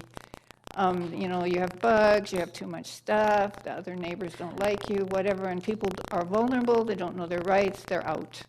And then the rents go up. Or they say you have to have a fob in order to get in, and if you lose your fob, it costs $50, and you don't have it because you're on welfare, so you're out. And I think there's probably lots of people in the situation that have ended up. And sorry, because I don't have much time. This has been a wide-standing problem in private That's the full minute. Sorry, it's fast. I wanted two, but we're still with one. Anybody else questions? I talked to him. Oh, there's a queue. Okay, There's a thanks. queue. Go ahead, Councillor. Yeah, before I start asking questions, there was a queue waiting for questions. I just wanted to point that out. Okay, sorry. My question to Councillor Swanson is a practical one, and I note, because I'm supportive personally of the motion, but I note there's 47 speakers signed up to speak to the... 75. I'm sorry, 75. Yes, that's much bigger, but my point was if you would entertain, if it was the will of council, would you consider surveying council to call the question on it if councillors felt that they were in favour of the motion and respecting the time of those 75 speakers and what will undoubtedly be a day for council of hearing them? I would. Okay. So perhaps you might like to ask or move that? Or can I make a motion to see if council would consider supporting it? How would you best suggest doing that, Mr. Chair? We still have to get through the questions. It's not seconded yet. Okay. And you have 20 seconds left for questions. Okay, so I will wait until the council questions complete before bringing that forward. Thank you. Okay, thank you. We're still in the minutes. We're still in the 1 minute question period. This motion has not yet hit the floor. Councillor Bly, up to a minute. Thank you. I just have a quick question. You mentioned staff. You mentioned this has been passed before 2017. I wonder if staff were able to provide any clear feedback around where this is at, such that you have just chosen to bring it forward again, and we know that this is passed, and I appreciate it. Anyway, I want to give you time to answer, so there we go. They seem fairly supportive of it in the staff comments. I don't know if you saw that. It just hasn't been implemented yet, right? It's still No a reason huge given by problem. staff as to why it hasn't been implemented yet? Okay, thank you very much. Those are my questions. Thank you, Councillor Dejanova. Up to a minute for questions from Councillor Swanson. Thanks very much. Councillor Swanson, out of the spirit of understanding that there is a budget that may be discussed and has been referred, and I'm not sure if staff might be coming back with that tomorrow or when they are, but we have a large committee agenda. If council was to support your motion, would you be willing to consider withdrawing the speakers to it? Yeah, I just said I would. Okay, I just wanted to check again.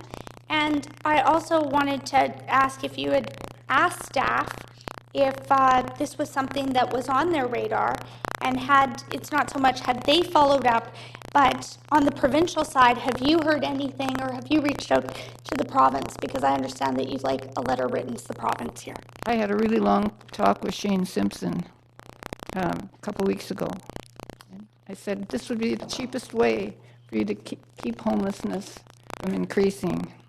And we're at the minute. Councillor Hardwick, up to a minute. I'd just like to second Councillor Swanson's motion. We're almost there. Do that? Almost there. That's good. Thanks. Councillor Carr, up to a minute. Yes, thank you. I really appreciate you bringing this forward, Councillor Swanson. In terms of what is currently happening in the city, have you reflected on the amendments that we made just recently to the rental housing incentives? And there was one program that actually did, in effect, tie rent to rooms by saying that after people left, they still had to follow only the increase allowed under the Residential Tenancy Act. Do you remember that? You mean MERP? Yes. No, RAP, sorry.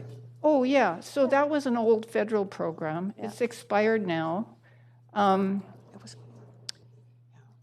it did tie federal money for renovations to rent control, and for a certain period of time. And what's happening now is that some of the SROs that got that federal grant, the time limit is expiring, and the rents are going up. Thank you. Okay. And so we're losing them. Okay, I'm out of time, but thank you. Okay, thanks. Councillor Kirby-Young, you already had a question. So that's where we're at. And so we need a seconder for this. Councillor Hardwick, I saw. So I'm moving us to the main queue. And Councillor Kirby-Young on the main queue. Yeah, seeing some signs of goodwill from council and from the mover of the motion, I'd like to call the question at this time, since there seems to be general support for that, and avoid 75 speakers tomorrow and respecting their time.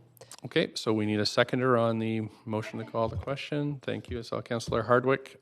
Then we can move to, we don't have debate, do we, on this one? No. Okay, so we're voting on whether, on this motion?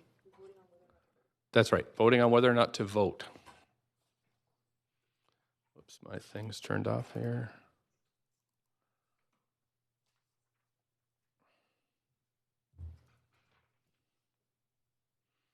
And that's unanimous, so now we're voting without debate, is that right?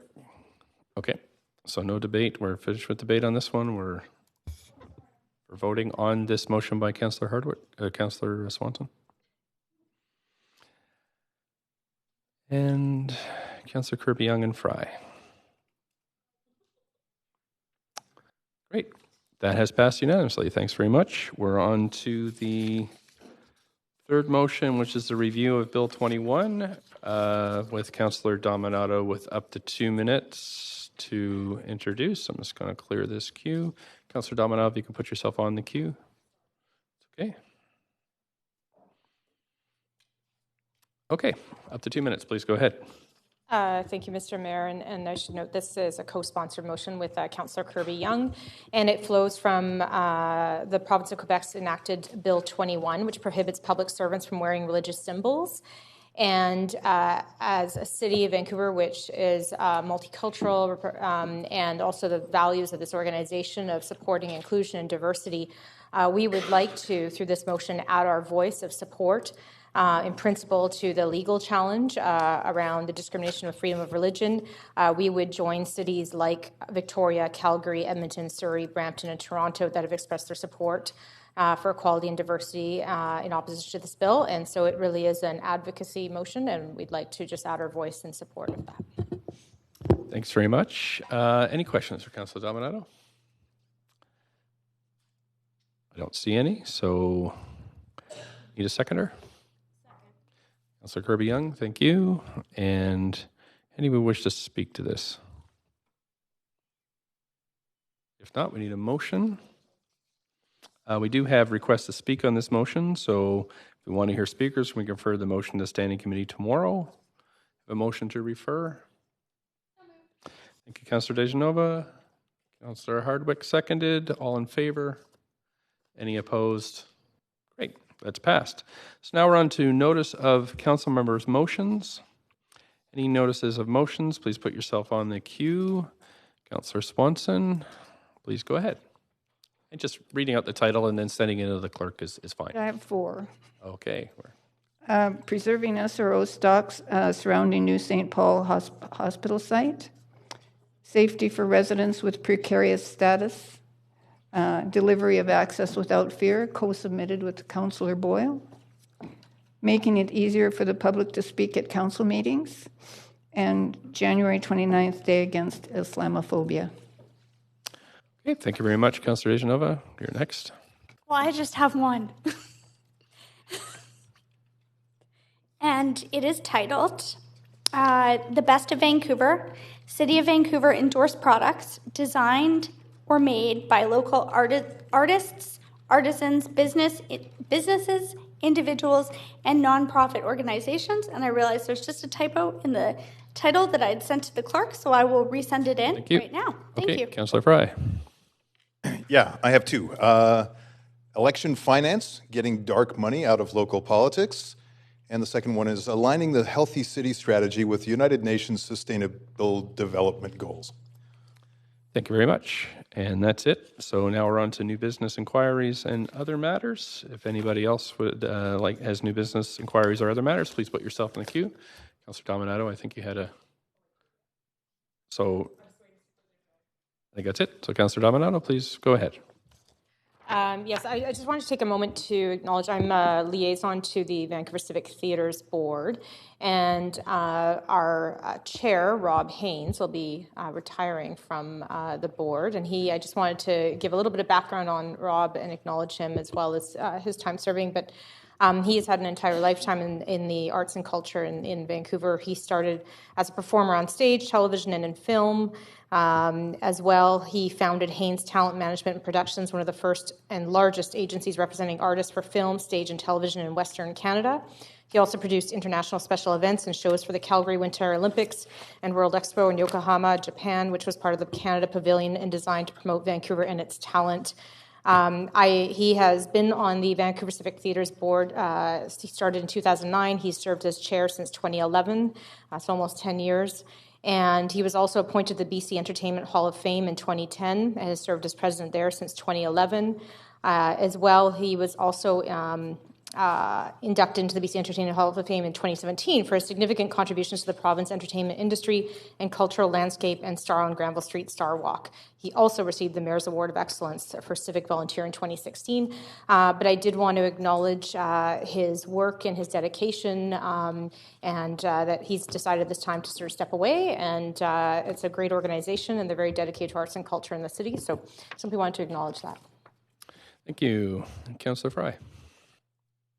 Yeah, thank you. I'd just, as the holiday season is upon us and we think about giving and the less fortunate, I just want to acknowledge that Councillor Kirby-Yung and Deputy Mayor Wiebe and I had the pleasure of attending the Lotus Light Buddhist Temple on Hastings Street. And that community, working with the Red Cross and the VPD and other providers, raised a remarkable amount of care packages, blankets, food, over 1,200 distributed to really needy individuals in the downtown east side. And I will say it was a huge privilege to take part in that, and really enjoyed being with my fellow councillors as well. And just want to lift my hands up to those good folks who really put that together, and the many good people around our city who take this time of year to do charitable endeavors and really make a difference for the less fortunate in our city. Thanks very much. Councillor Isanova? Thanks very much. I wasn't sure if there would be an acknowledgement of this, but a former staff member, Sandra Gazik, passed away, I understand, of cancer quite recently, and she was our director of civic theatres here at the City of Vancouver, spent a lot of time here with us at council, and really, sorry, it's hard to find words, but made huge contributions to arts and culture in our city, and I just wanted to stand and remember her and her contributions to our city, and also extend my condolences to her family and her friends and all of the staff that worked with her here at the City of Vancouver. Thank you. Thank you. Councillor Wiebe. Yes, this is just in light of the fact there'll be the 100-year anniversary of the Polar Bear Swim. I invite everyone to join. It will be a great day, and to support Peter Pantages and his family. The Pantages have been swimming for the last 60 years, and they're the ones that started it. So it's a big day, and I hope everyone comes out and supports the 100-year anniversary. It's kind of an iconic event we have in Vancouver. Great. Thanks very much. Any new business inquiries or other matters? I don't see anybody in the queue. Can we have a motion to win second, please?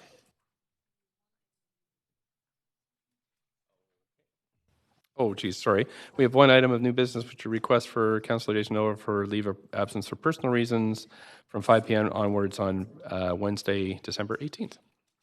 Someone like to move it? Councillor Hardwick, thank you. Seconder? Thank you. Councillor Dominato, all in favor? Any opposed? That's great. Thanks very much. So now a motion to adjourn. Thank you, Councillor Hardwick. Seconder, Councillor Boyle. All in favor? That's great. Any opposed? Great. We're adjourned. Thanks very much, Council.